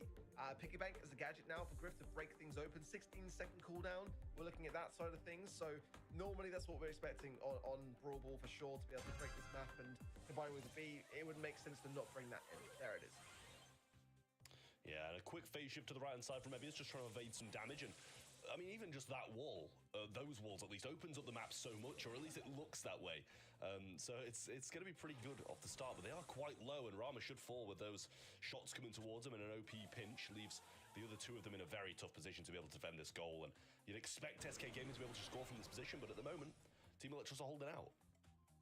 Yeah, I thought maybe if OP took the skies early, they could have got like a double kill and allowed Yoshi to bring the ball forwards. But nonetheless, they're in a good spot. They can't really lose control. That's the concern here. They managed to get a goal, and that's probably the best outcome that they can have at this stage in the game. They can play a bit more defense now, but it is a matter of time before the Griffins can break open their own defenses. They can't really do much in this scenario. I just feel like the comp that Team Electros have got is so good. It doesn't seem like SK are too bothered about it. Look at this. Team White can maybe do something here. 1-2, and this is looking great for him. What a defense from Mabius. Wow. That was incredible. I'm so glad we got to see that, because that was wild. What a play that was from Mebius. Really, really good stuff. And now if the map starts to get broken up more, if they can keep in these positions, they're going to be in a good spot. But at the moment, Griff not breaking anything up, and might want to wait until he gets into a bit of a better position. At least their spawn's opened up, but they're not going to just be able to score with only their spawn open. Bruce going in, and it's actually running Bear With Me star power, so a lot of heals coming in, but Joker now all on his own. Maybe this is one shot to be going down, now healing up accordingly. There's the piggy bank break that we're expecting to see on that right-hand side. What a Rattled Hive there from Nob, connecting there with OPE as well. So good damage. He's going to have to heal up from that one now, but now is the comeback potential. OPE takes the skies and finds, didn't actually connect with Nob, didn't connect with anything at all. Maybe the landing will prove to be a bit better. Gets one. The base gadget there as well. There's the hypercharge from Yoshi now, which is going to be prevailing forwards. The tankiness of that Bruce is not going to be enough for Team Electros to do anything about it on defense, and match point for SK. Yeah, great stuff. I mean, this reverse sweep has been absolutely wild from SK Gaming, the position that they were, and how good Team Electros were looking. And I don't mind the draft this time for Team Electros, and some great plays coming out of them as well, especially Mebius. But they conceded too early, I feel. They needed to hold out a bit longer for the map to be broken up, and then they won't be forcing themselves to try and get a goal. I mean, SK are doing incredibly well, I feel, with this draft. Not being an easy thing whatsoever to get around, especially for Yoshi, who's on that need to pick. I mean, it's really going to be quite hard to, once the boxes are broken down, but and their only goal was the last saving grace for SK. Can they do the same again this time round? Because again, if this goes to overtime, then it might not be the same story whatsoever. Yeah, another wonderful rattled hive there from Nob as well. And Joker in a tough position where he should be going down pretty swiftly, and he is. And Team Electros are in charge of this map now. And as it starts to break up more, they don't have to push for that goal this time and don't want to have to overextend unless they don't want to. So if they can play it out to overtime, and I'm aware it's like a minute and a half away. I mean, they might even score from this, to be honest with you. Then they're going to be in a great spot for OT. Yeah, let's see. We're in a very precarious position now, but the respawn is there for OPE. Nob's got the hypercharge too as well, and the speed from Mavis could be a really crucial time if they can whistle down the HP and get those bodies forwards. Rob, if you can break that left-hand side ideally as well and get a little bit closer towards the goal, have more space to maneuver. The SK corner the ball is a very, very common occurrence that we've seen from SK over the time, but I think now it calls for it, in all honesty. Yeah, Route Tide being used already, and this might be a goal-scoring opportunity here. Joker just shooting over to the left-hand side, might be close to a super, and therefore might be able to get a defense. Not going in, may have over-aggressed a little bit here, but does narrowly avoid getting stunned in those back lines, and Mebius has a hypercharge. 55 seconds till the overtime, and map goes down. And SK are the ones who need to be making a push before that. They really do. Time is against them as well. Hypercharge from Mavis coming in now, and good connections onto Yoshi, who falls down. Robert's got super as well. Nob rattles hide yet again. You've got to get this ball out of the way, or at least delay things a little bit for the respawn there. Yoshi coming back now. OP is in a very precarious position as well. This is looking disastrous for SK with 30 seconds remaining. Not enough time for a response if this ball goes in, and it doesn't. But again, overtime is not going to be kind with this comp for SK. Yeah, further map break there as well from Rama to use for the last 30 seconds of this matchup, and hypercharge B's available as well. This is going to be nasty in overtime. They need to really prevent this need to getting super before that though, but somehow SK are gaining ground on them regardless of the position they were in. Hypercharge actually goes out before overtime strikes, and they're just moving up. It's a 1v3 in the offensive position, but it is a Lou who's about as good as defender as you can get at the moment and catches it, but can't do much else. Double match point as Team Electros force the ball in. Double match point. Who would have thought we'd be in this position, by the way? It looked like it was going to be a Come on, Team Electros, please. It's anyone's for the taking. And I feel like Electros have got comp. I feel like SK Gaming, you've got to go back to that first game mentality with an early goal and wrap things up. It can't go to an overtime. It really can't. And it's going to be a very difficult thing to make work. They've proven that they can make it work, but can they do it twice? Yeah, Yoshi. Already in a great position here, to be honest with you, in a ball receiving position as well as Joker. You can see sent that ball forward, so we'll see what he does manage to do. Well, I mean, that's gone from very good to very bad for SK Gaming, and that's going to be a goal for Team Electros, and what a time to do it as well. When you expect SK to be thriving, it's actually Team Electros who are. And again, another chance to push the ball forwards as SK are defensive now. Joker has got that freeze to hand. That's somewhat of a saving grace, but we've got to really make it count. Everyone low now on the side of SK now, but OB takes to the skies. Nob there, low HP. Might allow Yoshi to bring this one forwards as well with a lack of defense. No. Electros, can SK get the goal? They do. We're all tied up. 1 minute 30 on the clock. The next goal takes it. Yeah, I mean, the map on the right-hand side is looking very good for a B, but Mebius in a tough position here, just sends the ball forwards. Yoshi goes down, might be an opening here as well. Mebius can move this forward, and Nob is there to join him. But the bear prevails in the end, and OP using the hypercharge to try and gain some ground on the guys on Team Electros whilst the Max does respawn. He can't really land near them, though. He actually did in the backside, but Mebius should be able to pinch this one, and Nob gets the kill. And there you go. Now the map is looking very good for Team Electros. Yeah, honestly, we need to see that again from OPE. We need to get him to get that hypercharge. It can take a long time, probably longer than a minute, but if he can get some good value, maybe he can get it earlier and then try to clear the path for his teammates, because that's the only way this is really going to happen now, especially as we get approaching overtime scenario. I mean, what can Yoshi do in that scenario? That is my main concern. Rattled Hype yet again. SK Gaming on the ropes now. Hypercharge from Memphis coming forwards. Nova's got super as well, and Rama can use the break now. He can get in that position. The ball pushed a bit away, a bit deflated now, and OP is doing exactly that, clearing the path for his teammates. Yoshi goes down though, 2 versus 2. They have to think twice now. OP falls as well, and the Rattled Hive not finding Joker. No, SK cornering the ball. That's so typical. Typical SK. Starts to look very good for Electros. Good pinch here on Yoshi as well. Falls to 20 HP, but OP's back and ready to help him out. Joker has a super in hand, and Nob takes a few connections. Hypercharge ready to go in. That might miss actually, and it does. Terrible time for that to happen. A super's available for both Nob and Emea. Speed used, and Yoshi baited out, slowed down, and killed. 3v2 in overtime. That could be a really costly mistake. Yeah, OP, low HP here, doing his best to juke and actually healing up. Wow, that is the time to bring the Matrix jukes from OPE. Does take a few conceded shots there, but what else? No, why do we not just do hold on the ropes. Another huge connection now. No, please get a shoot. Team Electros now, and there's nothing that SK can do. The February monthly final champions won the finals, and Team Electros have done it. Oh my god! We were against him as well, so I'm not going to. Did SK lose? SK lose. Well, there goes my entire fucking prediction. Wiped out of the competition in the No quarterfinals. fucking way, man. What a time for Team Electros. I'm speechless, honestly. This might be the biggest upset of the week. SK almost hit them. They even had match point, but it just wasn't meant to be. We had to go all the way to set 5.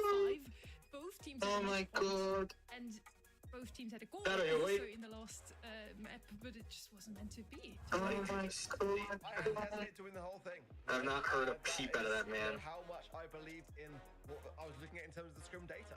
They had scrimmed so much. Their centaurs were just so strong against every team.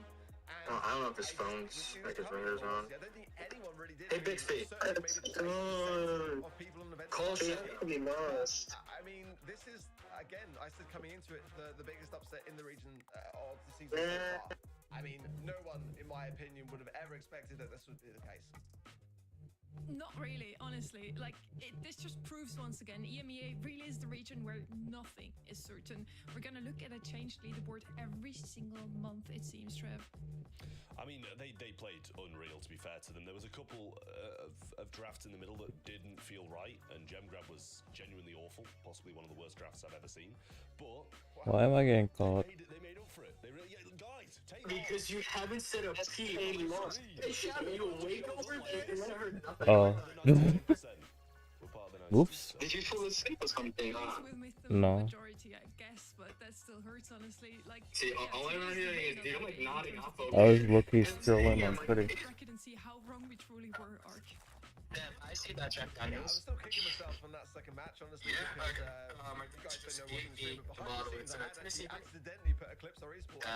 Just opened them last night. And I actually changed it back I was to what I doing put on shots Twitter for as my rating good clips. Oh yeah, you told me about that.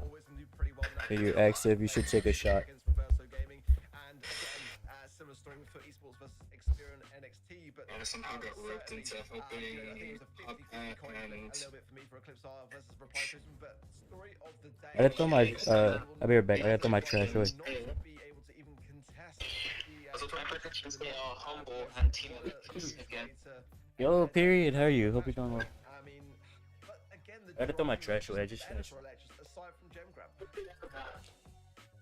That is very true. Make sure for everybody watching at home to also get your predictions in and let us know if you maybe did better today. We have our 2 semi-finals come up next. For now, we're gonna head into a tiny little bit break.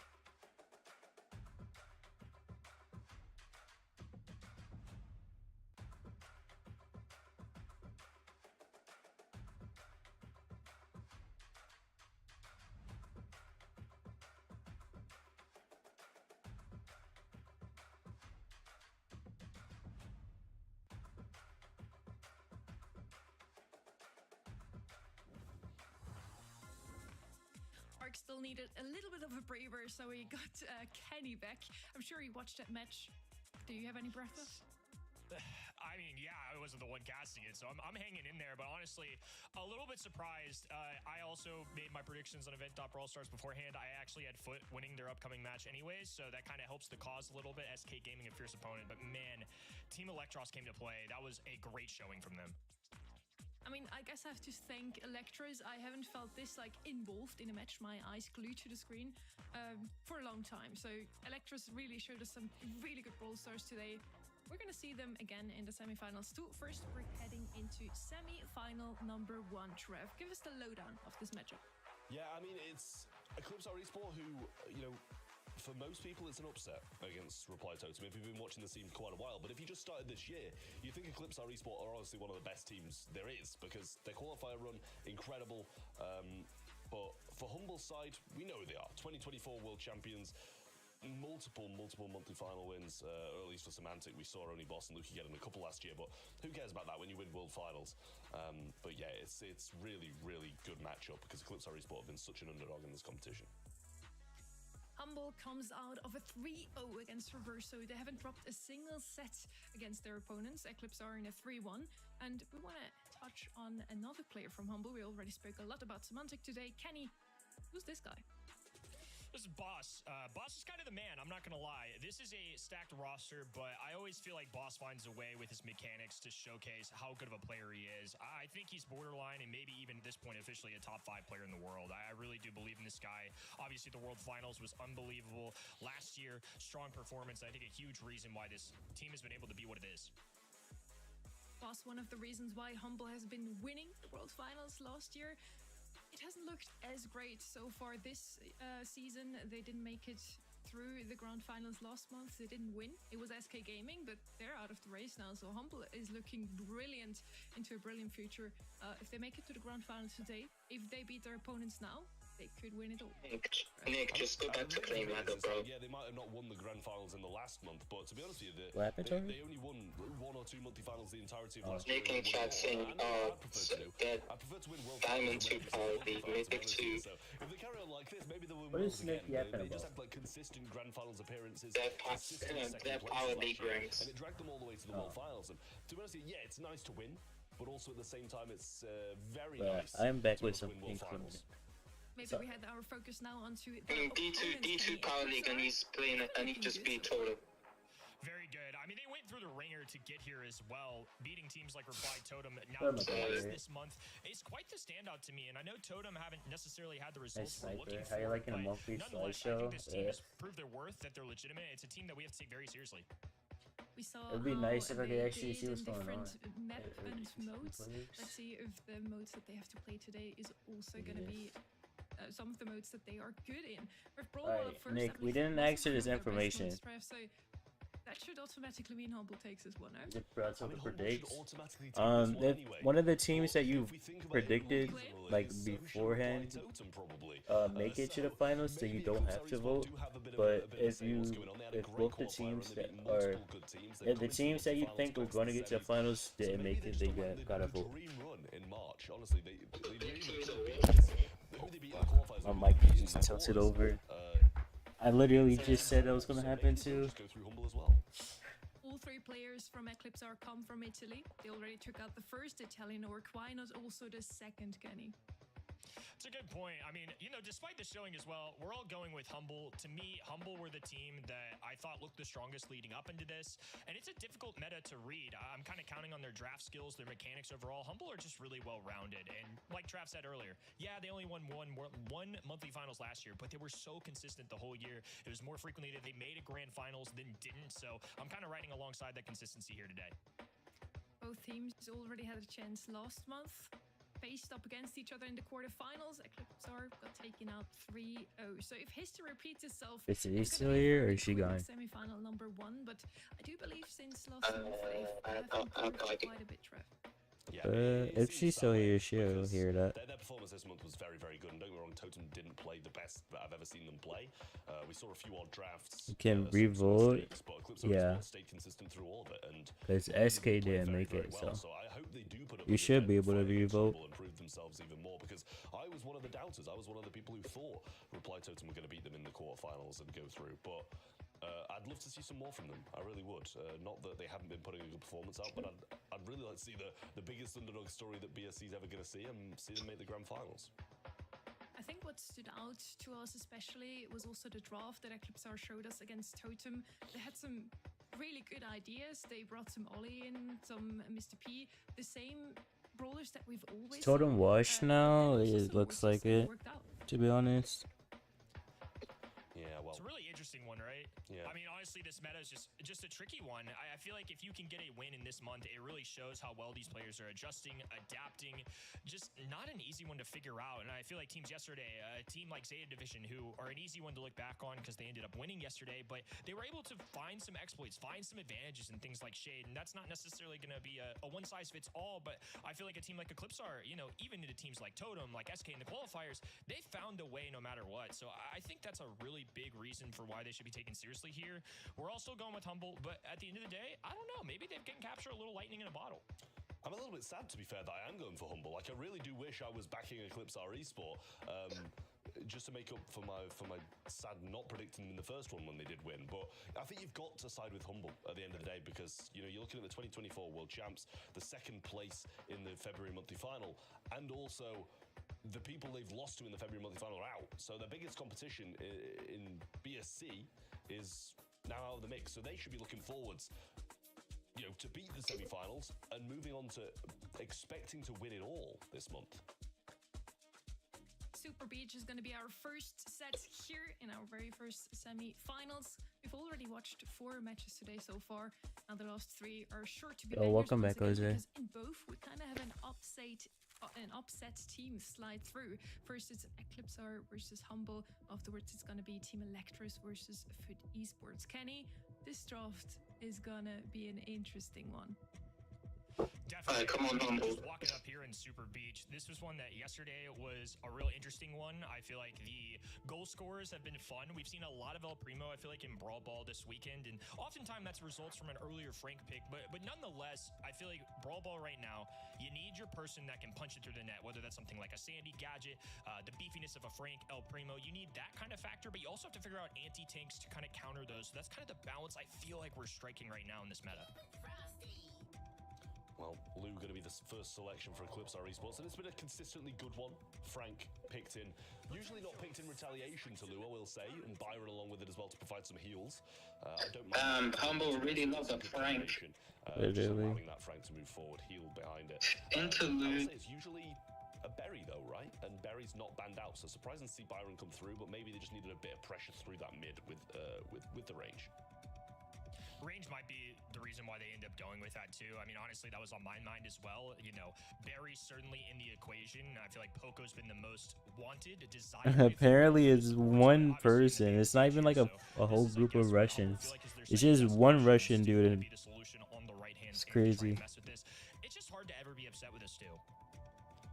Yeah, I mean, you really can't be. Stu's a very, very solid brawler. So well-rounded. The mobility that it brings is absolutely incredible. But not a lot of DPS with it. That's the thing. And they're going to be relying very heavily on the Lou and whatever else is being picked up to deal with this Frank Byron combination. Because they're just going to be spamming. We talking about the lag. It's not the servers. I mean, it is the servers, but it's not because of Supercell themselves. It's because someone is hacking the server. Primo, very, very solid pick from Eclipsar Esport. We have seen it today, and I believe it lost against the Frank last time we played against it.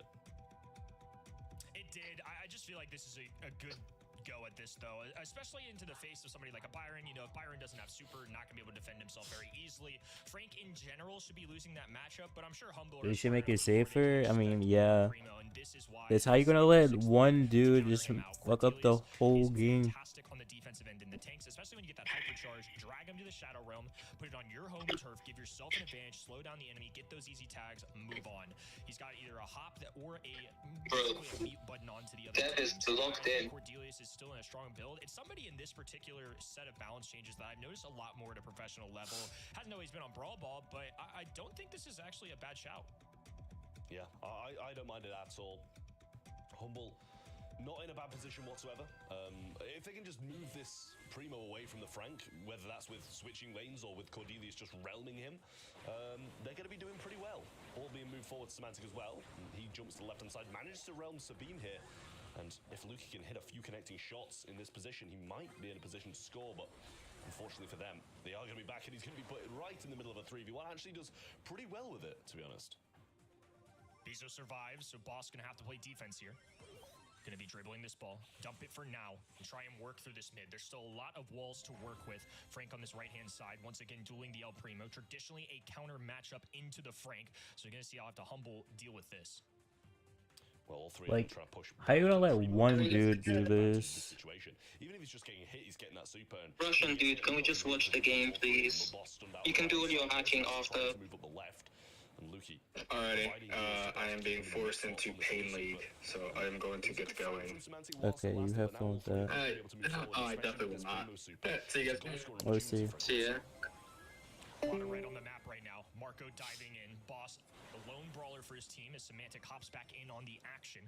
Looked like they got a pickup somewhere along the way, but Hypercharge available for Stu. Semantic, right-hand please let us watch the game. Really be able to take advantage of positioning, have an opportunity for a goal except for the early game. This might be the first signs of life, though. Semantic dragging Bizo down to the Shadow Realm, trying to make it work, and looks like somehow Marco ends up scoring. I mean, we're streaming Semantic's point of view we're seeing here, so it's a little bit of an odd ask for him, but at the same time, Hypercharge being used now and moving. This is the weirdest experience of my entire life. I can't lie to you. But Marco gets picked up by Boss, and some good heals coming in from Luki. It's gonna be a respawn here. And Semantic gonna be working his way up the map. Frank alongside his teammate here, and Luki has a super available. Dishes it out.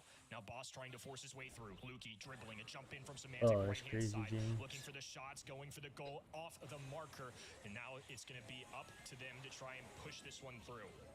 Semantic trying to get the goal in, but incapable. There's an easy solution to this. I mean, I can't speak on that because I'm not into, you know, I'm not in that field of work. The realm comes in from Semantic, but too little, too late, and the ball gets put in the pocket. Eclipse our esports will take the first game, and Humble, they had chances. They had very good chances, but just not really able to get the goal in. ECP getting a game there. Definitely. Damn, why is the underdogs as well. Damn, is that Noe's goal? Jesus. Doing a good job I was not even looking at the screen like, kind of 50-50 on this draft going into. Is that what Noe's pulling? Bro, I swear. We saw Semantic try and throw one through there, but definitely on the trickier end. This could be an opportunity though. Goes for the Shadow Realm. Great defense though. Teammate Lou's able to pick it up. Yeah, nice stuff. Some heals. I did not know now we have grizz like that, bro. I was not even looking at this screen. I'm looking on Twitter right now, and now his girl just posted, bro. She's looking bad. Oh. Gets the kill, and Bizo jumping on in, misses the jump the second time, though, and Semantic trying to assist Luki. Great jukes around those primo fists. And a good few shots coming in, but he was invulnerable. Semantic should go down and does. Hypercharge has been acquired, though. Welcome back, AC. Wait, are you snoring soon? Nah. I don't snore. Getting frozen a little extra due to the gadget that goes out. Marco looking for a shot. He's frozen solid. Now Marco can just walk it in. Beautifully played once again. Eclipse our esport showing their teeth here in this opening set. Yeah, really, really great stuff from them. And another great start. Jump comes in over the top of that. On the sleeve? Yeah, I'm sleeping, Arnav. Holy cage. Nightmare. I feel like that surely could have been a little bit of a walk, but It's all true, James. Chose the shot and the dash there from Marco. Manages to stop the ball. Hey, Brilliant wait. stuff. Through Bizo gets super, and Luki going to be sent back to spawn. A little bit of an ice dropped there as well. Bizo able to clean up. Semantic once again dragging to the Shadow Realm. This time he loses on the home turf. Humble just really haven't been able to find their legs here. Splash avoided as well. Boss goes in with the super. Bizo can't get his super back in time. Did cycle it out thanks to the damage though. And Boss now moving up. Hypercharge in hand as well, but a stun or at least an ice rink available from Sabine. Welcome, make that over to Boss's side and try get the work done on him. Semantic probably wants to realm this primo, but ends up with the Lou. And I mean, both good against the Frank, so it's better than nothing. Going for the super, a perfectly timed jump though, El Primo. I just realized it's not semantic on the Frank. The ball though, Lukey now sprinting for it, makes one tag. It's a 1v1 situation, the net goes for a tricky little bounce shot. I'm sure that wasn't the thing he envisioned. It would have been just short anyways, I think, but with 10 seconds to go, now ECP can just cling to the ball, pocket it top left-hand side, and another lose super goes down. It's gonna make Bosk slow down and pushed all the way back. Beautifully played execution there from Eclipsar, and they will take the opening. Yeah, James. I mean, crazy They stuff would from beat Eclipsar. up for It's me. so good. Like, they're just winning. And it's incredible. The draft, very, very solid. Surprising to see, like, Frank even coming in. When TNN, welcome. Primo, both incredible. Is that Sim? Hello, Jagger. Unable to do anything during that game. Semantic did his best with the Cordelius, and the same with Byron. But oh my god, Frank being the hindrance that he was, they weren't able to do anything. Trev, Kenny, again, we voted for Humble to win this one. We either got to start to believe in the cost or curse, or we just always expect the unexpected. Eclipsar, they have been doing so well this round. They made their primo workout phenomenally. And again, Stu still with a 100% win rate. Stu's just a good Right, brawler. Ray? Yeah, it's tough. I don't know. It's a good first pick. It is. Like, it's crazy. Stu is ridiculously versatile, to be honest with you. And, you know, there's certain moments where I feel like Humble could have done better. But, you know, they're putting themselves in positions like that as well. In a 3v1, it's going to be very tough to get out of. And honestly, ECP just playing so well. And we've got to, like, expect the unexpected from this team, because they're just beating teams. And that set really wasn't that close. No, it I wasn't. say you do that for me. Eclipsar, they've beaten SK, they've beaten Totem twice now. Beating Humble would be quite the month. I mean, they're up 1-0. I don't know. I mean, I was taking them seriously. And then multi-site Devil Stream, true. Humble looked like one of the best, if not the best teams in this region. I mean, these guys just continue to shock me. I'm really impressed. I feel like we can also talk about how unpredictable this region is over and over again. It's just true. This month especially, Eclipsar has showed us what is in them. Against Totem, they won 3-1. Now against Humble, 1-0 up already. Bounty coming up next. They have everything ready to just take the win here and walk into the grand finals right away, Trev. Yeah, well, Hideout is going to be the map up next, and if Eclipsar can do this, then you've really got to start worrying for Humble. If they grab this one back, they're going to be in a pretty fine situation. But at the moment, Eclipsar are looking like a dominant team in this region. Trev's favorite match. This finals? No, this is semis. It's more just about winning your 1v1s. You can play some long-range brawlers, some throwers, but certainly also some aggressive brawlers. And especially Eclipsar likes to play the aggression. They like So the Annihilator is crazy. before, Yeah, they be humble. We might just have to call it for the day if they be humble. How Marco's peaking though, so. And I think that trend will continue this weekend, next weekend, the whole monthly finals. So for all the shrimp lovers out there, Byron Grom game. Expect to see him too much here. No one's gonna Grom here. Right now as well. Those porters are super frustrated. Maybe Byron though. Even on Bounty, for example, it may take you a sec to get it, but once you got that hypercharged turret kind of circling in some borders, it gets really annoying for these sharpshooters. Yeah, Bell coming on in now, and Eclipsar Esports. Is this special rules in finals? What do you mean, Umbreon? Wouldn't have been on my bingo card, I'll tell you that right now. I feel like there's a lot of different better sharpshooters. A few of them are banned out. Angelo banned out, obviously Piper banned out, Gene, Mr. P. The long ranges are seeming to be banned, but Bell... Gene is banned it's just by him. rare, I feel we see it. At least first picked. I don't mind a bit later down the line, but first, I have to question it. In this meta especially, I just feel like there's so many great options. Melody was a very popular brawler in East Asia. Mandy. Strong brawler, so curious to see if Europe tries to take on that composition as well. Mandy, brawler who just got a hypercharge, is Match settings. early pick here for Humble, so they're a little stuck in that. That was something we really did. I think like the only difference is more draft time. Actually, no, isn't it the same? Heck, Emea may feel differently. Yeah, Isn't it like 30 seconds? Is there, and it's a solid pick. You expect that to come before Bell, without a doubt. Hypercharge is ridiculous. Humble with their next pick. We'd see the Grey, and that's another one I'd have picked ahead of the Bell. But I'm going to severely stop doubting Eclipse our esport, to be honest with you, because no matter what they do, it seems to work. Okay, I thought so by him. Pick I've ever seen in my entire life. So no, nothing is different between this and just like ranked itself. A couple too many times today, Trav, so my mind is completely open to just about anything that's going to go down here in our monthly finals today. And honestly, it makes it awesome. I mean, that much more entertaining. This meta, What you doing over there? An unsolved one, if you will, in the sense that I don't feel like there's one fix-all solution for everything, except the Hank man who's going to get banned every time. That's why he's going to be banned every time. There's that He melody could I was be talking in about. this, It looks like what you our esport going to be picking up for themselves, and they're pairing it with a kit. That's kind of a nasty combination. It's not always the easiest to run, especially at a professional level. It can be a little tricky at times, but I don't know. Kit Melody is pretty fierce. Yeah, it is a dangerous thing to be faced off against, and with Meeple banned out the way as well, there's nothing to just. Or did he just last pick like RT or something? Definitely a difficult one here for Humble Esports, seeing what they will choose to go. And look at those pinchable cheeks. True. In reality, for the Bell to be the first and managing to still get Melody kit towards the end, Buster slides in. Amber, no. That's just as odd, I feel, but little drag back can definitely work when the Melody starts coming towards you. You drag her in, put her directly on top of you, so those notes can't actually circle around and hit you. I mean, in fairness, Eclipse are throwing something that we're not used to seeing necessarily, and so something I'm equally not used to seeing here, at least in Hideout. I think Buster is a very solid brawler. It's somebody that is going to be really well used at a professional level. It's a supportive tank, if you will, being able to reflect projectiles, kind of stick with teammates. But I'm used to seeing Buster with Gene, with Max, and more of a knockout brawler than a bounty brawler at a professional level. So I'm really curious. Oh, Jay and the Bronco, thank you for the prime. I appreciate it. Welcome, welcome. Looking to try and gain another set against the previous world champs. Yeah, well, the blue star does go their way. Semantic starts off strong. And bro, what was that freeze frame? Walking game to break up some of the walls to stop the kit, but at the same time, the Buster might need them.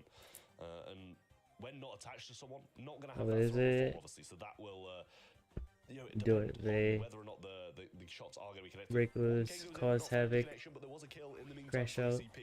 Let's see it. Boss who did go down. See some nice stuff. Shield goes up and bouncing back. Now, Lukey uses the gadget. Not going to find too much. But we do have them pinned heavily in spawn, but Melody with super, Kit with super, that can get out of pretty much any situation.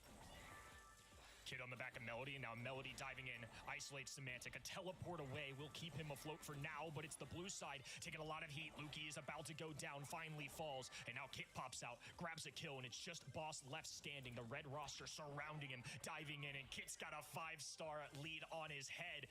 8-1, Eclipse are taking off. I don't know. I really don't know. Bro, what is going on? At the end of the day, they might just be incredible. I don't even know. I'm just not paying attention at all. And now in a position to use the hypercharged Melody super to get some work done. But it's a big risk. If they go in and they get killed, it's going to be very difficult. Hypercharge goes out, doesn't find any connections. Marco will fall. And Sabim and Bizzo just waited. Actually just waiting for the kit to get off him for him to go in. And honestly, not the worst of decisions. Melody could have just dashed over to the Mandy and killed, to be honest. But still 3 stars in between.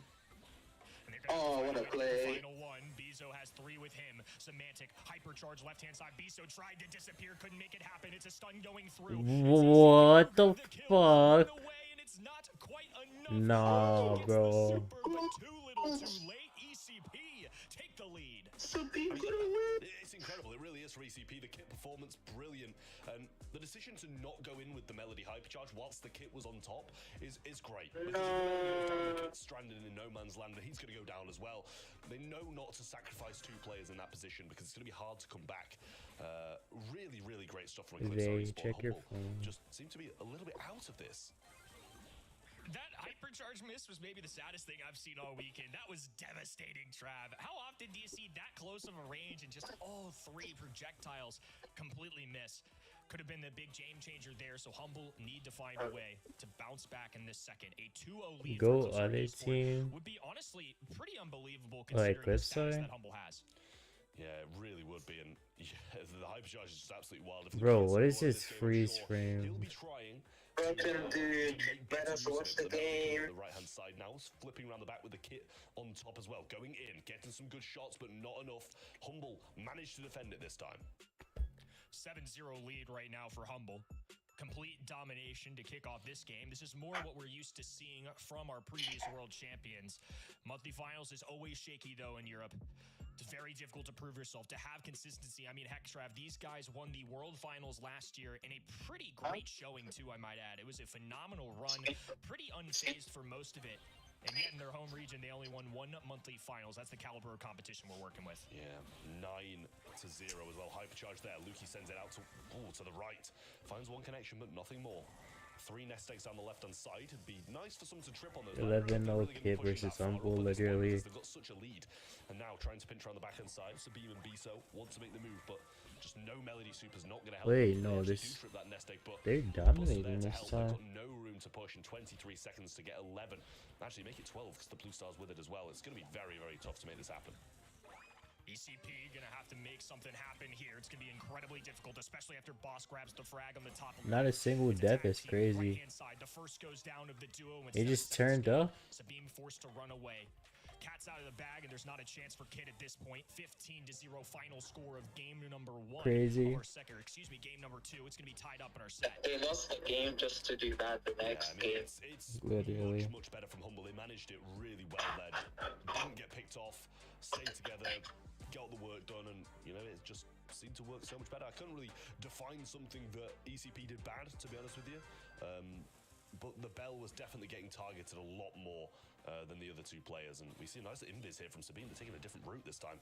Goes in, might go in for a couple of shots here, gets a couple on Boss, jumped. Oh, actually doesn't get it far enough his jump, but the bounces will get it done anyway. But Marco's getting TP'd on. Nest Egg does make a connection, they might be able to pick it up, and they do. Much better for Eclipse R again. That was a circus right there. I mean, there was just so much going on in a couple moments there where Eclipsar could have taken. That's what I'm saying, CM. Like, at this point, we already know what the problem is. Like, is it really that difficult to fix it? Coming out of Boss here. A lot of stars on that top right-hand side with the duo. Kit riding with Melody once again. It's going to end up being ECP cleaning up. So 8-3 current lead. Another walking cane goes down for Semantic. A teleport forward. And now a dash in. Bizo trying to defend his teammate here. And they will ultimately get the kill on Semantic. It is currently 10-3 for the red roster. Mark on Boss as well. It's going to be very difficult for him to move forward and not really be picked off too heavily. Goes to the TP forwards, takes a few shots to the face and forced to back off. Hypercharge ready to roll over the Bell, no super in hand, and Boss taking such heavy fire. This is so hard for them to get out of. Luki has the super, choosing not to use it. Yeah, might be close to a Hypercharge, and Semantic the same.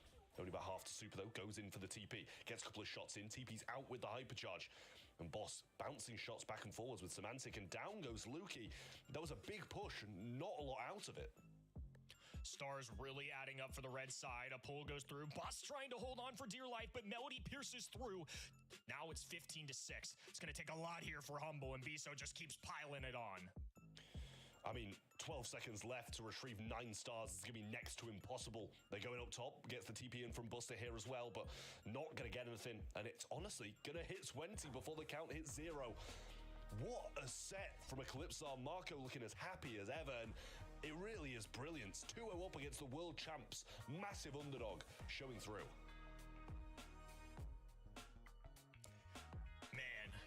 I mean, I'm just in shock, genuinely. They're playing well, they're drafting well. There's nothing these guys are doing wrong. It seems they don't really have a weak point. Yeah, round 1 was all in the name of ECP again. Round 2 looked like Humble was back in the driver's seat, but regardless of all of that, Eclipsar just completely demolished them in round 3 once again. I'm having flashbacks to the match we've just seen before. We said, oh, how is Team Electros 2-0 up against the February monthly final champion? And now we're saying, how is ECP 2-0 up against the world finalists, or the world finals winner from last year? We're seeing here also in the stats, look, you're doing phenomenal with this new Mendy Hypercharge. A question I wanted to ask you guys anyway. We haven't seen any bow at all. It's the only one of the 6 brawlers that has just recently received their Hypercharges that hasn't been showing up at all this weekend. Why is that? What makes a good Hypercharge? I mean, I don't know. I don't know if it's just the maps necessarily that aren't really catering to it. Like, I'm sure if Snake Prairie was in, we'd probably see quite a bit of bow, to be fair. But and it's the same with Double Swoosh too. Like we really haven't seen much of any of that. So those are the kind of maps that would be brought in. I don't know if it's kind of just necessarily the maps that aren't really catered to it, but it seems that might be it in my eyes, and I don't know if the hype charge just isn't one of the strongest, but the brawler in general isn't. Should I say hi? Hello, Arnef. Hope you're doing well. Potentially. My follow-up question would be, what makes a good team then? Is it really just a draft?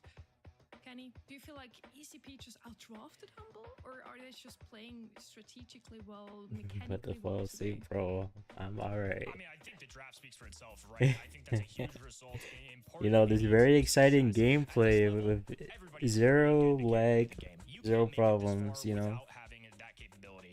But if you give yourself any little advantage you can in this draft stage, and I feel like ECP have done a pretty good job of that Yo, today, RNG, are you, bro? this very new meta. We've had gadgets completely reworked, a lot of balance changes, and those 6 hypercharges you just touched on. That is so much to juggle for any Bro, what is this poll? What round is this? This is the first semifinals. Draft is going to be something that I think is even more impactful than usual this month. We're in set 3. We're heading into the draft. This could already be the last Best map sleep for ever Humble after today. this. Pit stop, a map that we have already discussed before. It's With either this, tank yeah. or it's tank counters. Yesterday and also today we have seen Lou here. We have seen Boss BB. We have seen just a lot of, yes, either tank or tank counters. Trev, what will you go with? I would love to just see tanks run it down again, to be honest with you, but the tank counters did seem to prevail. That's a in the crazy previous one. question to X, Arnef. The Cordelius and Lou coming through just seem to work very, very well. Obviously, that's not going to happen this time because Humble have banned both of those out on their Oh, side. the buzz is open. Okay, they win this now, right? That's the math. That was the exact comp that they actually ran, but It was a spike instead of yeah, Lou. Spike instead of Lou, that's the one. Carl, Barry, and I think Melody on top. Was Holy, they're they're gonna brother so fast. Wild draft, but We do not need to spam Sleepy Duck. Processing a little bit here because I just you're not used to seeing Edgar very much, but we've even seen Charlie show up a bit on this map, and I think the extra spawners is a reason for that. The cocoon could be a way to just immobilize the tanks instantly, so I think that's a reason why we see her on this particular map compared to no other real map or mode, to be honest with you. I think Charlie's decent in general, but it's still something at professional level that I think is being tested a little bit more now that this map has come back in the mix. There's the man I was kind of looking for. SK chose Shade earlier today, very popular brawler in East Asia. I kind of get it for this map as well. I mean, just having the ability to dash through walls, get those tags, and also, unless there's just some kind of insane amount of wall break, even something like a Brock or a Griff, you're going to need a lot of different stuff to kind of tear this map apart. Well, Spike is going to be rolling on in for the Humble side then, and just one of those brawlers, pretty versatile, pretty good against the majority of things, but also does have some counters.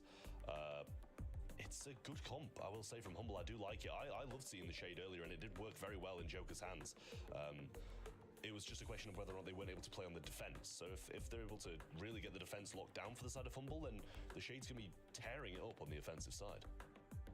I see Buzz, Spike, and Shade. I don't know how much they're really thinking about the defense, to be honest with you. This feels like a real base race coming out of them. Charlie, not necessarily the brawler that I'm looking for a base race, but certainly a little bit of a hybrid. Bull, full steam ahead. I mean, we're sending Bull in the mix. We're getting Edgar in the mix. Edgar there to do high save damage, take down squishy brawlers. And obviously Buzz is a very beefy man, but I think having a shotgun meeting him in the face could be the answer that they're looking for on the Eclipse R esports. I like the Spike pick. Surely we get Spike to the save. Powering on towards the save is going to be a dangerous, dangerous thing. So it's going to have to be a good defensive performance from Humble. But Eclipse are one set away from finishing this one out. It's dangerous ground for Humble. They need 3 in a row. SK almost made it happen against Electros, but were cut short. This time Humble are going to want to make it happen because this is their chance to really pull away at the top of the leaderboard. Both sides, very important set. ECP could claim a 3-0 victory. You know, I love the part where I could actually see what's going on. I'm sure a lot of the folks at home didn't either. It's damage being traded on both ends. Small lead right now for ECP is Humble gets the takedown onto the Edgar. Yeah, nice stuff. You typed a huge church live chat? Oh, I see. Okay. Issue there. Surprised they didn't use his super. 3 members on the safe. Semantic does go down, but the 2 members are still. Yeah, it's said today too, isn't it? City. Getting some good damage in. Wait, what? They actually have the lead. Semantic uses the super. Wait, Semantic is streaming it? Okay. I'm so down for this. Hello, Mel. How are you? Biso right hand in as Semantic dives forward. Gadgets makes a perfect connection, but not enough for any kills. And now we have a Bull letting loose on the other end. Low HP as Boss just needs 1 tap. Jump. You're gonna look good for sure, City. You already know. Semantic gonna have to find a way to take him down early or just eliminate this high save rather quickly. Yeah, it's not just the jump either. Hypercharge is ready to But jump bit sounds good, sorry. I'm alright now. I have to wake Loki. Oh, we got the normal gameplay back. And Charlie on the defense as well can do so much, but obviously Samantha's going to be trying. Spike, go in the fucking safe. What are you doing? Why are you not going on the safe? You delete it. Why is Buzz throwing?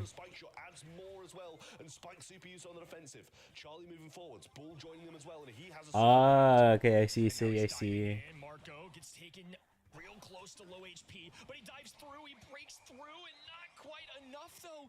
3% is all that Humble are cleaning onto, and Edgar has one this jump is over. This could be impossible to defend. Hello from, how are you, bro? Super there as well, which is really rough on BSO, and they get the safe finish off. Match point for Eclipsar to make this a sweep over the world champs of 2024, and they also got second place. It's your YouTube is your name. Ah, yeah, that's good at least. You have some dignity left. I mean, you didn't even say anything crazy though. And all they have to do is take down one more heist safe. Semantic once again in the mid, Lukey right hand end. It's gonna be Edgar. Where is he streaming? He's probably just streaming onto Discord. Gonna be Lukey looking to move forward as well. Boss left hand end wide open, and he's gonna get that. Oh, finally, Boss learned to go on the safe. Super comes in from Sabine now as well, but stunned off by Lukey. Percentage almost the same, and Shade going forwards with the super. Nice move from him. Should be able to pick up a little bit of a kill in there. It's not. I mean, it is the server, but the server is getting hacked. Lukey, if he gets the shots in, jump over the top from Sabine. Damage coming down, and Semantic works well on the defensive. Semantic middle of the map right now. And the bull on the other end, he's going to let him fly. Yeah. A little bit of a lead right now, so I think they're toying with it. Sabine somehow staying alive, though. Punches through one. Now he's dueling Shade. Takes him down as well. 2 free coffees at Dunkin'. What kind of coffee do you get, City? I think you might have told me before, but I don't remember. He's going to take down Edgar. That's a big pickup for them. And now Semantic smells blood in the water. It's the whole Humble roster pushing up. Yeah. Semantic going to be in this portion of the maps. Sabine trying to get the damage. Bulls on safe. They need to make a move. Semantic. Nice. Good win. Maybe while you go get one. Yeah, good idea, City. Semantic and Humble clinging on to this last chance they have. It's match point still in the hands of ECP. Nice game, let's say. I see. That's good. Fighting for their tournament lives. Hello, Amish. How are you, bro? Welcome. Humble were consistently a grand finalist team last year. They are a world champion. Better figure this out. They need to like twice, including the qualifiers. SK. I mean, we've got some add more security to their servers, because it's just getting hacked by a Russian. The Humble roster having to fight for their lives. Lukey right-handed dueling the shotgun, and that's not an easy matchup for a Buzz. He's gonna have to keep his distance. They let I'm alright. Amish, how about you? Looking for a little chip damage in there, as it's gonna be Charlie playing defense. Lukey has a super available. He's gonna be going for it, looking right at Marco, but has to back away immediately. They get a tag team here, but the other end's also doing damage. Great stuff there from Biso. Should be able to pick this up as well. Boss just about surviving. But Marco's going to go straight for him. Uses the gadget too. Semantic should fall as well. And this is going to be good control now for ECP. Lukey going to want to break out of this defensive line. Sabine just going to go in early. And I believe we might see Lukey go down up top. We do. Sabine's still staying in here. They can't hit him. He's dealing serious damage. Marco has the super, but a good super from Semantic alone. Oh, almost. Holy Semantic. This isn't your average random Edgar gameplay. This is the best in the world, looking to make the most out of a brawler that's so popular among so many. He's got a super available once again. Charlie and a bull also there, and it's a lot of damage pouring into that Humble heist safe. Things looking real bleak for the blue side. No, bro. Surely not. Gets some good shots in. Might be able to cycle out his super here, actually. Semantic going forwards. The Edgar has super on return, though. Lukey going forwards with his hypercharge. Gets the kill, and Semantic assists as well. But it's down to 11 on the ECP side, and an Edgar super down this right-hand side could be a big issue. Drags Semantic all the way back, jumps over him. Might want to go for the cycle. Marco has his as well. Supering forwards. Lukey goes for the super on. Oh, this is so chucks. Jumps over the top, gets the damage. Pain. Isn't that hard to fix? I mean, I wouldn't know, but wow. That just proves once again, even if you are at the top of the leaderboard, you can't rest on your laurels. We have found that out already in quarterfinal number 4. Now semifinal number 1 is just much of the same. Kenny, I can only reiterate, if you're the underdog, you might want to surprise your opponents with your draft. Charlie, yesterday, 0 picked, 0 bans. Edgar had 1 ban, but wasn't picked at all. I didn't have these brawlers on my radar at all, Kenny. I can't help but shake my head in disbelief. I mean, honestly, super impressive stuff. Maybe you're right, Trav. Maybe they're just the GOATs. Maybe they're just the best team in the world, at least for this month. Really impressive stuff. Bad day for predictions, but so much fun along with it. You love seeing these unproven players show their worth. Yeah, the AI did not help at all. Ton of damage there. I mean, 12 kills, 472 TPS, and now we get to see the damage to the safe, so kind of a comparison there. One stands out. Good morning, Dennis. How are you? 48,000 damage that the Edgar put up. It's wild. It's just wild that this is, you know, what Brawl Stars has come to. Like, 148,000 safe damage is just wild. More than the bull as well, that is. I was expecting the Edgar to be, you know, bouncing around the spike, bouncing around the Edgar, and bouncing around the shade. He was doing that anyway. He got 7 kills and still got 150,000 damage on safe. What a performance. I did say earlier, though, whenever I see pit stop anywhere, I immediately think bull. That's also a brawler I did not have on my radar, and somehow they made it work. ECP just show up with a draft out of 3 brawlers we have never seen this weekend. We haven't seen in a very long time, and that's I can't remember when I casted last match with bull, and they make it work out even against Humble. It's really just the craziest region we have in Brawl. It's crazy. It really is. It's like the predictions are so difficult in this. I'm alright in this. 3 wrong I'm already. chilling. It's like, give me a break. I was just dragging it back. I was 7 for 7 in East Asia. I was pulling it back, and then they're doing this to me. This region's it's just not a real thing. You can say goodbye to your title as the master of prediction, I believe. We're gonna have a look at who is your MVP. You guys at home were able to vote. It's Marco for sure. We have to say goodbye not only to your master title, Trev, we also have to say goodbye to a lot of team. I want to have a quick look at the bracket as well, just to look at how surprising today really was. Kenny? I mean, all the upper bracket teams won, which is, you know, all fine and good. You know, that's why they made it through, whatever. But it's the teams that we've lost along the way. I mean, SK Gaming, last month's champion, gone. Reply Totem, once again, gone. Now Humble, eliminated. We have Eclipsar Esport competing for a grand final. This was not something I anticipated. This is why we'd love to see it. Every month's different. It's just spectating and see him. It's not the game itself. Did you see when it switched to Semantics point of view? You can never really rest. Whenever you are at the top, you can still fall, and the fall is going to be very far down. We're going to have semi-final number 2, Electros versus Foot Esports. Kind of would be crazy to see Electros now in the finals as well. Let's see if that's going to happen after a quick break.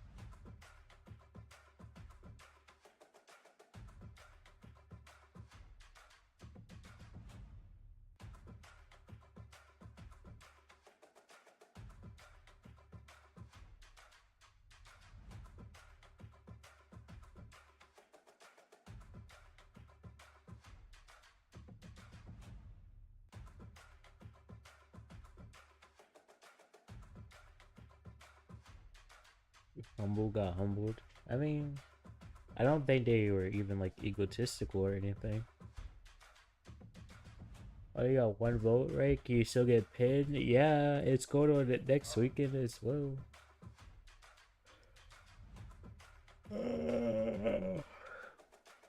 Wow.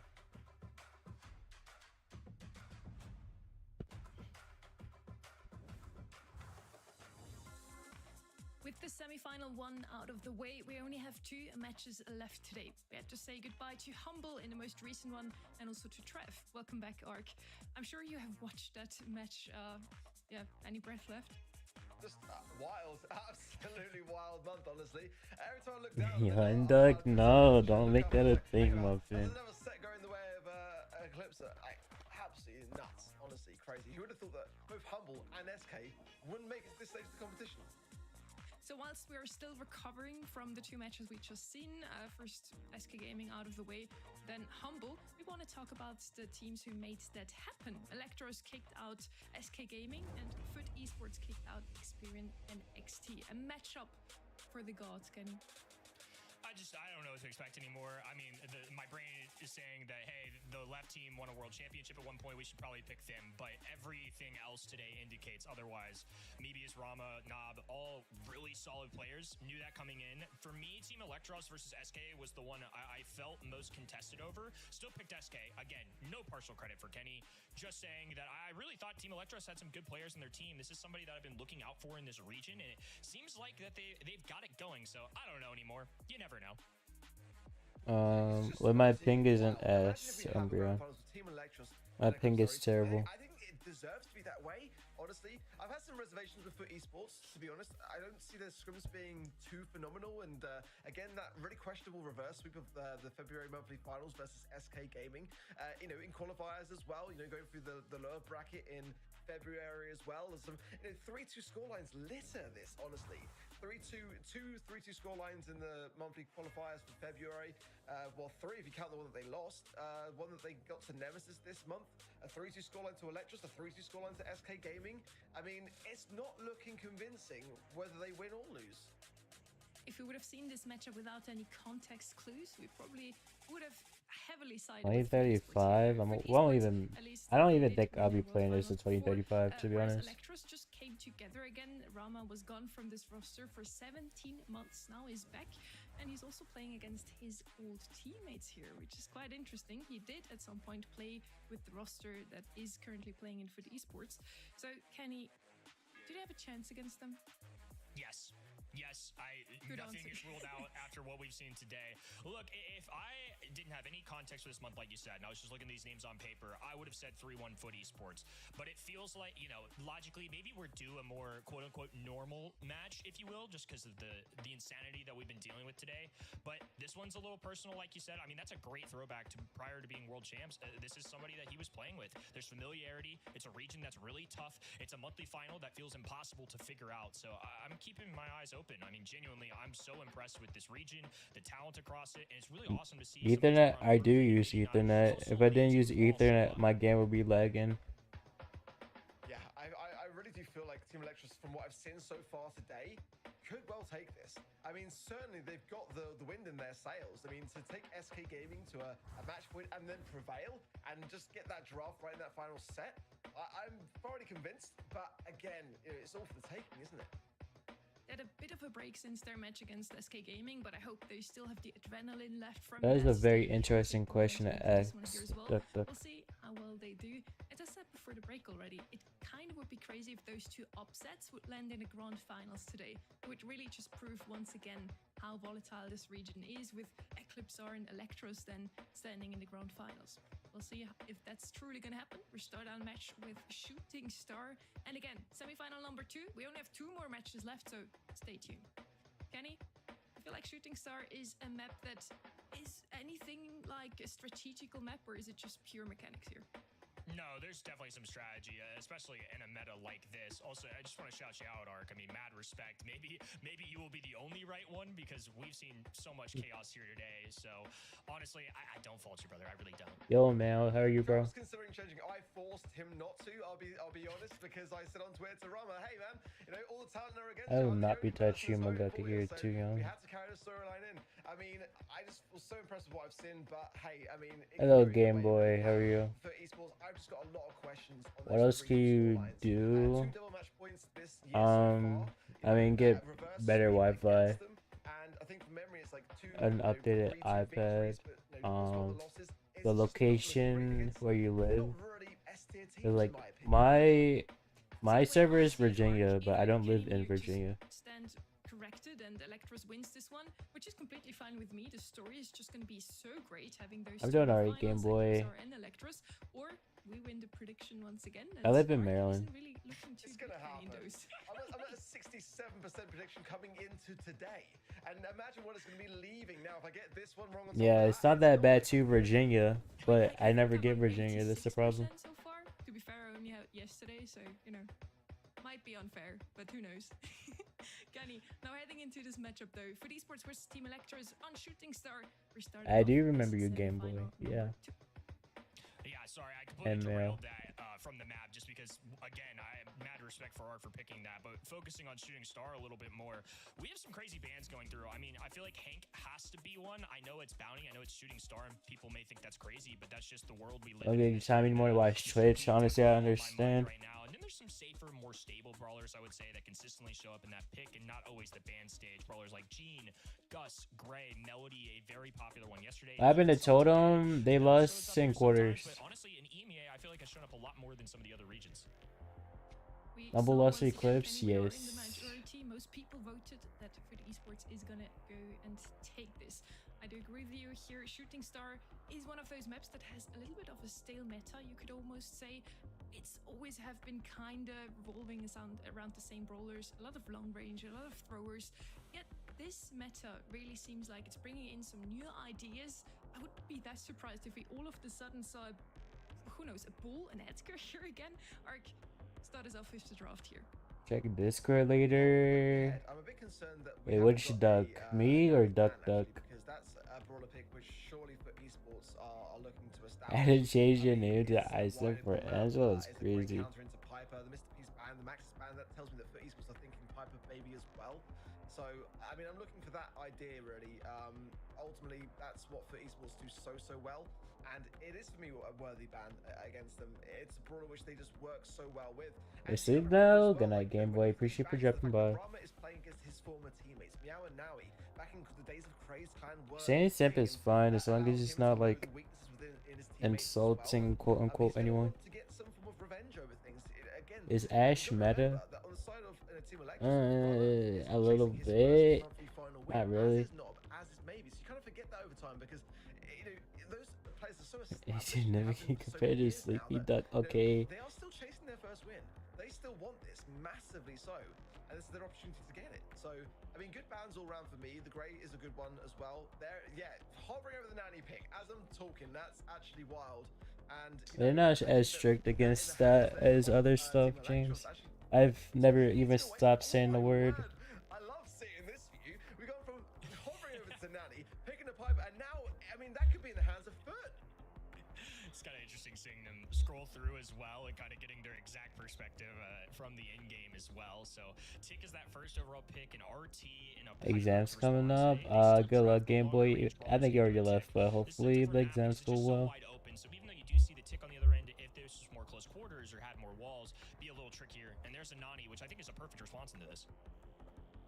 Yeah, I don't know why they didn't pick it. They were thinking it clearly, and then they changed their mind to Piper. Yeah, Humble got swept. You've got to expect the nanny.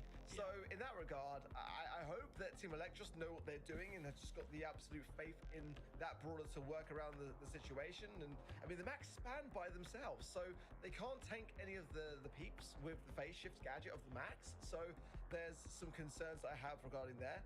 Pearl now as well. I mean, it's definitely, you know, a very tough comp that Team Electros are looking at. The Pearl, the Nanny, and the Tick. Tick to control, and of course the Nanny to cycle the peeps coming in, and the Pearl just to, you know, cook up the oven and then force its way forwards. So I'm really liking what I'm seeing on the side of Foot, and the final brawler to round things off for Team Electros is going to be the Carl. So Carl, Piper, RT up against the Pearl, the Nanny, and the Tick of Foot Esports. Yep. So to reiterate for the folks at home, it's going to be Team Electros. They've got the long-range draft, so they picked RT, Piper, and then a Carl to round things out, and then we've got Pearl. Tick was the first I mean, I guess in that case, if it happens, then I guess I need the break anyway. James. If that happens. Wow, I mean, true, cool, that guy. I kind of really hope that Team Electros don't regret that decision to opt away from the Piper, or opt away from the Nanny rather, and go and pick the Piper. But again, you know, Ignored. This is an interesting one to see play out. I think that all sides have got brawls which they're really accomplished with. So it's going to be quite interesting to see who takes this. It's going to be Rama dueling against the long-range Nani. Return to Cinder Pop, and with that gadget change, they're going to have Fritz just got thrown out the window. Mine too. Piper matchup even a little bit better for their end. My Prince is literally Totem, Humble, SK. Well, playing it back with the blue star is not the worst of ideas, but over time, the Tick is going to be able to establish those heads. The Nanny is going to be able to establish a peak, which is coming in as we speak and circling around. No jump available for Nob, 336 HP, but no follow-up is going to be there, allowing him to heal. He's got the damage gear as well if he needs to go for it. Nice tap, but the return to sender is popped there on the top right-hand side. And what shows do you have on your list, Dennis? Nice pearl connection, and he should burn down. Hello, Stubby. How are you? Again, welcome back to chat. And Piper in the mid to fight this. Rama respawning left-hand side, and it's Carl getting really aggressive. He's still the one gatekeeping this blue star. That's something that's so important with this. Did he just dash into the wall? Game mode. If you have the blue star, you always have a chance at it, especially when the lead's this close. Maybe it's in a really precarious position. Top right does manage to get some goods for it. Actually, 5 stars. Does he get out? No. Now 9 stars to 7. But they're in the lead. Doesn't matter. All this way you look at it now. Oh my word. We're in the perspective now of FUT Esports. I had Humble for I had SK winning finals against Humble. But both of those teams didn't make it. Trying to keep a strong lead here. Sharpshooter shots going down. Garo working the left-hand side. Rama 4 stars on his noggin and needs to hold on to every one of them. Blue star still with foot. He's gonna burn down, but the trade goes through. Team Electros with the win. Very tense, but it is still just the start. And both sides have got a solid comp. Not going to lie, of course, we're going to see the kind of Carl establish the blue star quickly and early on. So expect them to be on the defense. But that's where, to be honest, the Team Electros comp could be undone. Ultimately, they're going to be on defense very early. So if FUT Esports put their foot on the gas and start to go a bit more aggressive in those early moments, then that can change hands quite quickly. But with the flying hook, that's what Carl can do. Very close stuff, trades back and forth, and that's what you want to see in a match for the semi-finals. I feel like this could be quite a banger on our hands. Here we are, Team Electros on our side of the screen. We're wallowing Rama right now, and it's going to be Pearl taking some serious heat on that. Any anime on the list, Dennis. That blue star, that's what we should anticipate for most of this match, especially off the rip. He's going to flying hook in more than likely, and then just try and stay alive, hold on to that lead. It's a trade immediately, though. They end up grabbing this kill. That's a massive get for FUT. Yeah, that's just terrible. Quite heavily, honestly, because now it's going to allow the Pearl to sit back on defense and not have to exacerbate those shots. And then when she does want to throw them forwards, they're going to carry so much more might with every cookie that is dispersed. Now the Tick hiding behind that wall. If Nob can get a wall break and then just alleviate their right-hand side, it will do wonders for Team Electros now. Nob's going to be cautious now, pinched into a real box there in the mid with those Tick shots scattering around him. But again, there's no wall break for Nob. He can't expose the Tick for Rama to do anything. So Rama's basically just left here a bit redundant, trying to evade the Tick and trying to prevent it from holy damage. Still 1-star differential, and now FUT Esports starting to push their way back forwards, getting some momentum. Nob, they're almost burning down as well. I can't help but chuckle a little bit, you know, seeing from their direct perspective how many times Rama just flashed that possible pin. He's always ready to antagonize his enemies, that's to say the least. With 20 on the clock, though, not a lot of kills going down, and FUT still holding on to this lead.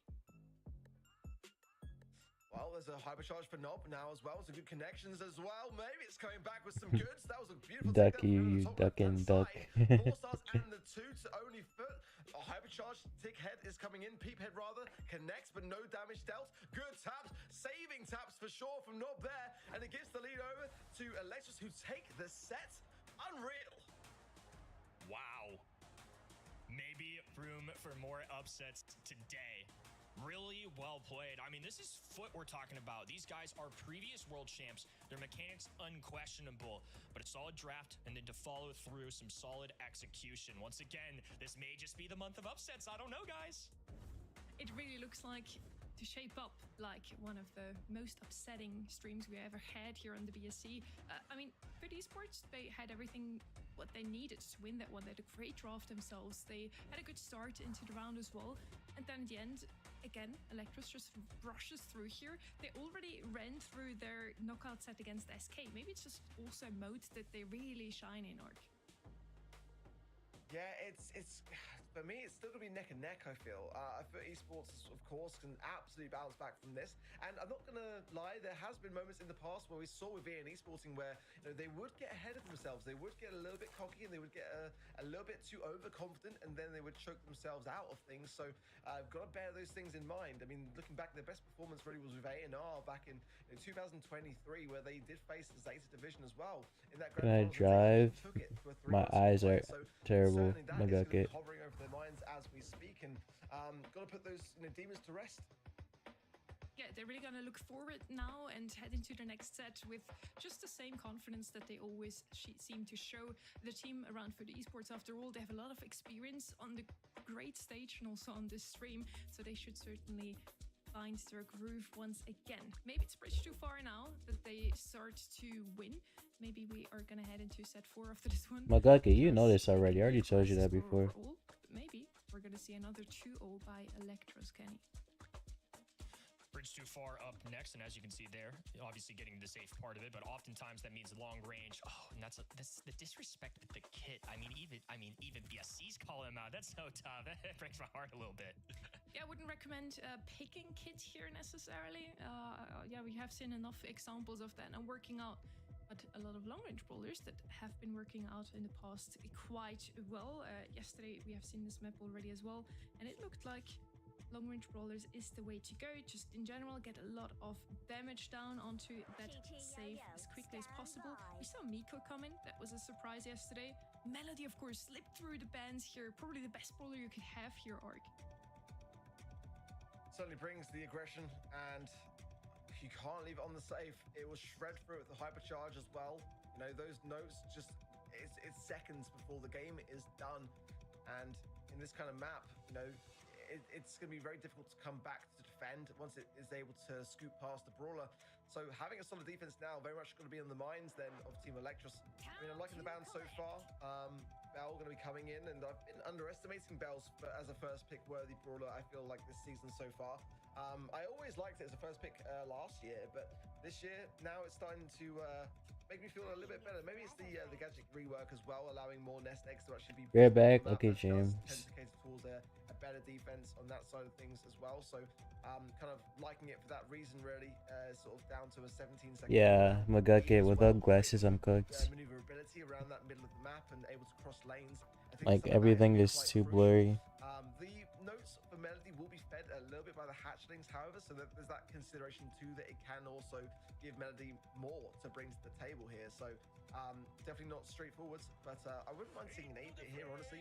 I mean, there's some good bands, the Colette, the Colt, things that I like to see banned out. Chuck, I mean, it's always a scary brawler, but I do feel like it has a lot of counterplay just by rushing the safe. Chuck was who I had on my mind just because of how much of a priority ban it was on this map yesterday in East Asia, and I think this still holds true here today. Chuck can be really frustrating to deal with. It's just something where he's just going to be constantly putting pressure on the enemy side. I feel like if you're playing into somebody like Team Electros, who currently have a Bell and an Eve, I mean, it's good damage, it's fine damage, but that's more of a control composition. Without glasses, can't see anything, literally. If his team can take a lead, hold on to it, and keep getting that consistent damage. 8-bit certainly able to dish out more damage into a high safe, though, so I think Team Electros need a little juice. I like it, I called it. I feel like that is going to be a good shout for Team Electros, but like, again, if I don't have my glasses on, the only screen I can look at, or like, the only thing I can look at that's not blurry is just my phone. Anything that's not in my phone distance is too blurry. I can't even use my iPad without my glasses. Defensive measure, really. The bell and the mark, that is going to have to really help a lot out on defense. We saw this yesterday in East Asia also, and it was Levi that was really doing a fantastic job in that brawler pick, and I think it was into a Miko on this map back then. He's going to have to pull the same stunts really on the side of Mavius, because definitely I'm nearsighted.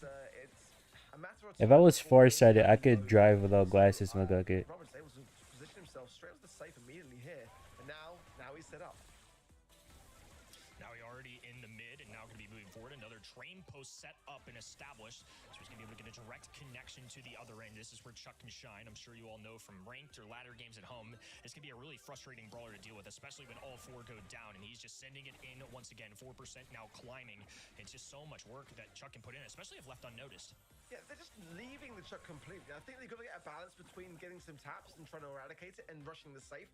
And at the moment, Team Electra's not really doing that, not really sure where to go. Yeah, I have glaucoma. There's a nest egg down as well for the James. out for Rama, but yeah, I don't feel like Team Electra are in any form of control of this game so far. They get some good damage, but it's been a bit of a while before they have. Well, it's like, it's not like fully glaucoma, but like, they tell me to get my eyes checked for it, but it kind of runs in the family. Chuck diving in once again, bringing that high safe well below 10%. He's so close. Is it cute? True. Would be enough. Garo trying to move down the map. Left-hand side has the musical notes. It's TE full on defense right now. They're not letting Yao get a single shot on there. Can you imagine if they get this done? Oh no, not quite. Nob couldn't get around there to get the angle, but thank you for the like Pookie. All three members landed every shot. I don't think that Chuck would have hit, not with the damage booster down there. And that could have been enough to be held to fight on and just get the final shred of damage. Really quite close when you look at it that way. But again, the early Like, you look worse at your glasses. The beginning of the game, completely I don't know. I don't really pay attention to that, to be honest. And then they just weren't really communicating. You can see that in the gameplay. The communication was If I go out the house, I usually have my hoodie on anyway. Like I mentioned before, this just feels like a very control-oriented comp. And Bell and Eve can certainly get those kills, but if you're not staying on top of your game the entire time, we saw there, Foot Esports can run away a little bit with it, and about 20% of a lead there was enough for them to hold on, get the Chuck rotating in. Now they have Melody on the other side. They're marking her up, and they still get that kill on Bell. This could be an issue. Meow letting loose as well, so Foot Esports should be able to handle this safe for a good bit of damage. It's only 10% in it, but on the defenses of it, I feel like Team Electra, they were a bit cleaner in their approach.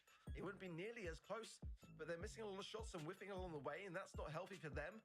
Because again, now he's going in now, getting some good value. Doesn't quite reach the safe, however, still got the post set up for it, so maybe some errors or just hasn't got himself fully in position. Shows you're gonna watch. I asked if there is any anime. At the moment in time, still that 10% Still beautiful. Thank you, McGucket. Things and just get extra credits onto the safe. That would go such a long way here, but so far defense is strong. Last year couldn't even go outside to find your Uber. Oh no, James.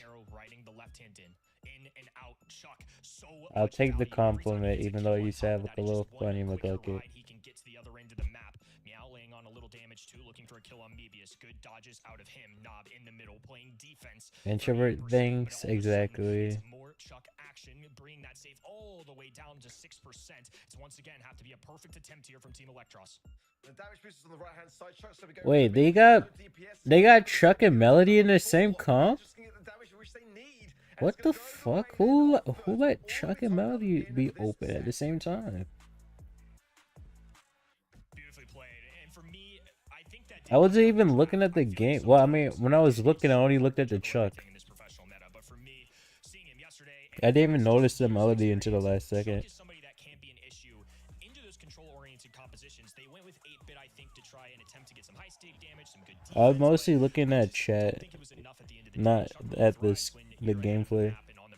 Because every time I look at the screen, there's red bars, and I look away. Not only that the Chuck slipped through, but also that Melody, probably one of the best bowlers you can have on bridge too far. She can rush up to save so quickly, supporting the Chuck's role in also just rushing up to save and doing a lot of damage. This set now definitely felt like Foot Esports found back to their old selves. The stats also speak for maybe a story arc. Yeah, I mean, great on defense, but again, as they're coming in, it's down to really the 8-bit player, which Nob in the end of the draft to really land the damage onto the safe. He was the win condition of which Electros drafted as the final pick, and by that point, you know, they had already dug themselves. Hit the hay, bro. I will sleep after grand finals. Okay, capiche? Really, and it put a lot of pressure on him. He didn't quite get the access to the safe. A lot of defensive measures in place by Foot there, especially with Lola pick, in my opinion. But that's just the way draft goes. I don't think it was a losing draft necessarily for Electros, but one that they were behind in by that stage, and they just had to make the 8-bit count to more avail, and it just didn't. after that 2-3 turn, when you have Bell and Eve, it's just a perfect answer there to go with Chuck. You have a Melody under control, and then a Lola for extra DPS, a good amount of range, and then into some of these more projectile brawlers, something like an Eve, something like a Bell. Even though the shot does bounce off, if you have a Lola clone down, it's at least able to take a little bit of that damage, put in some extra work, and you kind of saw it there in the context of the stats too. Bell and Eve just couldn't dish out enough into that high safe. You have to play perfect defense, and that's a lot to ask out of any pro player. In the end, for esports manages to equalize the score. Red bars, you look away. Exactly, bro. Like every single time I looked at the screen and then I see the red bars, I'm like, okay, I've seen enough.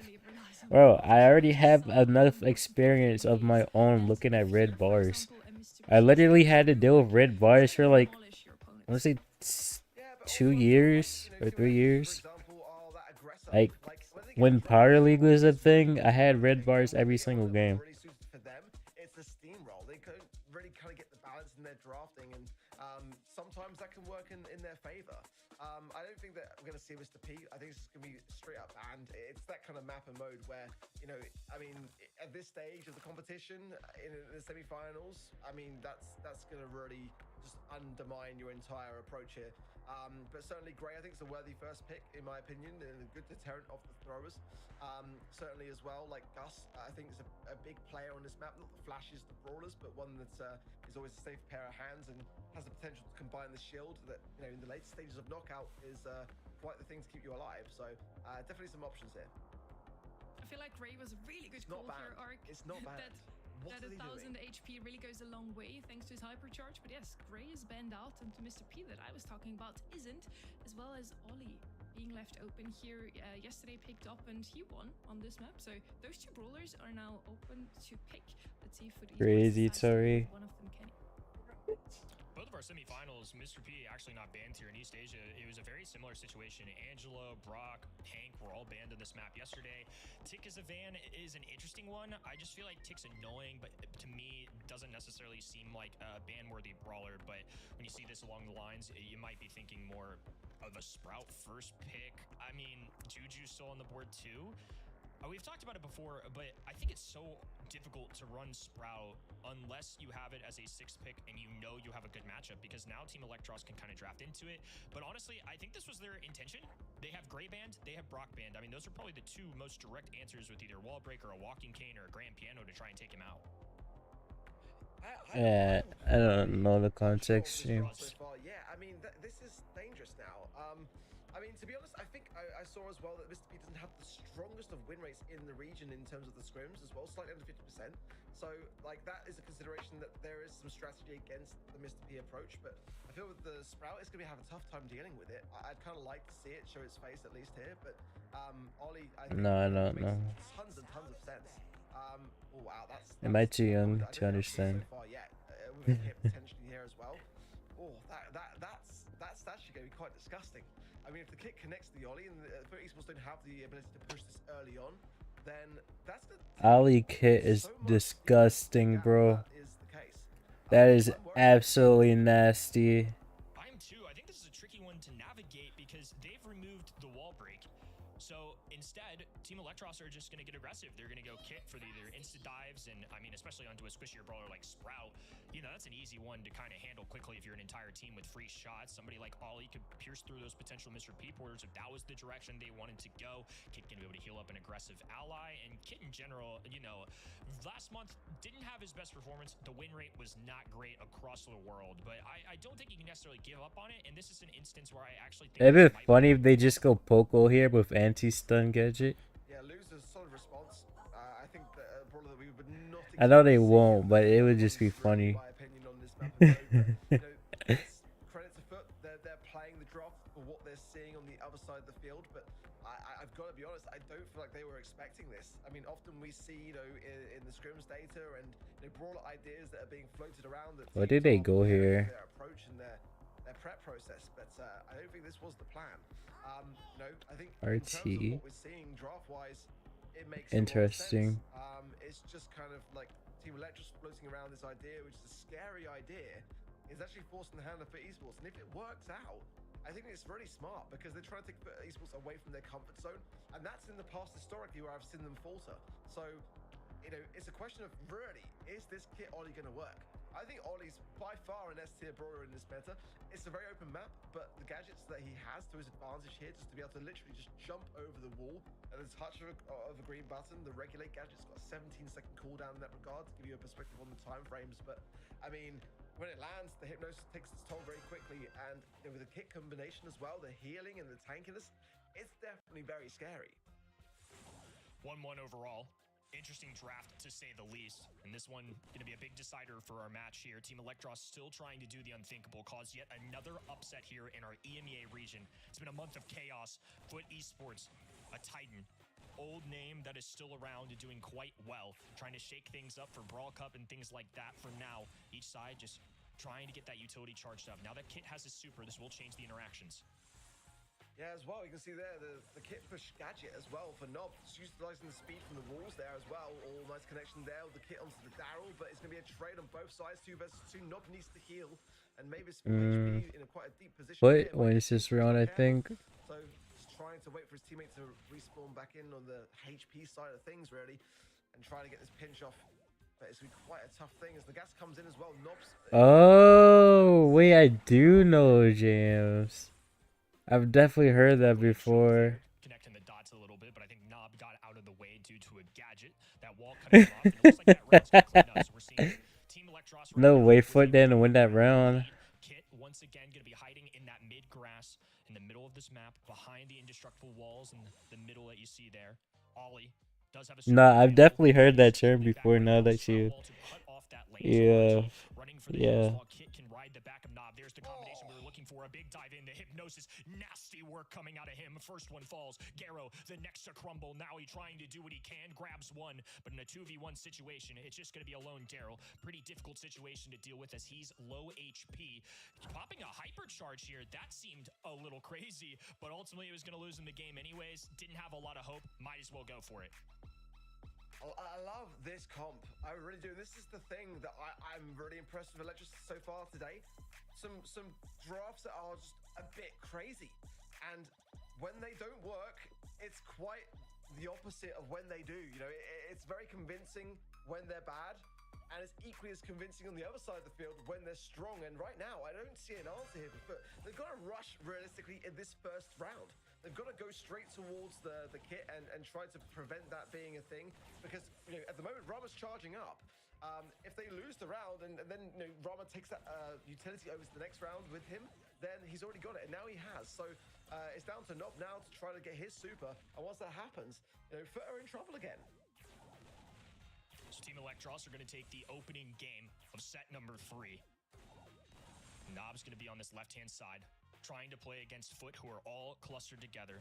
Daryl has a super available, and now he's rolling in. This was the time where he gets aggressive, maybe more just to get a little extra space to work with. An ice rink goes down. Ollie is going to be in trouble here. Frozen up, and Kit falls along the way. Foot with 3 members standing right now, playing into the 2 of the other side. Mebius in a corner, Nob by himself, going to be isolated, and it's going to be a 2v1 right now. Mebius going to have to make some magic happen, dodging every sprout shot for now, though. It's middle control completely for Foot, and Mebius knows it. That is going to be a round for Foot. Sigh. Yeah, nice stuff from Foot there. Under pressure. They've got a hypercharged wall available for the Sprout also now, so some good stuff. I'm liking That's what I do when I see this gameplay. In this kind of meta, but kick push giving 20% more additional movement speed as well allows them to duke those Sprout shots far more effectively, as well as everything else being thrown their way. Now he has got super. Rama utilizing the cardboard box now to come in and try and time this effectively. Not quite there, so a bit of a miss for me from Electros, because that would have been really, if Nob had been able to duke some shots, a great time for Rama to take everyone by surprise. Well, here we go. Similar to other rounds as well. It's going to be Rama holding back. Now it's TE trying to push up the map. Garo in the mid. Little longer range shots. See a couple hypercharges up there for the red roster. That's going to be Foot. Hypercharge pop for Daryl. Has a roll available. Flashing it. Trying to catch the enemy off guard. They have to be careful. Rama and Nob is a fierce tag team. Getting sneaky on the right-hand side. I don't think Garo realizes this. Good pick from Rama. Gets the kill. 3v2 situation. Nob trying to clean up alongside him, but this sprout wall will keep them up just a little longer. The gas is coming in now as well. No. It's going to be really precarious. Actually, devises both players on the side of Foot, and everyone on the side of Electros stays standing. Oh my word, now 1 round away are Electros from doing something magical. But again, Foot Esports have been able to get some rounds. It's not out of the question that they can do so again. but I just feel like this Ollie kick combination is really quite dirty. And if Nob can get super again, Rama is doing a great job of keeping him in the conversation. So let's see how this one goes. But neck and neck are the rounds here. Anyone's for the taking. 1-1, game number 2. TE already with a lead. Roll available for Daryl, but they have to wait for the Sprout wall to come down. And there it goes. This is where all the action's going to start unfolding here. It's Nawi on the top left with the hypercharge, or excuse me, a super, but hypercharge alongside it for Meow. Wall goes down, cuts up Nob entirely, and they're going to isolate him. Shots compiling. Rama has to dive in just to heal up a teammate here. Mebius right hand in, trying to catch a flank, and Foot Esports could be in trouble in terms of positioning. Oh, maybe it's just got cooked. Now he's completely separated from Rama. A huge hypnosis, but how much can that realistically do when it's down to Rama to be able to pick it up? And for Esports will claim the game there, and I think it's just the game, one game aside, right? Yeah, they started having the players record or screen share their games. Tough stuff, really, there for Foot Esports. They were able to prevail, and now it's a question of... What do you mean, why? Why else would they need the players to screen record their games, Dennis? Let's put 2 and 2 together. Causing them huge problems. They are picking a little bit of a hole in the strategy. And now the cardboard box to get Rama into position, but Esports playing it very back deep in the spawn side, so giving that complete control to the mid to Team Electros, is that wise? Gonna still remain here with the Team Electros POV, folks. We're gonna have the blue side being them. Any view is better than no view, so major shout out to our team working hard to get this up for y'all. It's gonna be Lou, Daryl, Sprout on that other end, Foot on the Of other course, side. Vic comes back just for that. So the red roster trying to expand their territory just a little bit. That's what's gotten out from under them a few times now. When they've been backed up into that spawn, they've had to rely on a desperate Daryl roll, and that's something they don't want to do. Big taps from Mebius onto Meow, but that wall is going to deflate a lot of the aggression. And Rama's going to choose to go now, and he does connect, and it might be a great time. Is this what? As well, because everyone from Foot Esports is Warrior? here. All the hypercharge is big there from Meow as well, but it's down to Mebius in a 2 versus 1. A tough position. He's got the legs, but can he realistically get past this wall? Huge shielding there for him. The time is Holy shield, bro. That was insane.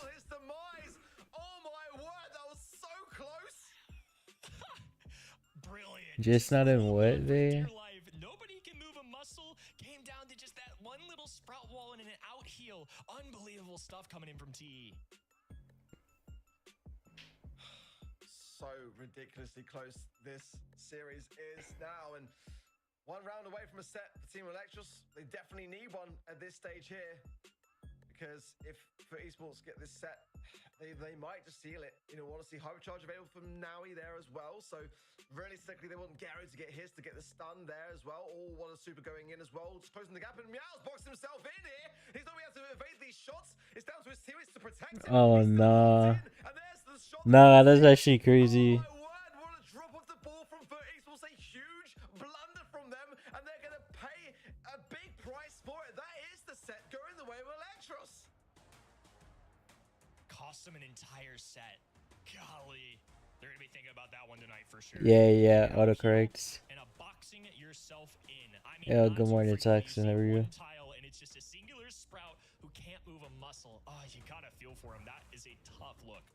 Toxton, SK loss and Humble loss. Age-old names, all of those teams that we have already followed up on since 2 or more years, now fumbling in such very important moments. Yeah, I mean, a tough thing to see, but I mean, great timing on the side of Electros to have that kick connecting with the Ollie, to have the balls of yarn to really be able to reach it, because if they hadn't, it would have been impossible to get that takedown.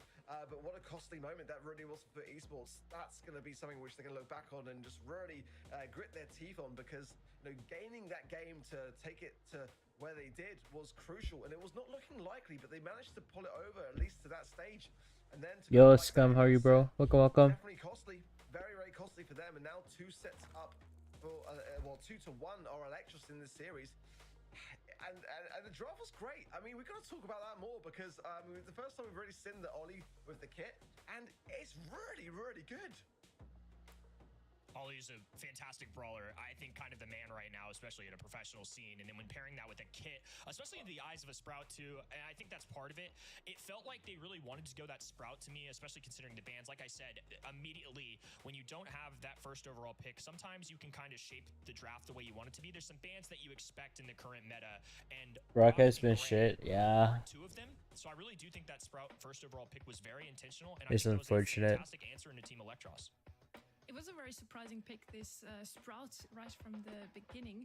And then the kit to me as well. So far, it didn't really work out today.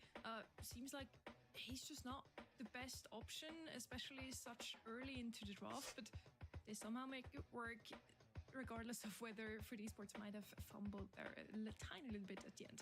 We're now again in an Electros lead here. They have the potential to close it out and move into the finals already in the next set arc. Yeah, come on, Electros. Come on, give me my predictions. I'm behind. I need this dub, Rama. I believe in you. I never doubted you for a second. But, you know, again, the downside of Electros is their drafts. It seems strange to say it because their drafts are really like Marmite. They are one side or the other. You either love them or you don't. And when you don't love them, they tend to be the reason that they're pretty bad. When they're strong, they're really strong. So it's really putting a great amount of weight attached to this. I feel like this can go either way. It could easily go to a fifth final set. If they get 2 consecutive bad drafts, then FaZe will take it regardless. So that is how I see this series so far. Sometimes you just have to come up with something surprising to win against your opponents. That kit pick was a bit surprising to me at least, and it worked out. Let's see what they will show us in the next map. Dueling Beetles, certainly a map that is a little less draft dependent, if I might say so. You can literally play anything here and somehow make it work. A healer is always quite helpful. We saw some Poco banned out mostly, but sometimes he's also slipping through. Barry's a great idea here, and overall just something to stay alive as long as possible, stand in that zone, and that's really all you gotta do, Kenny. Support brawlers are a great look on this map. I think Poco, last month it was really Barry that stood out to me here. So this is an interesting map, and I liked your point of this is a map with a lot of different strategies. This is not a one-size-fits-all, and again, I feel like we've said it a lot, but it's just kind of a pick-your-poison meta. You really do. The bans determine a lot, and there's so many different winning strategies right now, so much fresh just kind of options coming in with these gadget changes, 6 new hypercharges. I mean, it's just so much to keep your eyes on. We've seen so many different strategies in Emea last month at least. Brawlers like Frank and Draco came in here. Obviously, Hank is an option, but frequently banned, so not necessarily anticipating him showing up. The Barry, the Poco, Byron, a very popular one in East Asia, and honestly, this month's Europe as well. It's somebody that I like. I just haven't expected to see as much as we have. I mentioned Mr. P already for the last set. I have to give him a shout out here again. Yesterday, okay, James.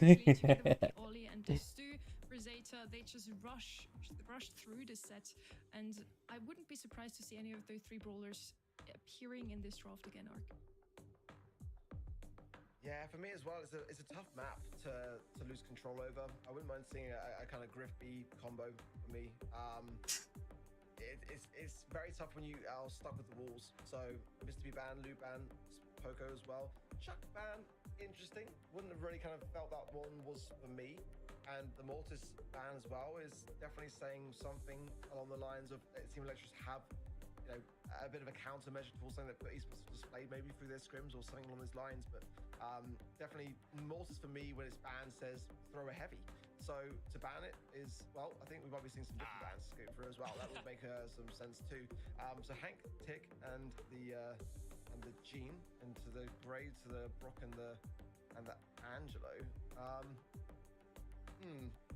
Yeah, I was thinking the same thing there because the Angelo doesn't make much sense. So yeah, I think that may have been previous map. I could be wrong. That was just off the top of my head. We'll kind of see how that works itself out. But the Chuck was certainly an interesting one. Yeah, I mean, it has been known. I mean, Semantics notorious for bringing in Chuck in hot zones, so I mean, it wouldn't be the craziest of things. But again, with Electros in the way they're drafting, I wouldn't put anything out of the question because it's just like one of those things where, like, they're trying some crazy ideas at the moment, and I quite praise them for it. In all honesty, I think for me, again, you know, it's a question of the throwers in this map can be quite deadly and quite crucial. I think Penny can have a good place as well, but really kind of looking for that kind of Griff B approach for me.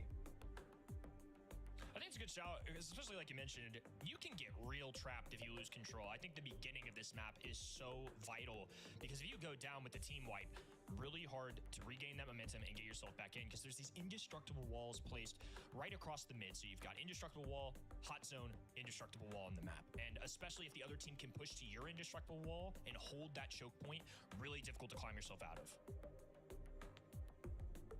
You mentioned some indestructible walls here, Kenny. So I also think of Meeple. As soon as you said that, why not? He hasn't really been picked up on this map so far at all, but it would help you so much. Just Genshin Akaza, welcome, how are you, bro? Hope you're doing well. We're heading into the draft any second. We're just making sure the players get situated, so thanks for your patience out there. Ark, I do like your idea with the B and Griff as well. Just opening up the map rather than shooting through the walls, of course, is also an option. Thank you for the follow, Warrior. It's going to depend a great deal upon like the approach. Ultimately, if you're going to be going in with throwers, you don't be doing that. And I think for me, B is just really rounded brawler for the most part in pretty much every map and mode at the moment. So I think most of the time. No chilling. How about you, Akaza? What I like for Electros? Electros has been putting in some work today. I think Barry's always worth banning in hot zone regardless, but yeah, certainly, I think They're still kind of the underdogs, but they're looking really strong right now. and that's kind of making me steer slightly away from her now in hot zone. Still not a bad choice, but could be just quite a costly one at that. So, and we'll get the drafts up as soon as we can, get ideas to what the teams are thinking. Definitely an interesting one. I always feel like hot zone is such a tricky one, especially these single zone hot zone maps. I feel like we've named off so many different strategies that are all completely viable. I mean, not even to mention ones like Poco. I really thought it would be SK Humble Grand Finals and SK win, but with Navi in a losing set nonetheless. But yeah, showing up here as a popular brawler, long range like Bell, which has been a popular brawler here today. So I feel like there's just a lot of different options, which I think makes this meta so unique. I feel like last month, we kind of had a set in stone thing. We'd had the balance changes for a while, Juju at the very tippy top in the bans and the pick rate and things like that. So definitely a hard one. Well, again, for me, Team Electros are playing the riskier game for sure when it comes to their drafts, and they get this one right though. I mean, what a place to land themselves. Who would have thought that they might be in a position to get into a grand finals? And now we're actually going to be able to see drafts. There's going to be the Kenji, Mortis, and Grey ban. That to me really does say thrower bans. I mean, those are three brawlers that really would be able to give brawlers the hardest of times. But esports banning out the Poco, the Mr. P, and the Lu. Hank is available here, by the way, can I just say? And that's really quite worrying. In this map, though, it can also be quite left open to attack. Again, from that Griff kind of B combo, so I wouldn't say it's the I will sleep after this is done. I say that?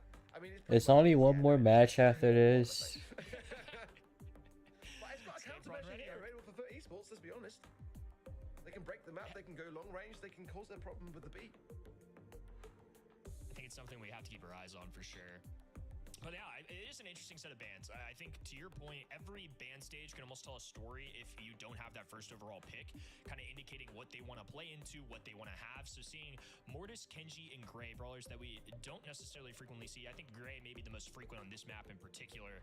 Seeing those go, I mean, I wonder what Team Electros have in store. Maybe they weren't expecting the Hank, they just had to commit to the Hank because it's Hank right now. But honestly, I think maybe they were thinking that direction like you are. Yeah, the Berry, when the Poker's banned, it's still viable. It really is. We haven't seen it really for the majority of the weekend, though. But, I mean, when you can see in a Hank, go Frank, in my opinion, or Draco, or just something to combine with it that's going to be able to stay on the zone. I mean, Stu's available as well. It would be the craziest of things, but normally a Tank's better to combine with the Berry, or B, or maybe... Are they going to beat Griff? Oh, wait. I didn't see the Berry, not going to lie. I was thinking prior to the Hank, but Last pick. I thought Hank would be banned for good reason. Frank. Come on, guys, what are we doing? Okay, Stu. So the breakthrough's going to do a similar thing. I don't mind it. What? And Barley's the follow-up from Electros, very quickly picked there as well. So again, the healing tonic is going to be really exacerbated and utilized there. It's actually Stu going to the side of Team Electros actually. So what do you last pick here? I just feel like if you Griff? you have to take the Hank. there's that thrower that we were talking about with no Or Mortis, Primo. no Kenji as a response option, no great Draco. spam of Grand Piano. This is a frequent option we've seen. We saw this last month a lot, especially in combination with the Berry. So we've got B, who's kind of a little bit of everything, can be an anti-tank, can have some range, can spam a gadget, and then we have Berry, who's going to be a great control option, a great healer for this Draco, and then Draco's just going to try and get up in the faces of this enemy team. Curious how this Draco matchup goes into the Hank, to be honest with you. Both sides have got killer comps, honestly. Draco Berry, so hard to shake. I mean, that is still a very daunting prospect. I guess the one consideration with Draco's last stand gadget, though, is it has got a substantially long cooldown, 22 seconds. Hello, loading. How are you, bro? Good morning, good morning. How are you? Hope you're doing well. Seconds, so you know, it does make a difference, but it's the Hank. Let's be honest, it's the Hank that is the problem here, and one that was not banned and immediately picked up for good reason. Well, we got Draco contesting against Rama, and Hank goes down. It's going to be Berry, right hand in. Garo in the mid, just hiding behind these walls right now as Nob takes control. Despite losing a star brawler, it is still Team Electros in the mid. Yeah, good start. Now he's spending some good time on his own. He's staying alive as well. Goes down now. It's going to be tough for Garo to do anything about this. And now Meow's going to have to wait for his teammates to come back in. So that's going to be some good objective time over to Team Electros now. Over 50% of that time in the mid. And so far, looking very, very good. Big heals needed coming in from Meow, and it's not even enough. I think with So brutal. The brutal part is not being able to fucking watch it. To get a kill there. Now flipping over. So blue side, we are looking at Damn. And it's going to be Foot Esports pushed all the way back, close to 90% now for Team Electros. They're trying to get all the way through, make themselves onto match point. But for now, it's a little bit of a response out of Foot, but I think it's going to be really difficult to take this one. Yeah, I mean, Hank is a non-mover, and with the hypercharge as well, I mean, it's just disgusting. And that is Thank you, Muffin. I appreciate it. Dangerous territory here for Foot Esports. They might be exiting in the semi-final stages. Team Electros have got the Hank, and that's going to be such a tough thing to shake off the zone. I mean, you can see the smiles from Rama, yeah, and for good reason. They're so close. A month of chaos arc. It's been unbelievable to watch for the folks at home who've been along for the ride with us. Team Electros might do the unthinkable, and our 2023 and 2024 world champions may go down in the same round. Foot Esports have to respond. It's going to be TE on the blue perspective for us. Navi in the mid goes down immediately. Nah. Gadget goes, and now Rama. Surely at least show up for Vay, right, Muffin? Has some tough angles as Mebius gets the takedown. Yeah, it's been very hard now to push back, but they are going to try doing just that. And then down goes the Berry. Now he's doing his best. Yo, Ace, how you, bro? Welcome, welcome. They can really keep contesting things. They've got a position now without the Hank. Why do they have like the winning music playing while they're in the middle of the game? Draco causing problems by breathing the fire. Oh, he's here. What do you mean? A little bit here and there. 41%. Who doesn't want to talk to Pookie Vay? Now a closing deficit of Esports. I see loading. Yeah, I'm still on 5 hours of sleep from yesterday. Oh, that was a crazy hyper.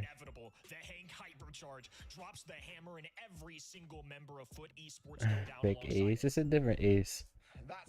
It's the Ace from. Isn't it the Ace from One Piece? Ace Solo. My goodness me, big heals coming in, big heals needed, but Echo this now is surviving on 1 HP. Garrett's box Take Vay with you, and it could be the moment that Team Electros could actually do this. Rama's falling back in. The speed is going to help him get back into the mix even faster. Neither of you can leave. And Foot Esports holding on for dear life. Too little, too late. They let Hank go, and Team Electros took advantage. 2 world champions have now fallen, and somebody new will take the crown here in Emea. Who wrote the script for February? Electros gotta win this, right? How could you go to Muffin Land when your name is Cream Puff? I mean, you're giving us a gift, but many of our predictions are in the mud today. We can feel you guys at home big time on that side, because, yeah, who could have seen this coming? At least, Ark, you can be happy with yourself. You predicted that they would make it into the grand finals. Congratulations to Team Electros. They are going to be joining Eclipsar in the finals. 2 teams that nobody really has seen coming. Nobody really has seen in the finals previous to this day today. And Kenny, I think nobody could have put it better. 2 world finals winners are now out of the way. SK Gaming, the winners of the February monthly finals, also out of the way. We had to say goodbye to 3 of the biggest orgs, the oldest teams, the most experienced players, to now greet 2 very new teams in the finals, and I'm super excited for it. Yo, Felix, B was such a bad pick. B was... I didn't mind the... actually, I don't know. Because, like, you could go B Griff. Or, like, you know, B Bay Griff. I think it would have been better. I mean, just all around impressive stuff out of Emea. This is a region that the world should fear. You just can't ever lean back and rest on your laurels. That's what we learned today. Whenever you feel like, oh, I'm going to come out at the top here, maybe get a little bit too overconfident, could be the case in these 3 teams here. They are losing in the end. We still commiserate those 3 teams. They gave it their best. We had some great showings still. SK made it a 3-2 overall. Food Esports also taking 1 set at least. But yeah, in the end, they left open the Ollie and now the Hank arc on a map where Hank is just... Thanks for the, like, duck. Yeah, that's for me the biggest mistake, really. I mean, you can't do that. I mean, it's just, it's unforgivable at this stage of the meta to do so. So, I mean, Foot Esports really did have their own undoing in that regard. And who do we even predict now in the grand finals? That's the question. Again, Team Electros have got some crazy wild drafts, and that could be both their way to victory and their undoing. Whatever way you look at it, we are going to have a team of players that are going to win their first grand finals of a monthly final ever. So that's immensely exciting and encouraging for me. It's just special. I mean, Eclipse are Team Electros fighting for something that we haven't seen in a long time. I mean, despite the inconsistency, I can't help with that. You're on your own, James. They clearly don't want me. Names not as familiar with people. Guys on the other end in Team Electros have been around for a long time. Honestly, with as crazy of a meta as this is, maybe we should have seen it coming a little more, just like you, Ark, with that prediction. Nicely done, but predictions aside, I'm going to have to take a second, really think on this next one. I have no idea what's going to happen.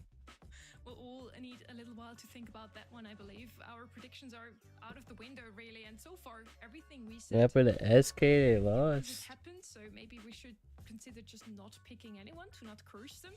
Could be an option here as well.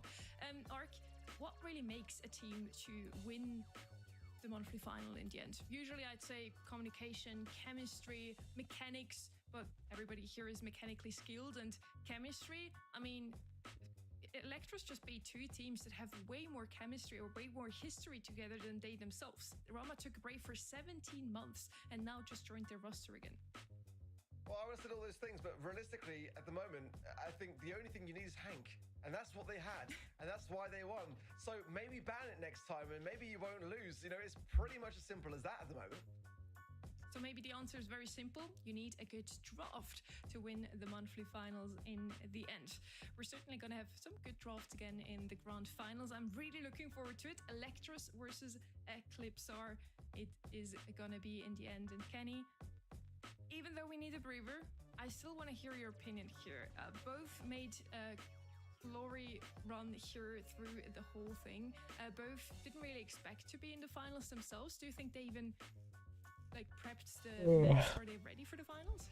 Shut up, Toxin. I don't know how much time they were spending, but Super I Monkey. will say, I feel like this is a conversation point that we have a lot with these teams, and I know they spend a lot of time in those earlier maps if they're not expecting it. This, I feel like, is not a surprise to these guys. They train for months for this moment. I mean, team players like Team Electros have been waiting for this for a long time. It's crazy to me that ECP are even in this. I heard rumors that one of their players was on a school trip. They couldn't even scrim as much. So the fact that they're taking down Titans, unbelievable. I think they're going to do their best in this. This is a crazy meta. They're going to come out with some wild things like we've seen all day. Expect the unexpected, and this is why we watch.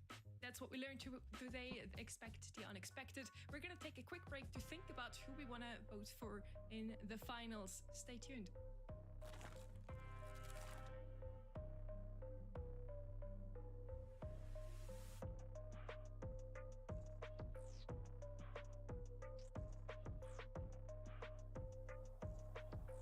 Didn't someone else say that earlier, James? I was like, hold on, what the hell?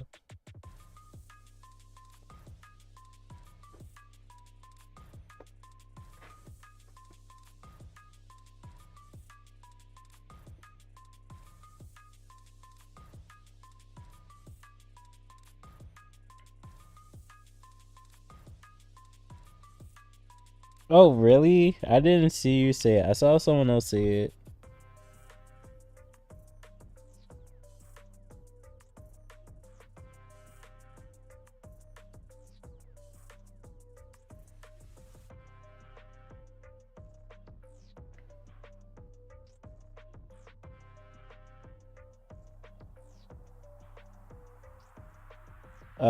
I see.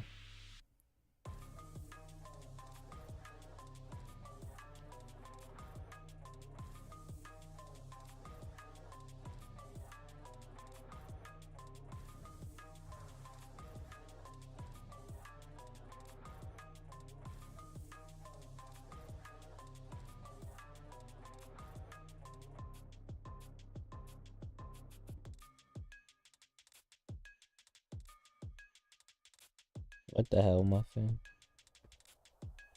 Oh. Well, I'm happy for you, Muffin.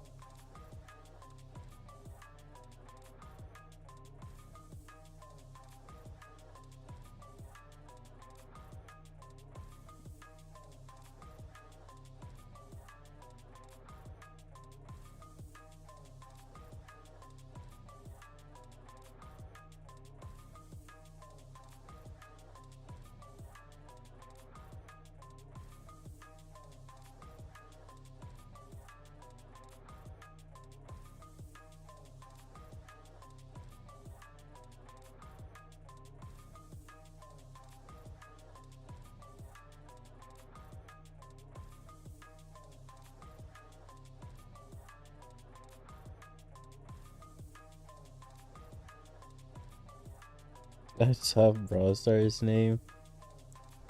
Sure, if you're James. Blobfish Monkey Bread. Honestly, based on your Twitch name, is valid enough. Do as you wish.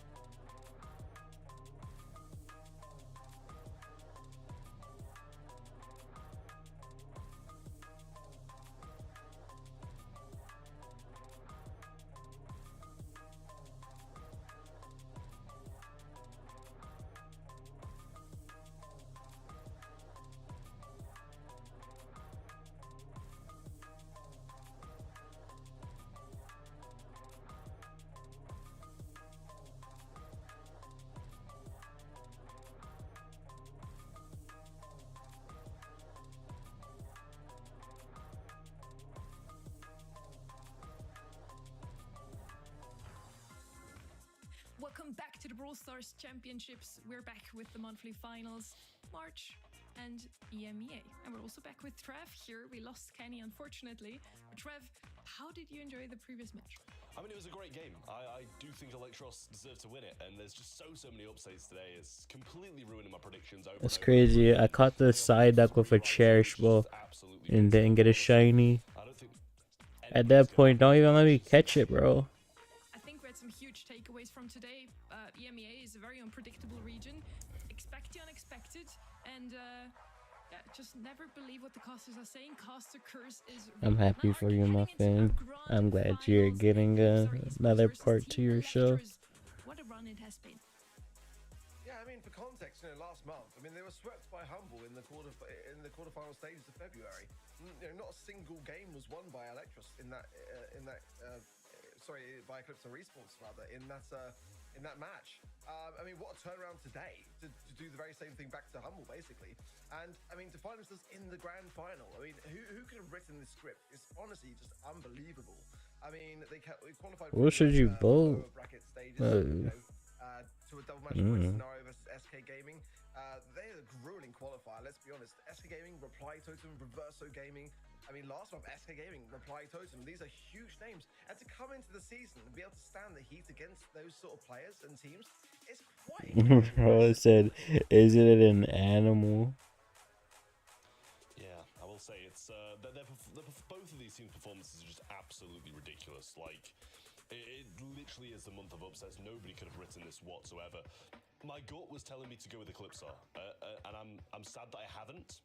To be honest with you, I am firmly on the side of Electros in this one because something needs to be salvaged here. But both of these teams thoroughly deserve to be. Not gonna lie, this couch is feeling mad comfortable right now. It's just like the most deserving. Like as soon as this grand finals is done, I'm gonna raid someone, and I'm just gonna turn around and close my eyes. Just a very quick note for everybody watching at home. Very important for you to know that if your predictions are not playing anymore, you can read your prediction before each match. So definitely make sure to do that now, because I'm pretty sure nobody saw that coming. Eclipse versus Electros in the finals, and you see the casters are... Yeah, loading. I finished my points during Apex, so I didn't vote at all. But I thought SK was gonna win. You kind of were lucky the last time around. I tried to give it a shot myself. Blobfish, they usually do it like between games, like while waiting for the next one to start. If it's Electros, then I win overall. I can't really lose much in this scenario. I've never been here before. Fahim, we already made it this far. I'm committed. We're almost done. I feel a little bit more energized than I did earlier too. Obviously, 53% though to Eclipse, 47 to Electros. Honestly, it's around about where I would expect the audience to be going after Eclipse's performances today, who they've beaten and how convincingly they beat Humble. I'm not surprised that they are going to be up in the public vote. We're heading into the very first draft of our grand finals. We're on the map. Last stop is gem grab, and we need a mid. We need 2 lanes that can rush their opponents and give the mid some space to collect gems. And Umbreon, you should watch an anime called Sakamoto Days. And out here from the side of Team Electros, It's really good. Hank and Janet. All 3 of them. I mean, solo leveling is good too, but only if you don't mind gore, because the first like episode or 2 it's very gore heavy. So that's surely a good pick for Shut it, Muffin, before I go to the basement. Yeah, I mean it's really solid. There's no other way to put it. At least Hank was banned this time, but then again, you know, it's a Team Electros that value it and valued it in the previous series more so. So certainly the lane sides, I think the Janet ban. Are you hard work, bro? Muffin. I don't want to hear anything about anime recommendations from Cream Puff _4. Okay. Hesitating to pick it up. So again, the setup time is going to be needed for Mr. P, so it's not going to be just unstoppable into that moment in time. But when that hypercharge is there, I mean, it's not going anywhere. Yeah, the Mr. P is extremely valid, and the same with the Max. Another great pick on last stop too. 2 very good picks. I swear, Muffin is just wants to make me crash out anytime there's a conversation about anime. And I'm sure we'll continue to see how strong it is through this one as well, because it's just a massive force to be reckoned with, and something that Electros are going to have to be extremely Pokemon, can't go wrong with Pokemon. That hypnosis is definitely going to be a big help if they get that opportunity. Melody along with it as well, and this is some draft. Yeah, very aggressive ideas.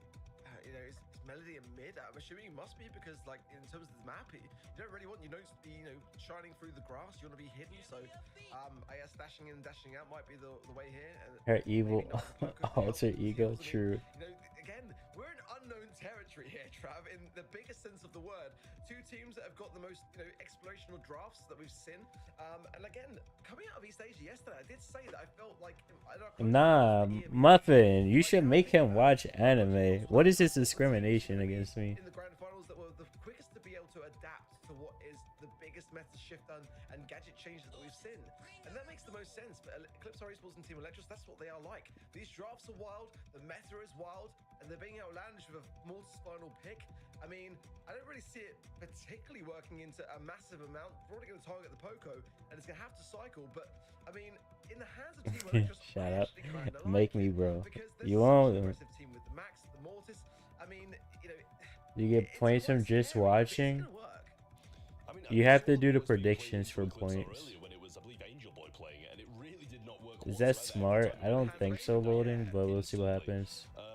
So I imagine imagine, as you say, he's probably going to be focusing in on that Poco, trying to just chain off them, get the gems, and one quick swoop and get out.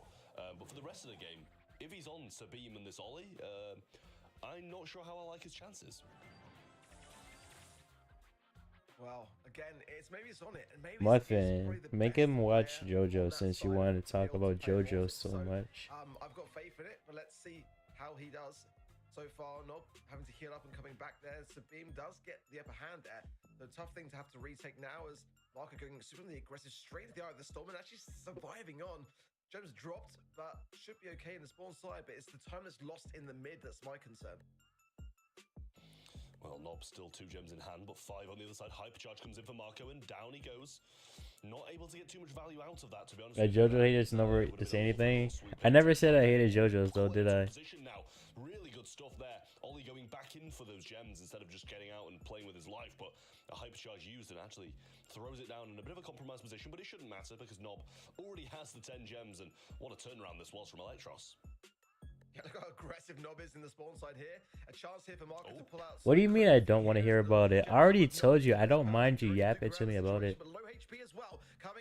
When did I say I don't want to hear about it? There's no way Poco gets out. Okay.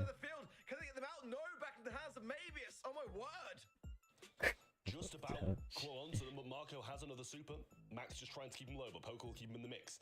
Nebius in the back right-hand side, Sabim, I think he probably knows it, just trying to make sure. What the hell is going on over there? Goes left anyway, but not going to be able to make it in time. Oh, 950, just about survives after getting clipped by a few of those. What do you mean you don't want to hear it?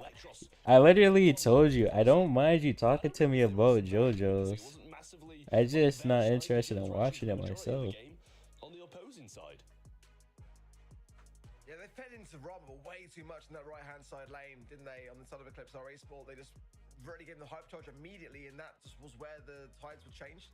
You can see the gems just dropped and scattered, and then they were quickly back over with Team Electros. But you're right, I mean, for the most part, the control was on the side of Eclipse RA Sport. So back now into the perspective of Eclipse. Dumb autocorrect, bro. That's a James type message. They had good control, good gems in their side for the majority of the game, but again, maybe it's more. It is quite scary. Okay, then make Tori an anime fan that watches JoJo's. Since he said you could yap to him about JoJo's, make him watch it. Just gonna heal up his teammates, try keep them in this aggressive position. Rama just gonna come forward, try to get a bit of this supercharge because those porters are a big part in winning this game. Mebius has the super in hand, gonna go towards Bezos, throws the super down. Marco, not the best of cycles from him, and now the hypercharge will bounce into the offensive lines and steal some gems along the way, take out the Mr. P, and still have a super to get out. Just about. I think that they could have got the gems there if they wanted to close the gap there with the speed of Nob wants to save for his teammates. Oh, so you respect his choice, but you don't respect mine. I see. Hypercharges all round, and Sabim going in big time with the hypnosis, going to connect with Rama, and now Nob has got nothing ready to show for himself except the low HP. At the moment, it's just diving ideas being made by Team Electros. The hypercharge from Mavis might be able to bring something back here. Just a little bit of time spent in the mid, but I don't know whether this final gem is going to be in the hands of Electros or not. Yeah, a hypercharge available from Nob, and Mebius does have a gem in hand. Obviously, it's not going to matter now the Mr. P portals come down, but that might be a bit of a defensive placement with only 12 seconds left. Sabim just trying to keep people low. Mebius looming, waiting for his opportunity to go in. Hypercharge being used by Melody now, and Mebius will take this opportunity to try going in. Mebius so low, but they can't get in. The super's there from Mebius, so gets the takedown, gets the reset, and Sabim will fall as well. Hypercharge from Mebius. Oh, Melody has all the gems now. Still available low, and he's ready to go in again. They're already preying on these hypercharge portals to pull in the goods. Marco's low, no notes. Okay, buddy. Okay, Muffin. I will be going to the basement. Another reset would be good. Maybe get some, but he's going to be overstaying his welcome. It seems the notes will take care of him. In the meanwhile, the gems are still being collected from the mid 7 now into the pocket of Electros. They need another reset. I don't know if they're going to get it. Mr. P is there and the porter's coming up. Should be able to tank a good amount. Mortis back in. Is he Y'all not true fans? That's what I'm saying, Lambo. And this time ECP will survive on. Marco goes to the left-hand corner and takes this game back to their side. I agree with you about the porter's placement. It was a bold decision at the time, but it kind of made sense that Team Electros were playing the long game. They were kind of hoping to bring it back to like a bit of a mid position there. It just wasn't quite the case. That's your eggs. Oh no, poor James. It might have helped them out a lot more than it actually did in the end, because those porters would have been respawning faster to the field, and they just didn't want to take that. I'm just not interested because I don't really like the art style. Mistake in that situation there for Team Electros. Mebius not able to get much done. And he has been doing a lot, I will say. These supers that he's managed to cycle in the backside and try to flank around, try to get Biso down, but he just couldn't get the gems out in the last one. And Melody able to pretty much do the exact same No, thing, James. better, more secure fashion for ECP. And 3 gems early on to only the 1 of Electros, and Sabim's going to go in as well and try to take that one off them. Supers into the back corner, but seems like a bit of a waste in the end. Yeah, Marco survived there as well. Hypercharge available for him now. And again, those Mr. P ports is going to help. Okay, art style is not the only reason not to be interested in an anime series. Looking now for Nob, gets Nob down Muffin. as well. And Mavis has got nowhere to go, straight into things. Wasting potentially a bit of a super there because... Why does Muffin always bring up JoJo's and AOT? I'm not changing my mind on them ever. Sabim. Super on the right-hand side, and only 1 gem needed. He can go in for it if he wants to, but just waiting it out. Playing it slow because they have a massive lead and no need to real lunge in and take any risks. But Robert trying to get his hypercharge turrets. The jiggle physics. Okay, Tony.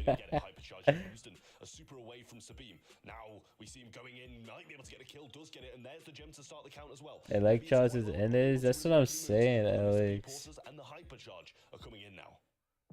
Yeah, an aggressive position, but it could have been even more so in my opinion. But nonetheless, speed coming in from Nob and a chance to get a reset if they can get the kills that they need. Is as easy as that? I mean, it's as easy as not watching because I don't want to. Like I told you a million times, Muffin. Depending on, oh yeah, a lot of people are addicted to coffee. Commendable because I mean, we were saying going into that first game that for the majority they had the control, but they did make the blunder, the mistake that was costly and allowed Electros to get the game. In the end, Electros bring it back to some extent, but not enough to get the set.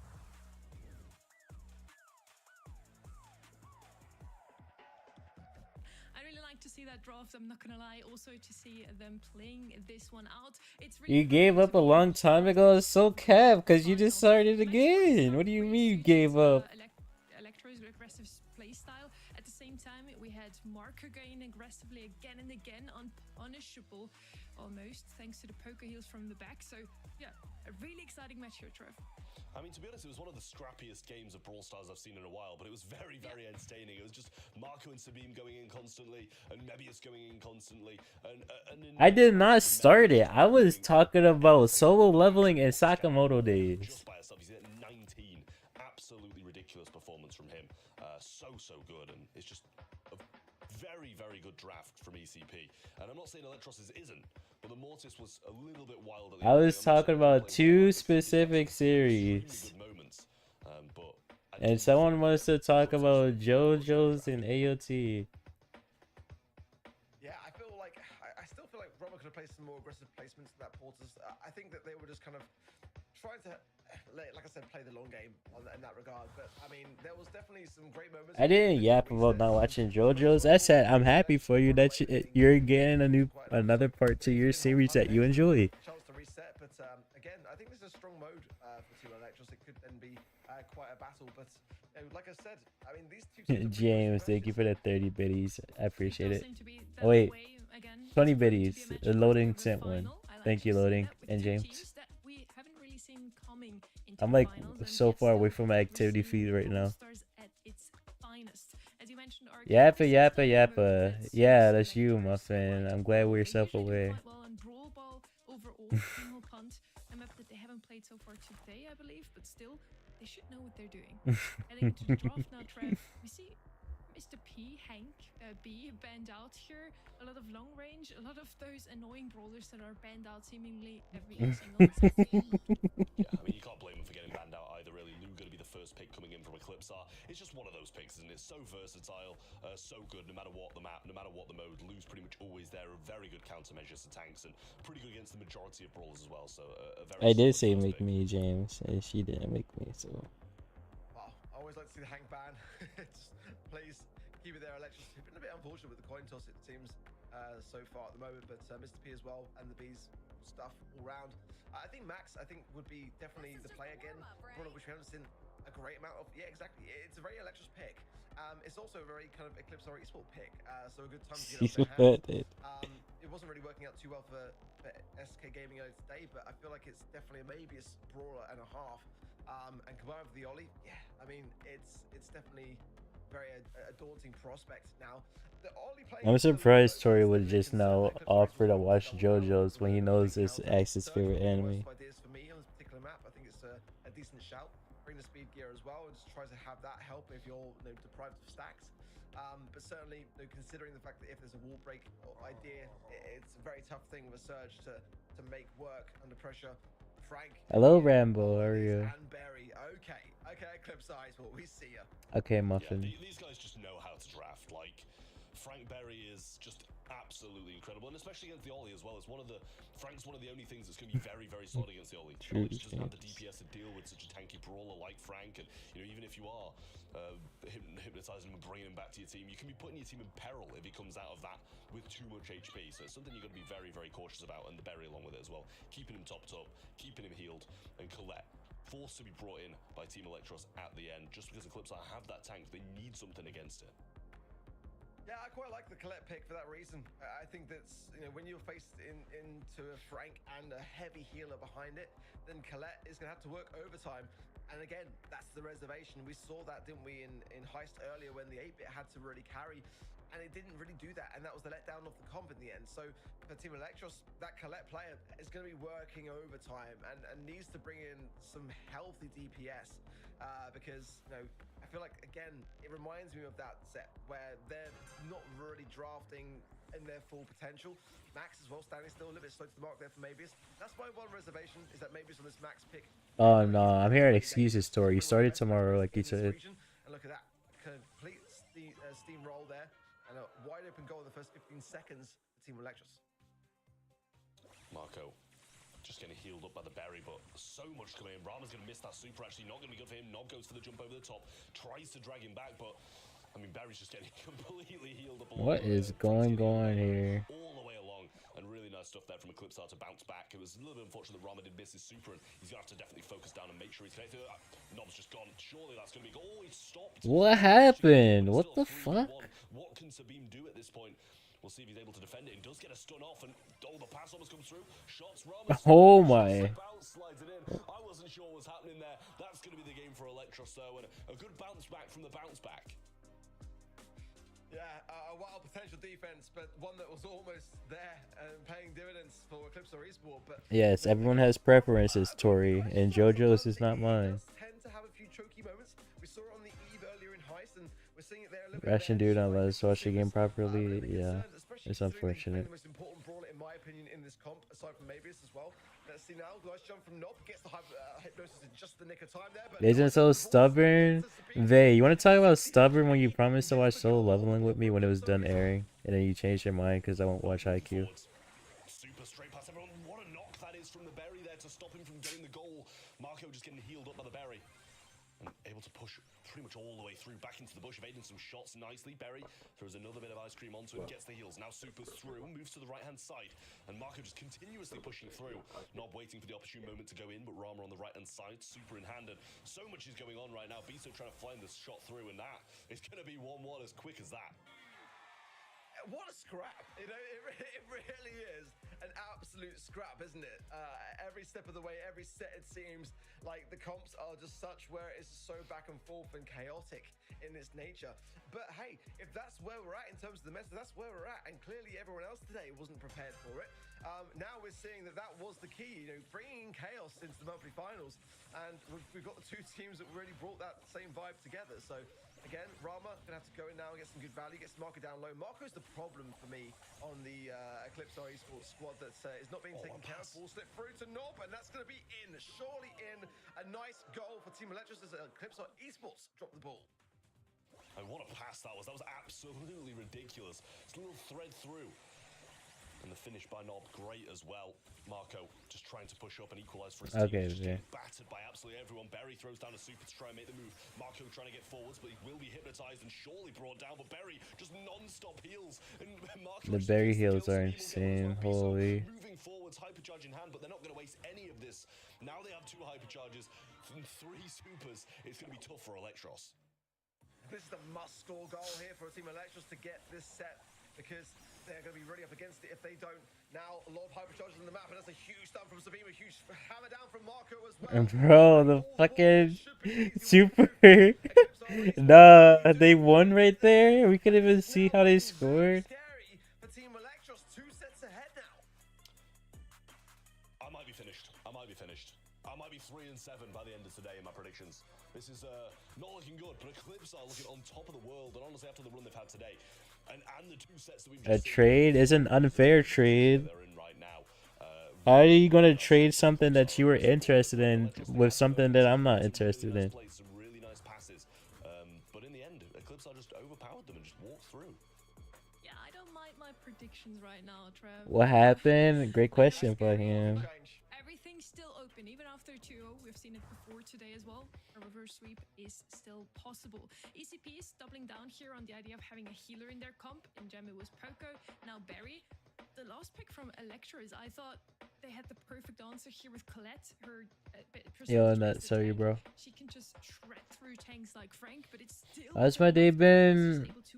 Long day. Marco played it phenomenally well. He timed his But so well to just break down the. we're almost done with the stream. His opponents and just walk it in. Yeah, he was just not being dealt with enough, and I said, no, Rowan needs to be on top of this. JoJo Soul leveling hybrid. Or a single brawler on the squad when Interesting. you're behind the draft, or you're not quite seeing the strategy that's looking to be employed by your opposition, and that's what we needed. And this is where Electros are faltering sometimes. It's the case with every team. Sometimes the draft just doesn't quite go your way, and you're playing catch up. You're trying to wrap a bandage around the situation, and you're bleeding. See, that means you are interested in watching it. I'm not gonna ever watch IQ. That's not a fair trade. Could be a 3-0 sweep through the finals like we had in the February monthly finals. It could also very well be a reverse sweep, or at least a set taken by Lectors. Now heading into Layer Cake, that's a map that Eclipse R actually has already played in the quarterfinals. That is not fair. Is this an advantage for Electors? Fair would be 2 things that you're already interested in, or neither of you are interested in. At the same time, Eclipse R has prepared this map thoroughly, also already for the quarterfinals, Trev. Yeah, I mean, I think that Eclipse are going to be in a great position now because they've prepared this map a lot. They'll have alternatives, they'll have different comps because, listen, I'm just going to say it. Eclipse are probably won't have expected to get any further than the semis. They might have expected to beat Totem. They probably won't have scrimmed any further than that. So it's a very good thing for them that this map has recycled and come back to them in the grand finals. It's something that they will have been practicing a lot to get through those quarters against Reply Totem. Band should be coming in very, very shortly, but I do think it's Eclipse who have the advantage coming into this one. We're heading into the draft. I mentioned before, Eclipse R played this map already in the quarterfinals. They played Juju, B, and Ollie. So let's see if those are going to be open. What it is really where your points true. To not bend those brawlers, even though they know they like to bend them. Now, is Eclipse are taking the bait or not is here the huge question. Going for a different strat, so Trev was right. They do have other options. Hello, Nate. How have you been? Hope you're doing well. It's always a must ban for me on Layer Cake now, so it's good that both sides are valuing it that highly. But ultimately, I'm not a fan of it. We see Angelo a lot here for some reason. I mean, in the back spawn sides, it has some maneuverability, but I'm not a fan of it myself. Juju though, again. Hello, 20. How are you? Toko. Thank you for the 7 watch streak. Appreciate it. That little lakeside, you're not really focusing on the big picture, which is the middle of the map. Welcome back, Saga. Bro, my portable monitor is like so far away. I'm just distinguishing names by color at the moment. Yeah, well, RT, I like that a lot. Called no, I have no idea what that is. Might want to play that Ollie. Go into you can gadget super The Ender Dragon, holy W, Saga. Probably a good shout, and it's going to be very good for those defenses, the offenses if necessary as well, and Gray coming in as well. Another great brawler for Team Electros to pick up. Just so good at the moment, so good, so versatile. The hyper charge is very, very good, and yeah, you just set up those TPs and you're going to be in a great spot for the majority of the game. It's a great pick, the Gray. Oh no, that's crazy. Time for Eclipse, and can also open up the map a great deal with the Walking Cane as well. So very Ash. Something to think about. True. It's definitely difficult when you've got that hypercharge stun, and you're on the clipped and shipped. Holy W. 20. Yeah, oh, Ali is open. Or did it go Ali Kit or something? In the making right here for me. Ollie can just power through, jump over the walls, have the Hypnosis land itself, and you know they're going to have a big defensive measure now on the side of Electros when the coin toss goes back over to them. I think that getting the Lou was the best answer for it, and Eclipse have done that, and Berry now as well. Yeah, I feel like this is the winning comp. Oh no, that's 20. That's crazy 20. Barley is the final brawler. Can't say I would have expected that, to be honest with you. Barley? I really don't. I didn't really like the Barley pick, to be honest. Against the Ollie. I will say Ollie can jump over the wall, so you're going to have to be quite careful about that positioning you put yourself in. But I actually quite like both of these comps, to be honest with you. The Ollie always scares me no matter what, and especially with the Berry along with it too. A little bit scared for Electros, but I don't think it's necessarily a losing comp from them. I really prefer Eclipse or Esports, if I'm honest. I'm open to this working, but I just feel like there's so much going for Eclipse or Esports with this. They got the amount of heals off the back of the Berry. The Barley's going to have some, but I feel like Berry's still better. It's still more aggressive in that regard. And the Ollie, it's going to be... Wait, that's Loki fire, James. Going to have that TP as an escape measure for sure. Nice break already with the Walking Cane on that top left-hand side there.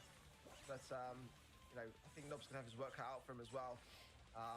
I'm not sure. I mean, we'll see. We'll see it play out, but I do prefer what Eclipse are running with. Marco receiving some heals now as well, and they are in a bit of a tough position considering they're going to have to push into it now, and with Biso just kind of healing Marco rather than I kind of want to see a set 5, to be honest. From Nob.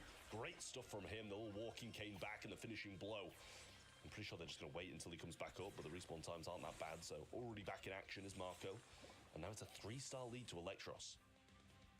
Okay, James. Solid start at that, but now Eclipse are Actually, to say ground game, true. Starting to push then back into that side of things. We're now with Team Electros. Why do we hear the music? As well, trying to get some good value from Rama, and what a splash that's going to be for the last call as well. Good stuff. How can you get cherish balls? By Poke Dailies or missions. Healthy in that regard. It's looking good so far. That's a great Walking Cane. I mean, I was saying that Nob's going to have his work cut out, and he's actually really landing the mark. So I'm having faith now, honestly, but it can turn very quickly in this scenario. Nice hyper charge there from Biso. Maybe it's out of position now as well, and the Hypnosis is going to take its toll, and that's going to be the first time damage there for Eclipse Esport. Yeah, not a great trade either, really. With 15 seconds on the clock, you kind of want your team up with you. Good kill on the backlines, though. Marco's solo. Berry providing some heals, but they're going to be spawned directly on, and Nob's got 6 stars. Not looking good for them whatsoever. Biso staying alive just a little bit longer, but it's 15-4 at the end of it. And Team Electros get the game at ECP in a tough spot. Yeah, it's working far better than I gave it credit for. I give it that, but I'm still worried. I think the Berry and the Ollie is very scary. But the control was there. That was a much better showing there, honestly, from Team Electros for me.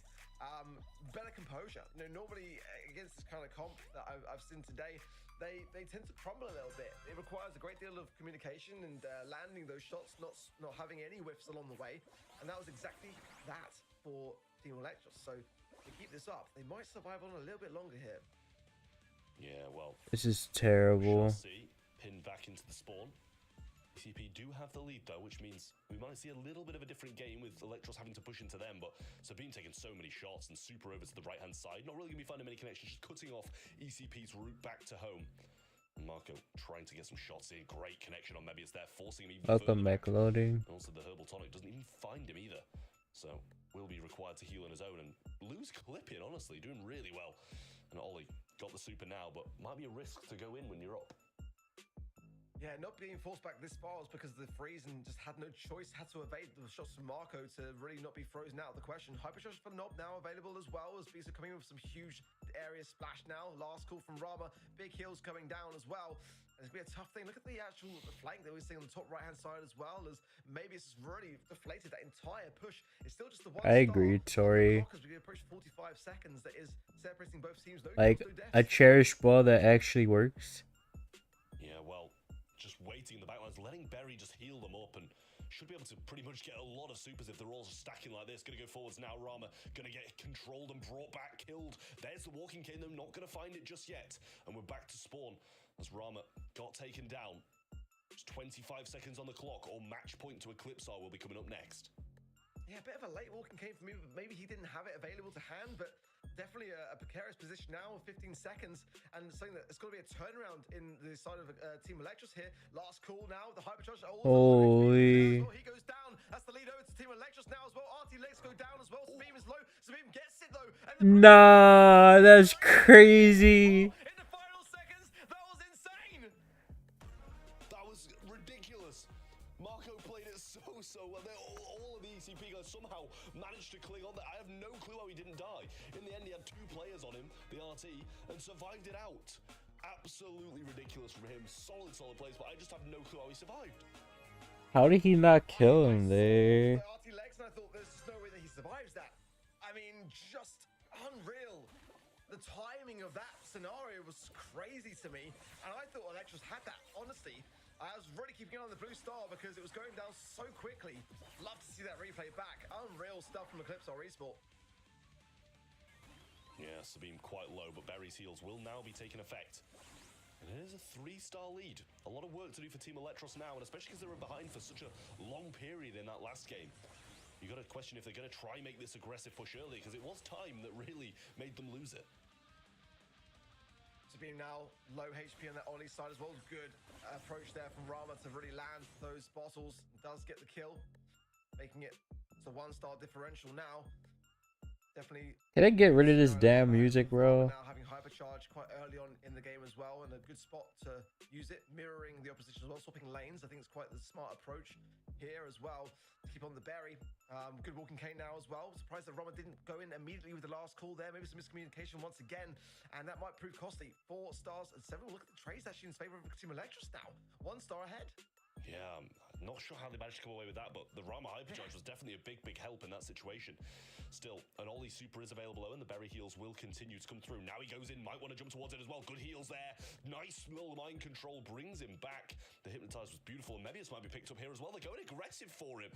Gonna try and get it in the backlines, but Rama just left there. Nob still might be able to get the takedown on Bisso. He's not going in for the TP, just trying to get the shots, and I'm surprised he didn't TP to the other side of Ollie to try and get that there, but the Herbal Tonic's down, and they are down by 5 now.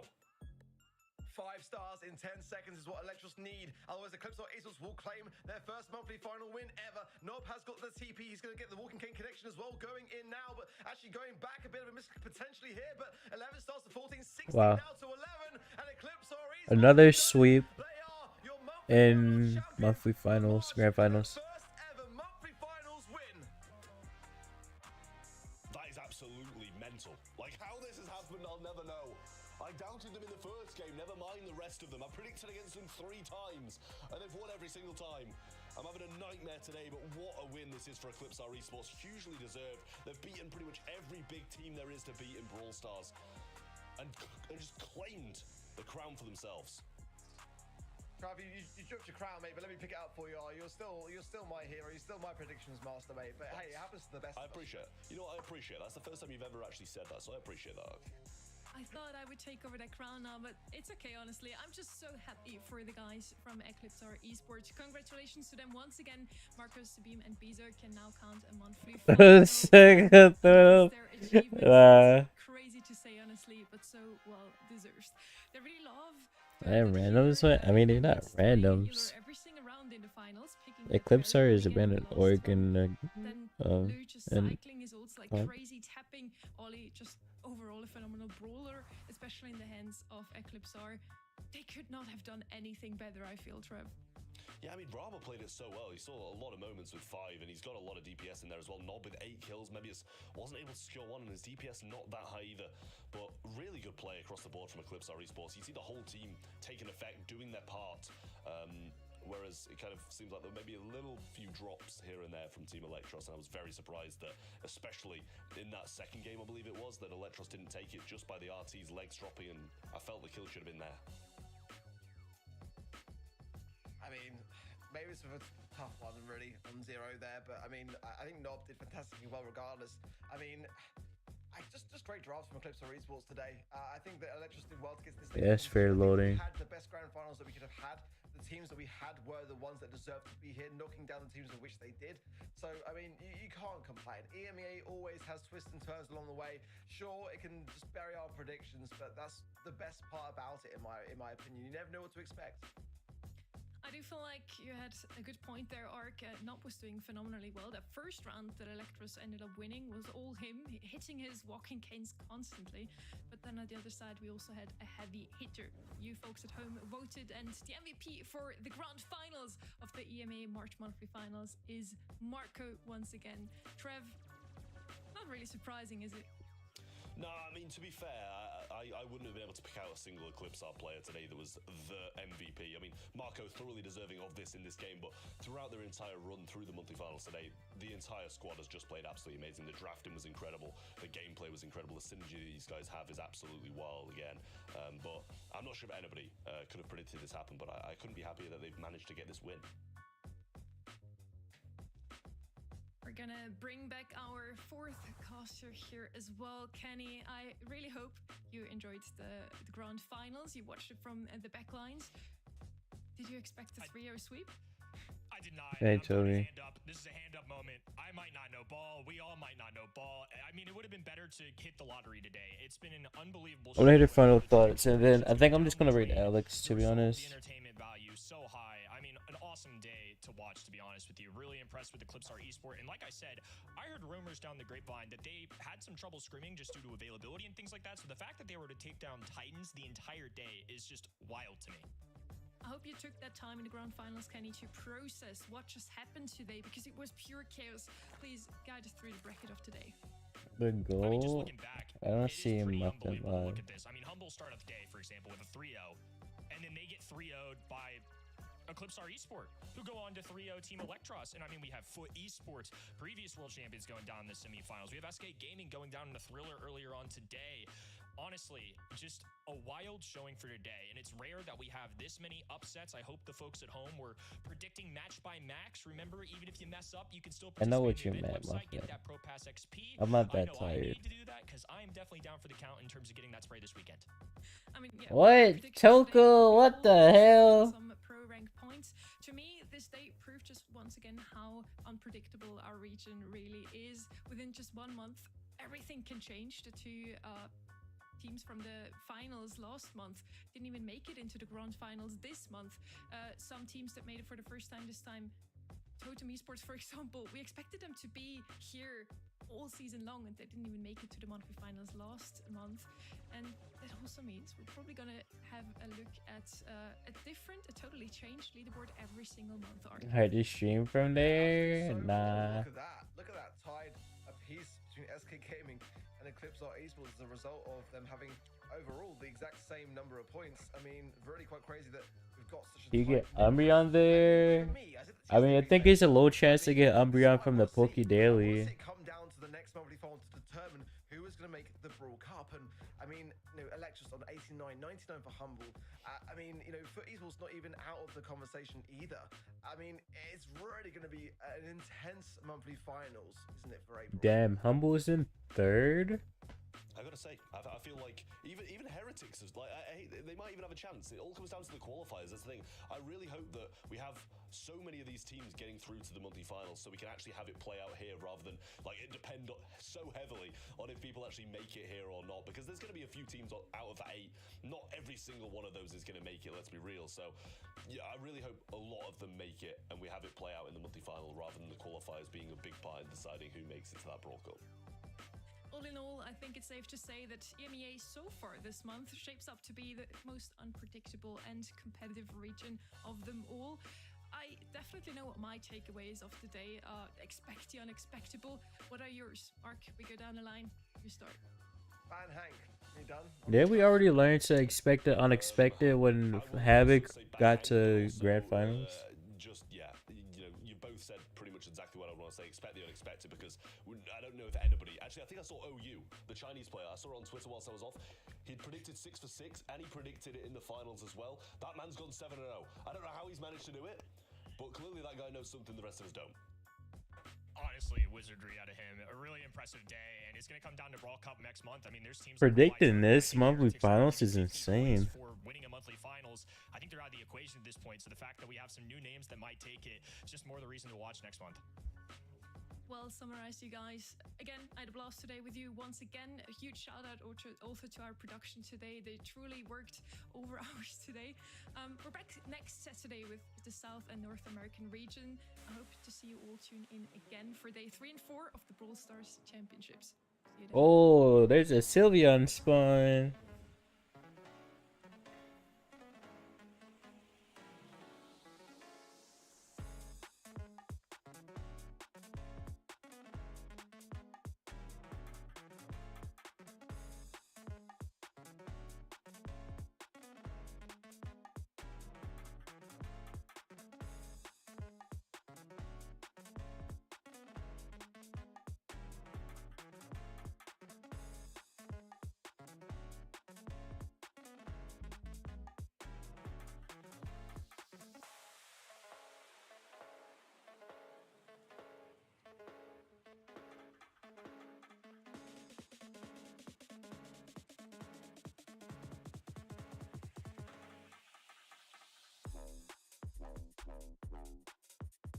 Oh, meatball. If you don't care about the Pokemon stuff, then don't worry about it, my friend. Simple as that.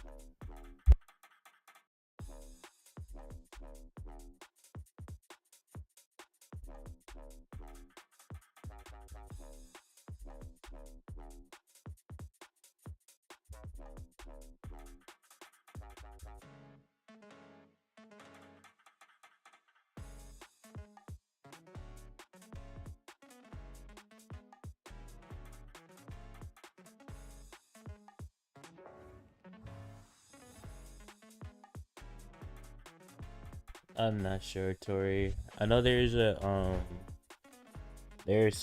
pastry, but I don't know if it's a muffin.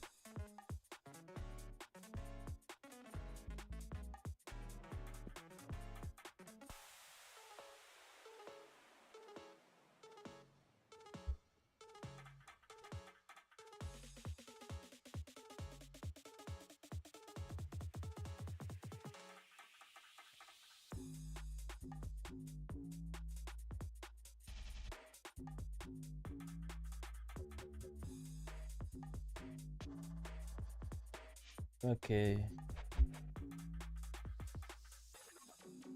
I gotta put on a be right back screen so I can get this raid going to Alex.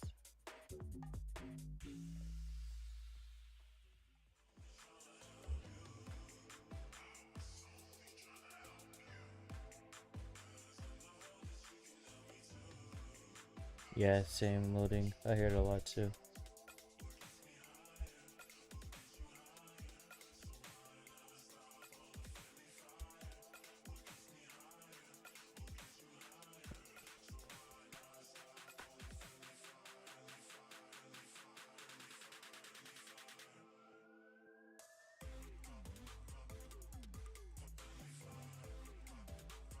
Oops. I meant to raid, not shout out.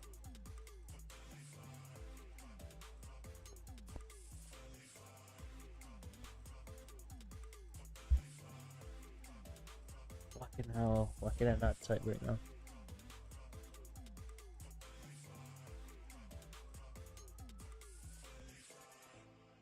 Both it's the same, it's not the same. Like,